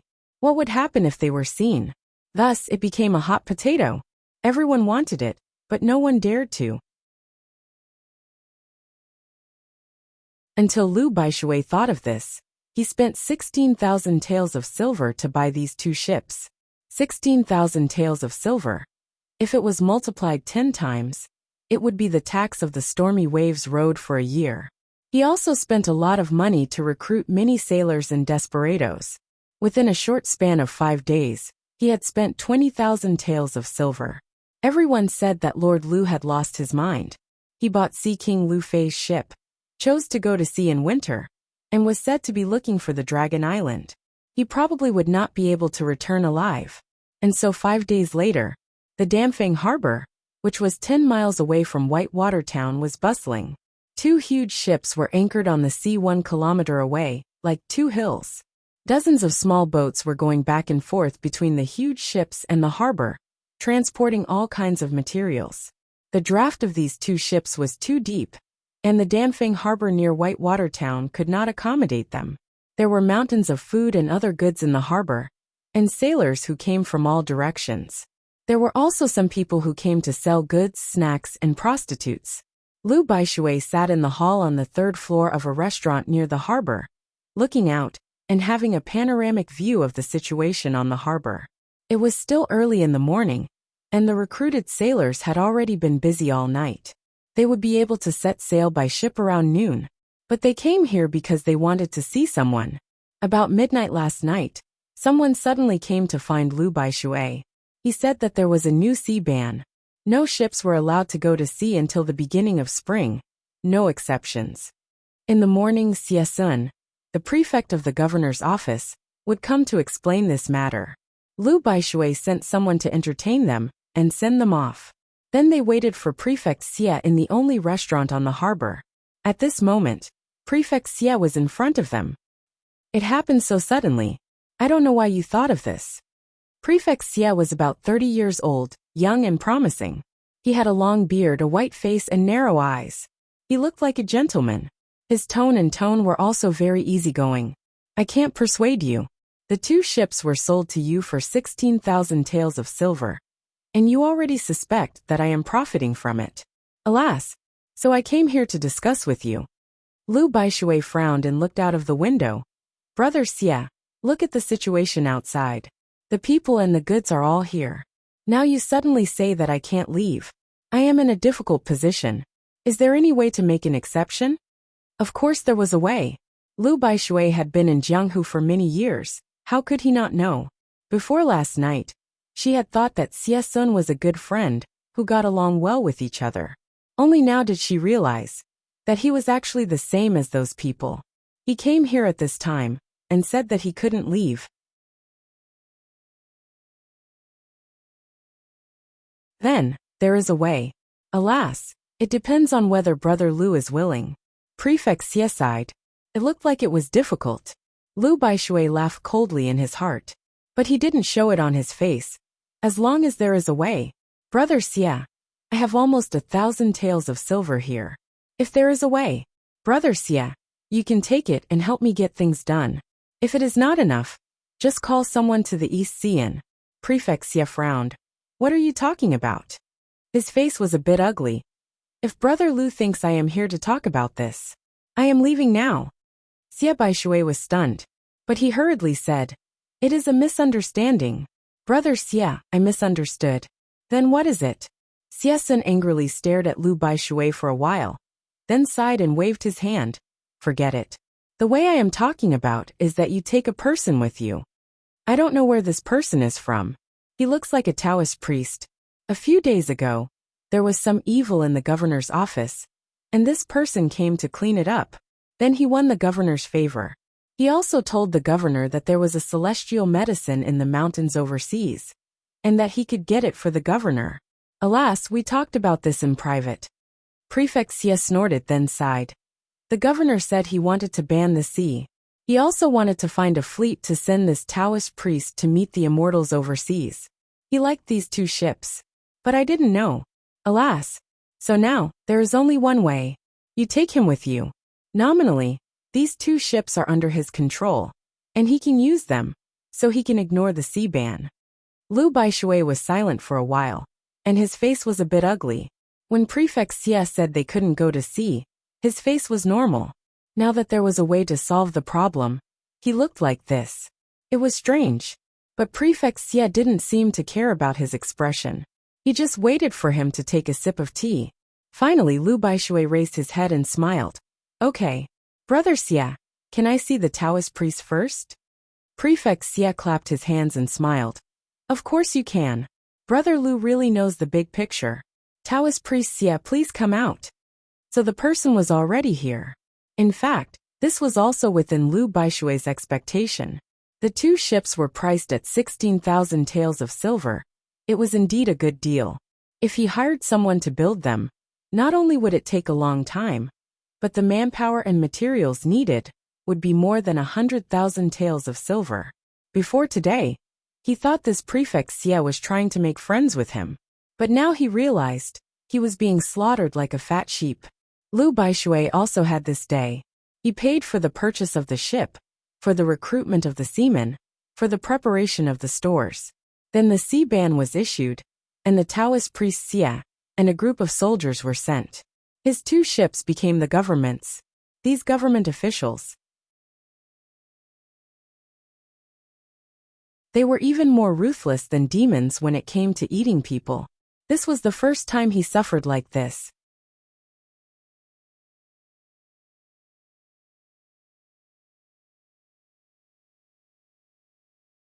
Chapter 595. If it was a few years ago, he would have cut off this dog official's head. But now he was more knowledgeable and knew that a moment of anger could not solve the problem. It could even make the problem worse. So he endured it. At this time, Xie Daozhang, whom Xie Sun had mentioned, walked in. Lu Baishui was stunned when he saw him. Xie Sun said that this Xie Daozhang was killing demons in the governor's office, and persuaded the commander-in-chief of the Stormy Wave Road to go to the sea to find the Spirit Mountain. He thought he should be a respectable Lao Dao. Unexpectedly, the person in front of him was a young man. He was not very tall, but not too short either. His skin was a little dark, as if he often worked in the mountains. The rest were thin eyebrows, eyes, nose, and mouth. He did not look beautiful or ugly. There was nothing special about him. He was wearing a green Taoist robe, and his face was calm. Was this the person? Seeing his surprise, Xie Sun smiled. Brother Lu, don't underestimate Xie Daozhang. He is very powerful. With Xie Daozhang, you will be safe on the sea. You don't have to worry about demons or sea monsters. Ha ha ha. He laughed and then stood up. Okay. I have told you everything. Go with Xie Daozhang and 100 soldiers of the commander-in-chief. Listen to Xie Daozhang's command and go to the sea together. Taoist, I will leave now. He bowed to Xie Daozhang.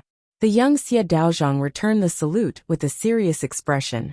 Xie Daozhang didn't look at Lu Baishui again and went downstairs. Master Lu looked at the young Taoist in front of him and sighed. Xie Daozhang, come with me. The commander-in-chief of the East Sea Road left Xie Daozhang with 100 soldiers under the command of a brigade commander. Nominally, they were escorting Xie Daozhang to find the Spirit Mountain, but in fact, they were taking over the two ships by force. Lu Baishui's two ships recruited nearly 400 sailors. Those who could go to the sea at this time were all outlaws and had some skills. Once they fought with these soldiers on the sea, they might not be able to win. But now he was a hero of the Stormy Wave Road. He was no longer a carefree teenager. Many people depended on him to survive and make a living. No matter how much hatred he felt, he couldn't really cause trouble on the sea. He could only obediently hand over the two giant ships. Both the imperial official Xie and the governor knew that he could not do anything about it. Thereupon he boarded the boat on which he, Li Yunxin, and the others were on the buy-in. He left Xie Daozhang and the rest of the officers and soldiers behind, and told the others to entertain them, while he himself went straight to the third floor. The third floor of the ship was windy and unstable. It was cold in the winter and hot in the summer. It was not a good place to be, but Lu Baishui was not afraid of the cold, and Li Yunxin didn't seem to be afraid of the cold either.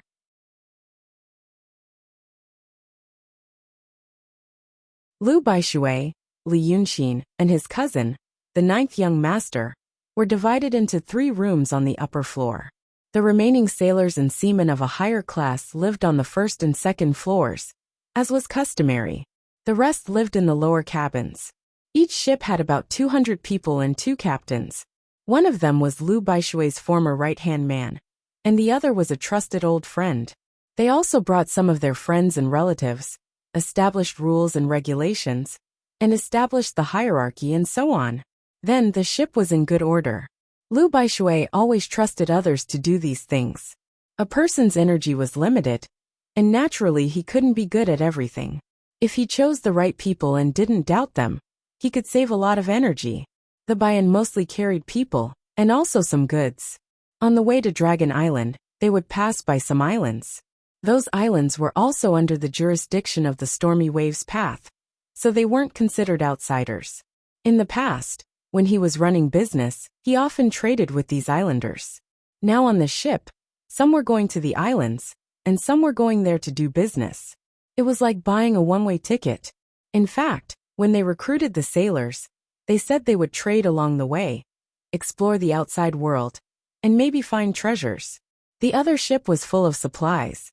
There were only about 100 seamen in charge of maintenance. According to Li Yunxin, this was a supply ship. The name of the ship was also appropriate. It was called Haidesong. Li Yunxin got off the ship in the morning and stayed in his room. When Lu Baishui rushed in, he was leaning against the window, reading a jade slip in his hand. But this jade slip was transparent, and there were no words or pictures on it. But Master Lu was not in the mood to be curious about this. He closed the door behind him, and angrily sat at the table in the room. He slapped the table and said, "That's too much." Li Yunxin leaned against the window. After a while he glanced at him. "Who made you so angry?" Haha, who? He was so angry that he laughed. "It's those two dog officials." Then with a rare angry tone, he told Lu Baishui what had happened.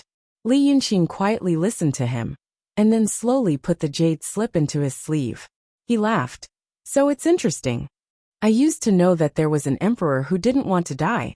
So he looked for people to go to the immortal mountain to find elixirs. It's the first time I heard that a governor would do such a thing." Lu Baishui frowned. "Humph, those dog officials, there's nothing they can't do." Li Yunxin looked at him for a while. Until Master Lu was a little confused, he said, "It seems that Brother Lu is really interested in Jianghu. You don't know much about the court." Lu Baishui blinked. It seemed that Li Yunxin's attitude had calmed his anger a little. "Brotherly, what do you mean?" "I really don't like those things. In my opinion, this is a rebellion." Li Yunxin put his hands behind his back, stood up, and paced slowly in the room. He looked rational and wise, like a gentleman. "Think about it, Brother Lu. The emperor is looking for the elixir of immortality, so that he can live forever and see the imperial power. He, a governor, is looking for the elixir of immortality. What would he do if he found it? Be a governor for a lifetime? Be an emperor until he dies? That's a taboo." After saying that, he paused for a moment. "Oh, I remember now. No wonder. The emperor of the East Sea Kingdom is dead." During the Battle of Cloud Mountain, the fake saint of the Freemasonry urgently recalled the wandering souls that were sent to various countries. But those wandering souls were afraid that the emperors and nobles of various countries would commit suicide, so they took them away. After that, these people were kept in Su Yusong's sleeves. During the battle they were affected and killed. As a matter of fact, no one really cared when or where he died. They were just mortals after all. The emperors of the human world, the pinnacle of power. During the battle of the demons, no one cared about them like dust. In that case, even their souls might have been destroyed. But Lu Baishui seemed very confused. Where did Brother Li hear the news? The emperor is dead. Li Yunxin thought again, then smiled. "Oh, you don't know yet. The world is going to change." It had only been slightly over 20 days since the Battle of Cloud Mountain. In this era where information was extremely undeveloped, not many people knew about this. Or even if they found out that the emperor, the empress, and a group of nobles had disappeared, they had to hide it. Otherwise, without a leader, there would be chaos immediately. After a few days, they would slowly take care of things and find a way to deal with it. Only then would they announce these things to the world. But they must have changed their faces. Lu Baishui was shocked by this news. He wanted to ask more. But Li Yunxin only said mysteriously, "Brother Lu, you will know when the time comes. I heard Brother Lu mention that you once knew a black knife heroing?" He had originally come to complain to Li Yunxin that he had been schemed against by a corrupt official. But then Li Yunxin said some very shocking news. Now he suddenly jumped to black knife heroing. This made Lu Baishui a little confused. But after saying this for a while, the anger in his heart gradually subsided. He sighed, yes. A few years ago in the Qing Kingdom, at Mount Chuyan, we got to know each other through a fight. He ran the Black Stockade Castle, and could be considered a hero. But his way of doing things is a little strange. Li Yunxin thought of the first time he met Ing Juren, more than a little strange. This Lu Baishui really did not stick to one style of making friends with talented people. He smiled again. Brother Lu, don't you know about his recent situation? Lu Baishui was stunned and slowly frowned. Brother Li, what do you know? After saying this, he did not wait for Li Yunxin to speak. I heard some news about him a few days ago. He seemed to be in trouble in the Yu Kingdom. So he asked the martial artists of the Central Plains to help him. But recently, there has been no news. Brother Li Yunxin nodded. The speed of information transmission in this era was so slow that it made people's hair stand on end. The Yu Kingdom and the Donghai Kingdom were separated by two countries. So Lu Baishui did not know about Ing Juren's affairs in the Yu Kingdom. He said in a low voice, the Black Blade hero Ing you know is now Prince Rong. When he was in the Yu Kingdom, he did not run into trouble, but started a rebellion. A month ago, he had already swallowed half of the Yu Kingdom, and now, he might have swallowed the other half. Lu Baishui blinked and looked at Li Yunxin suspiciously. Brother Li Yunxin immediately smiled. Don't think too much. I'm not going to be his lobbyist. I have only met him a few times. I am just lamenting. Brother Lu. Although you are unrestrained in the Jianghu, you are actually like a fish in a jar. When you have not run into a wall, of course you feel the world is vast. But you can never experience the feeling of being a fish in the vast sea, or a bird in the high sky. For example, today, a judge from the stormy waves path can completely control you, and you can't do anything about it. Have you ever thought of going out of the jar? Lu Baishui frowned. He repeated the words, the fish in the vast sea and the bird in the high sky several times, then sighed. Alas! Someone once said something like this to me, but I didn't take it to heart. It is not the first time I have encountered something like this, but I always feel something is wrong, right? Li Yunxin said in a gentle tone. The government governs the country, but it is difficult for the imperial power to govern the countryside. Only the local gentry can govern the countryside. Even if the government doesn't like people like you, they won't easily offend you. But today, you were cheated of 20,000 taels of silver. Isn't it strange? Lu Baishui's eyes lit up, and he slapped the table. Yes. Now that you mention it, I come to my senses. I feel there's something not quite right about it. So this is where the problem lies. Because we are going to slaughter a fat sheep, my friend. Li Yunxin slowly walked to the door, opened it a little, and then closed it again. He said in a low voice, Brother Lu, think about it. For example, the Emperor of the East Sea Kingdom is really dead. Then when the governor of the Stormy Waves Path heard the news, he wanted to rebel. That's why he dared to send people out to the sea to look for magic herbs. If he wants to rebel, he naturally needs to recruit soldiers. But where does the money come from? The sheep are the problem. Lu Baishui was stunned and frowned. Brotherly, you said. But you also said that we need the local gentry to govern. But we don't need people like you. You are a coiled dragon lying in the shallow water of the Stormy Waves Road. Li Yunxin looked at him seriously, and said every word with certainty. You have too many friends all over the world. They may be helpful, but they may also be a disaster. Rebellion was like putting one's head on the waist of one's trousers. Who dared to take the risk? I am the governor of the Stormy Waves Road, so I will take you down first.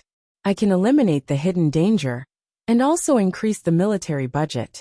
It is the best of both worlds. Brother Lu, let me say something first. Li Yunxin walked to Lu Baishui, and sat face to face with him, looking into his eyes. The soldiers on the ship, and that Taoist Xie, may find a chance to kill you. Believe it or not. Lu Baishui's face became serious.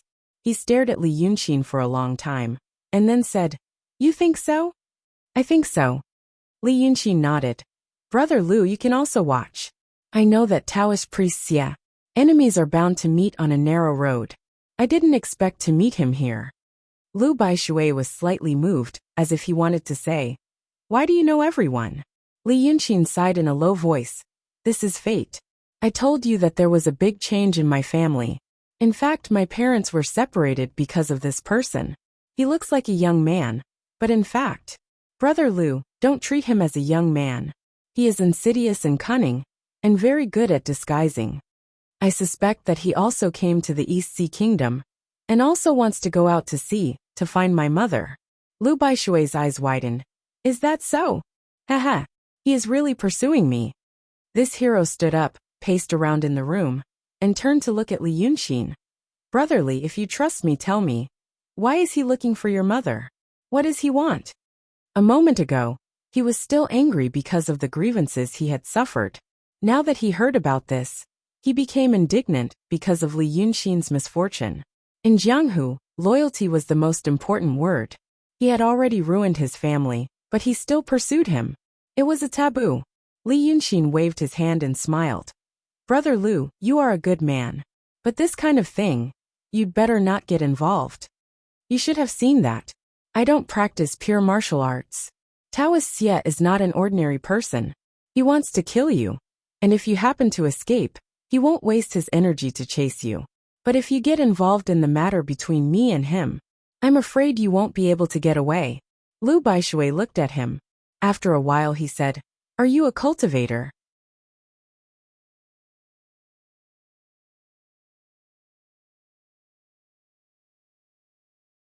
Chapter 596. Li Yunxin heaved a sigh of relief. "If I had a choice, I really hope I'm not one of them." Hearing this, Lu Baishui became silent. He had a premonition that this would happen, and now it had come true. For a moment, he had mixed feelings and was speechless. But it was not because of anything else. It was because of one thing that mortals cared about the most: life and death. The difference between a cultivator and a mortal was life and death. Maybe many years later, Brother Li would still look like this, but he would be old and his hair would be gray. He was not afraid of death, but when he talked about this, he still felt a little emotional, especially when he got along so well with this Brother Li. The two sat in silence for a while. Lu Baishui said, "You didn't ask me to participate in these things. What about you? This Taoist Xie chased you all the way. How did you deal with him?" Li Yunxin smiled. "Since he came to the ship and you told me, I'm in the dark. I have a way to disguise myself. After I disguise myself, I'm no different from an ordinary person in his eyes. We're about to go out to sea. When we get there, there will only be 2 people on our ships. This Taoist Xie usually has many eyes and ears. But now that there is no one else, I can take this opportunity to check if there are still spies on the ship. Then Brother Lu." Li Yunxin looked at him seriously. "Let's think about how to deal with him." Lu Baishui frowned and thought for a while. He said in a deep voice, "Okay." When he heard Li Yunxin say, "In his eyes, I'm no different from an ordinary person," he realized that the ordinary-looking Taoist Xie was actually terrifyingly powerful. Brother Li was a top-notch martial arts master, and he knew some supernatural powers, but in his eyes, he was no different from an ordinary person. He couldn't help but feel a little scared and worried. He misunderstood Li Yunxin's words. But this was exactly what Li Yunxin wanted. He had many reasons to disguise himself as an ordinary person to go out to sea. Putting aside what he said before, he wanted to understand the situation around Dragon Island first. There was also another reason. He felt that after the battle at Cloudy Mountain and the parting with Li Chunfeng, he had already escaped from Mu Nanja's sight. But he wasn't sure. Therefore, he needed an isolation room, a relatively enclosed environment where he could make sure that there were no more spies around him. Going out to sea was a good choice. No matter how many people who shouldn't have entered the 2 ships, once they reached the vast sea, they would become a relatively closed environment. In such an environment, he could slowly examine every suspicious person. After all that was done, he had truly disappeared from the sight of Southernwood residents or any other forces. Moreover, it was said that the Dragon Island was surrounded by weak water. Once in that kind of environment, Even spies, and other strange abilities that he didn't know about would lose their effect. All he had to face was a group of ordinary people. Dealing with ordinary people was something he was very good at. However, this Xiesheng actually wanted to go to the Dragon Island. It was within his expectations, but also beyond his expectations. It was within his expectations.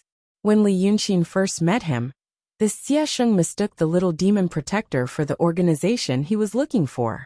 Then, when Li Yunxin talked to him, he repeatedly hinted to him, causing him to gradually develop the idea that this world is extremely dangerous.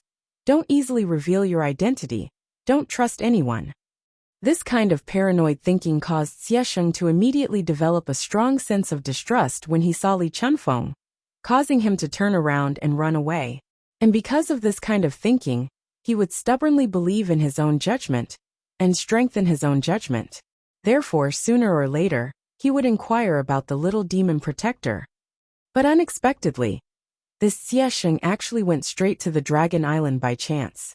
This was different from the impression that Li Yunxin had of Xiesheng when they first met. The Xiesheng he knew was very smart and cautious. He planted some kind of psychological suggestion in him, and it was also in line with his intelligence and cautiousness. But now, Xiesheng acted like a fool or a rash person, and directly went to look for the Lord Shinryu. Was it just because he heard that the Lord Shinryu was the backer of the little demon protector? Just based on this, it shouldn't be enough for him to risk his life. Something abnormal must have happened. What was the reason that caused a smart person like Xiesheng to firmly believe that the Lord Shinryu was the person he was looking for? Li Yunxin let out a sigh of relief. A thought appeared in his mind. But this thought didn't just appear in his mind. It had been in his mind for a long time. He had experienced many things, and also learned many details from them. The many seemingly unrelated but closely related details slowly made this idea clearer and clearer in his mind. And now, what Xiesheng had done had caused this thought in his mind to become even clearer. After thinking for a while, Li Yunxin raised his hand and rubbed his face, as if he was tired and needed to relax. Lu Baishui was about to call someone to bring a basin of warm water, but he saw that Li Yunxin had already put his hand down. He was shocked. Li Yunxin had changed his appearance. He had turned into a young man, who looked about 14 or 15 years old. His appearance was also pleasant, but not as handsome as before. It would make people's eyes light up, but it wouldn't leave a deep impression. Li Yunxin smiled and stood up. Lu Baishui found that his body also became shorter. Brother Li, you are just a little trick. Li Yunxin smiled. His voice also changed. It was clear and sweet, and he did sound like a young master. Now, I am a merchant who is taking a boat to sea. I can see if there are any ghosts on the boat, and how many ghosts there are. Lu Baishui was stunned for a while. But when you boarded the boat, if there were spies, they should have already noticed you. Li Yunxin smiled again. Isn't that good? When we are at sea, they have nowhere to run.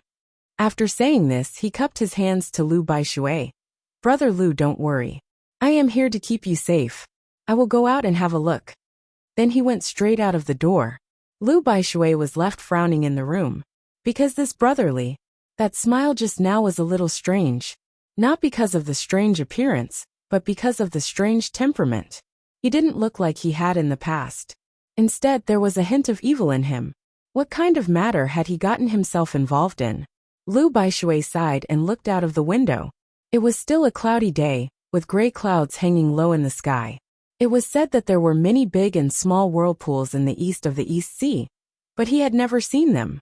But now, he felt that the Whitewater town and the Damfeng harbor had become whirlpools. The ship he was on seemed to have become a small boat, and was about to fall into a bigger whirlpool.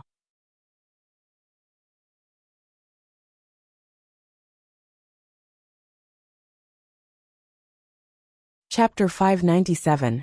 At noon, the fleet composed of these two huge ships sailed out to sea.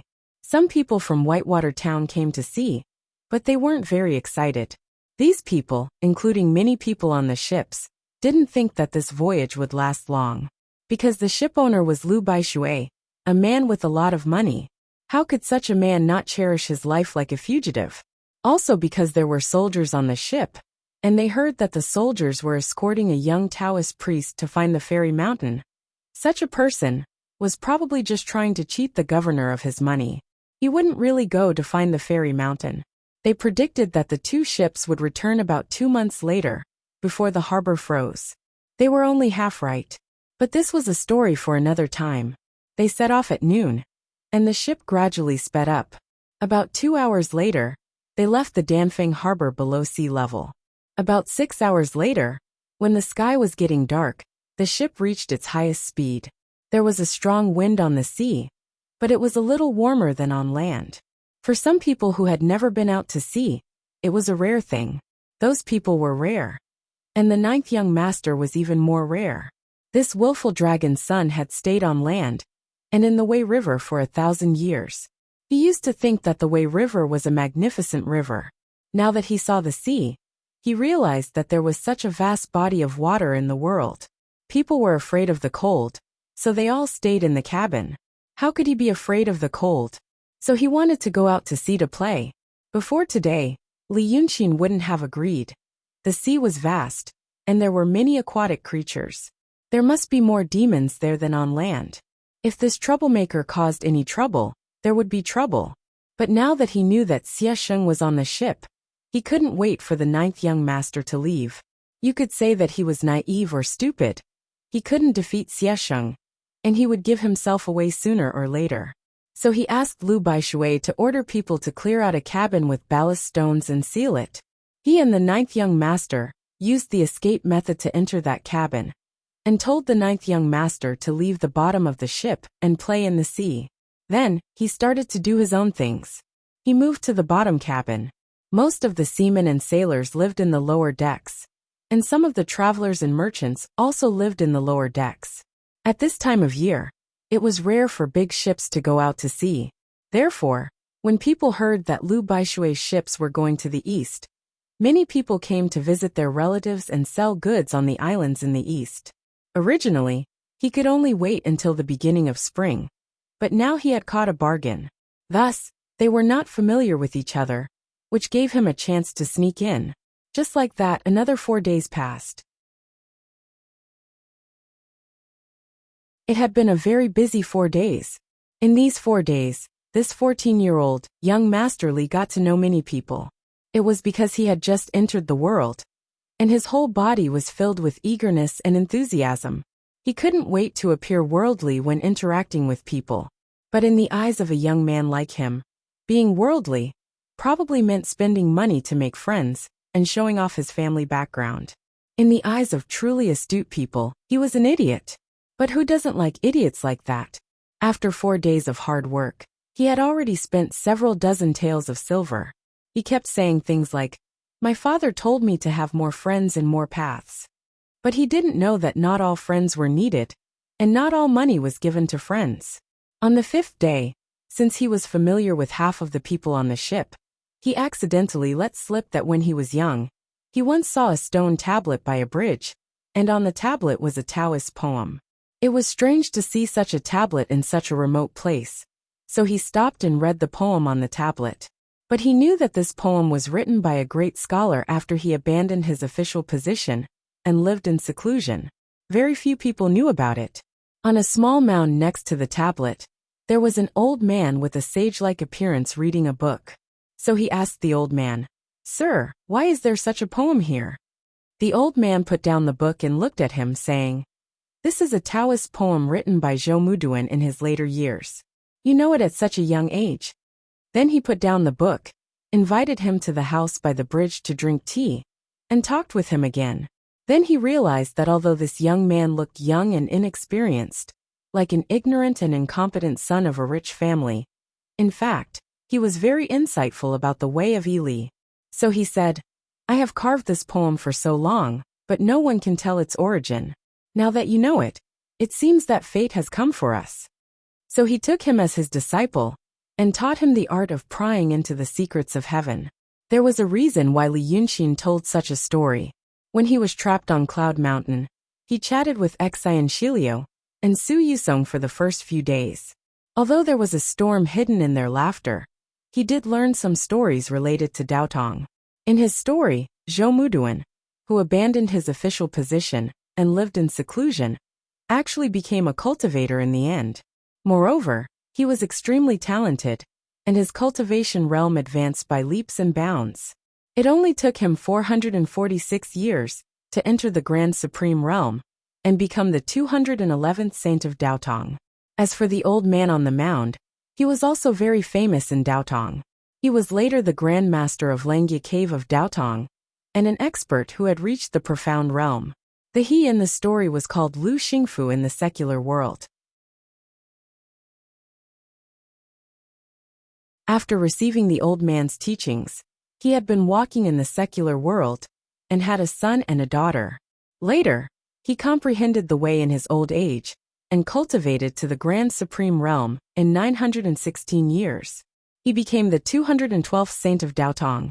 He was the master of the 213th sword saint Yu Meng. It was unlikely that mortals in the secular world knew this story, but cultivators must know. The people of Mu Nanju and the Freemasonry must also know. Because of the three people in the story, there were actually two saints. This was a very rare thing, and could be considered an anomaly in the cultivation world. But now, he was behaving like an ordinary person who didn't know anything. Once someone knew about this old rumor, they would definitely pay attention to him. Once they focused their attention on him, there would always be a flaw in their defense. So many people jokingly asked him to read their fortunes. Li Yunqing was not proficient in this, but he was proficient in psychology. He had been with this group of people for so many days. How could he not see who lived a hard life, who had a disharmonious family, who was timid and who might have a blood feud? So with his glib tongue, when he talked about these people's past, good or bad, there was no one who was wrong. This group of people was really shocked. Only then did they know that this was really a little immortal. Soon the news spread throughout the ship. So another 3 days passed. When the two giant ships reached the Chuliao Sea, the first fish took the bait. Li Yunqing lived in a narrow cabin in the lower cabin. At midnight, the cabin door was gently pushed open. A woman with a headscarf and coarse clothes walked in, but her appearance could still be called elegant. Li Yunqing did not sleep. He lay on the hammock with his arms as a pillow. He did not seem surprised by the woman's arrival. So, the woman stared at him expressionlessly and said softly, "People of Mu Nanju, or the Freemasonry. You're tuning in to the Li Mei's Wuxia Whispers YouTube channel.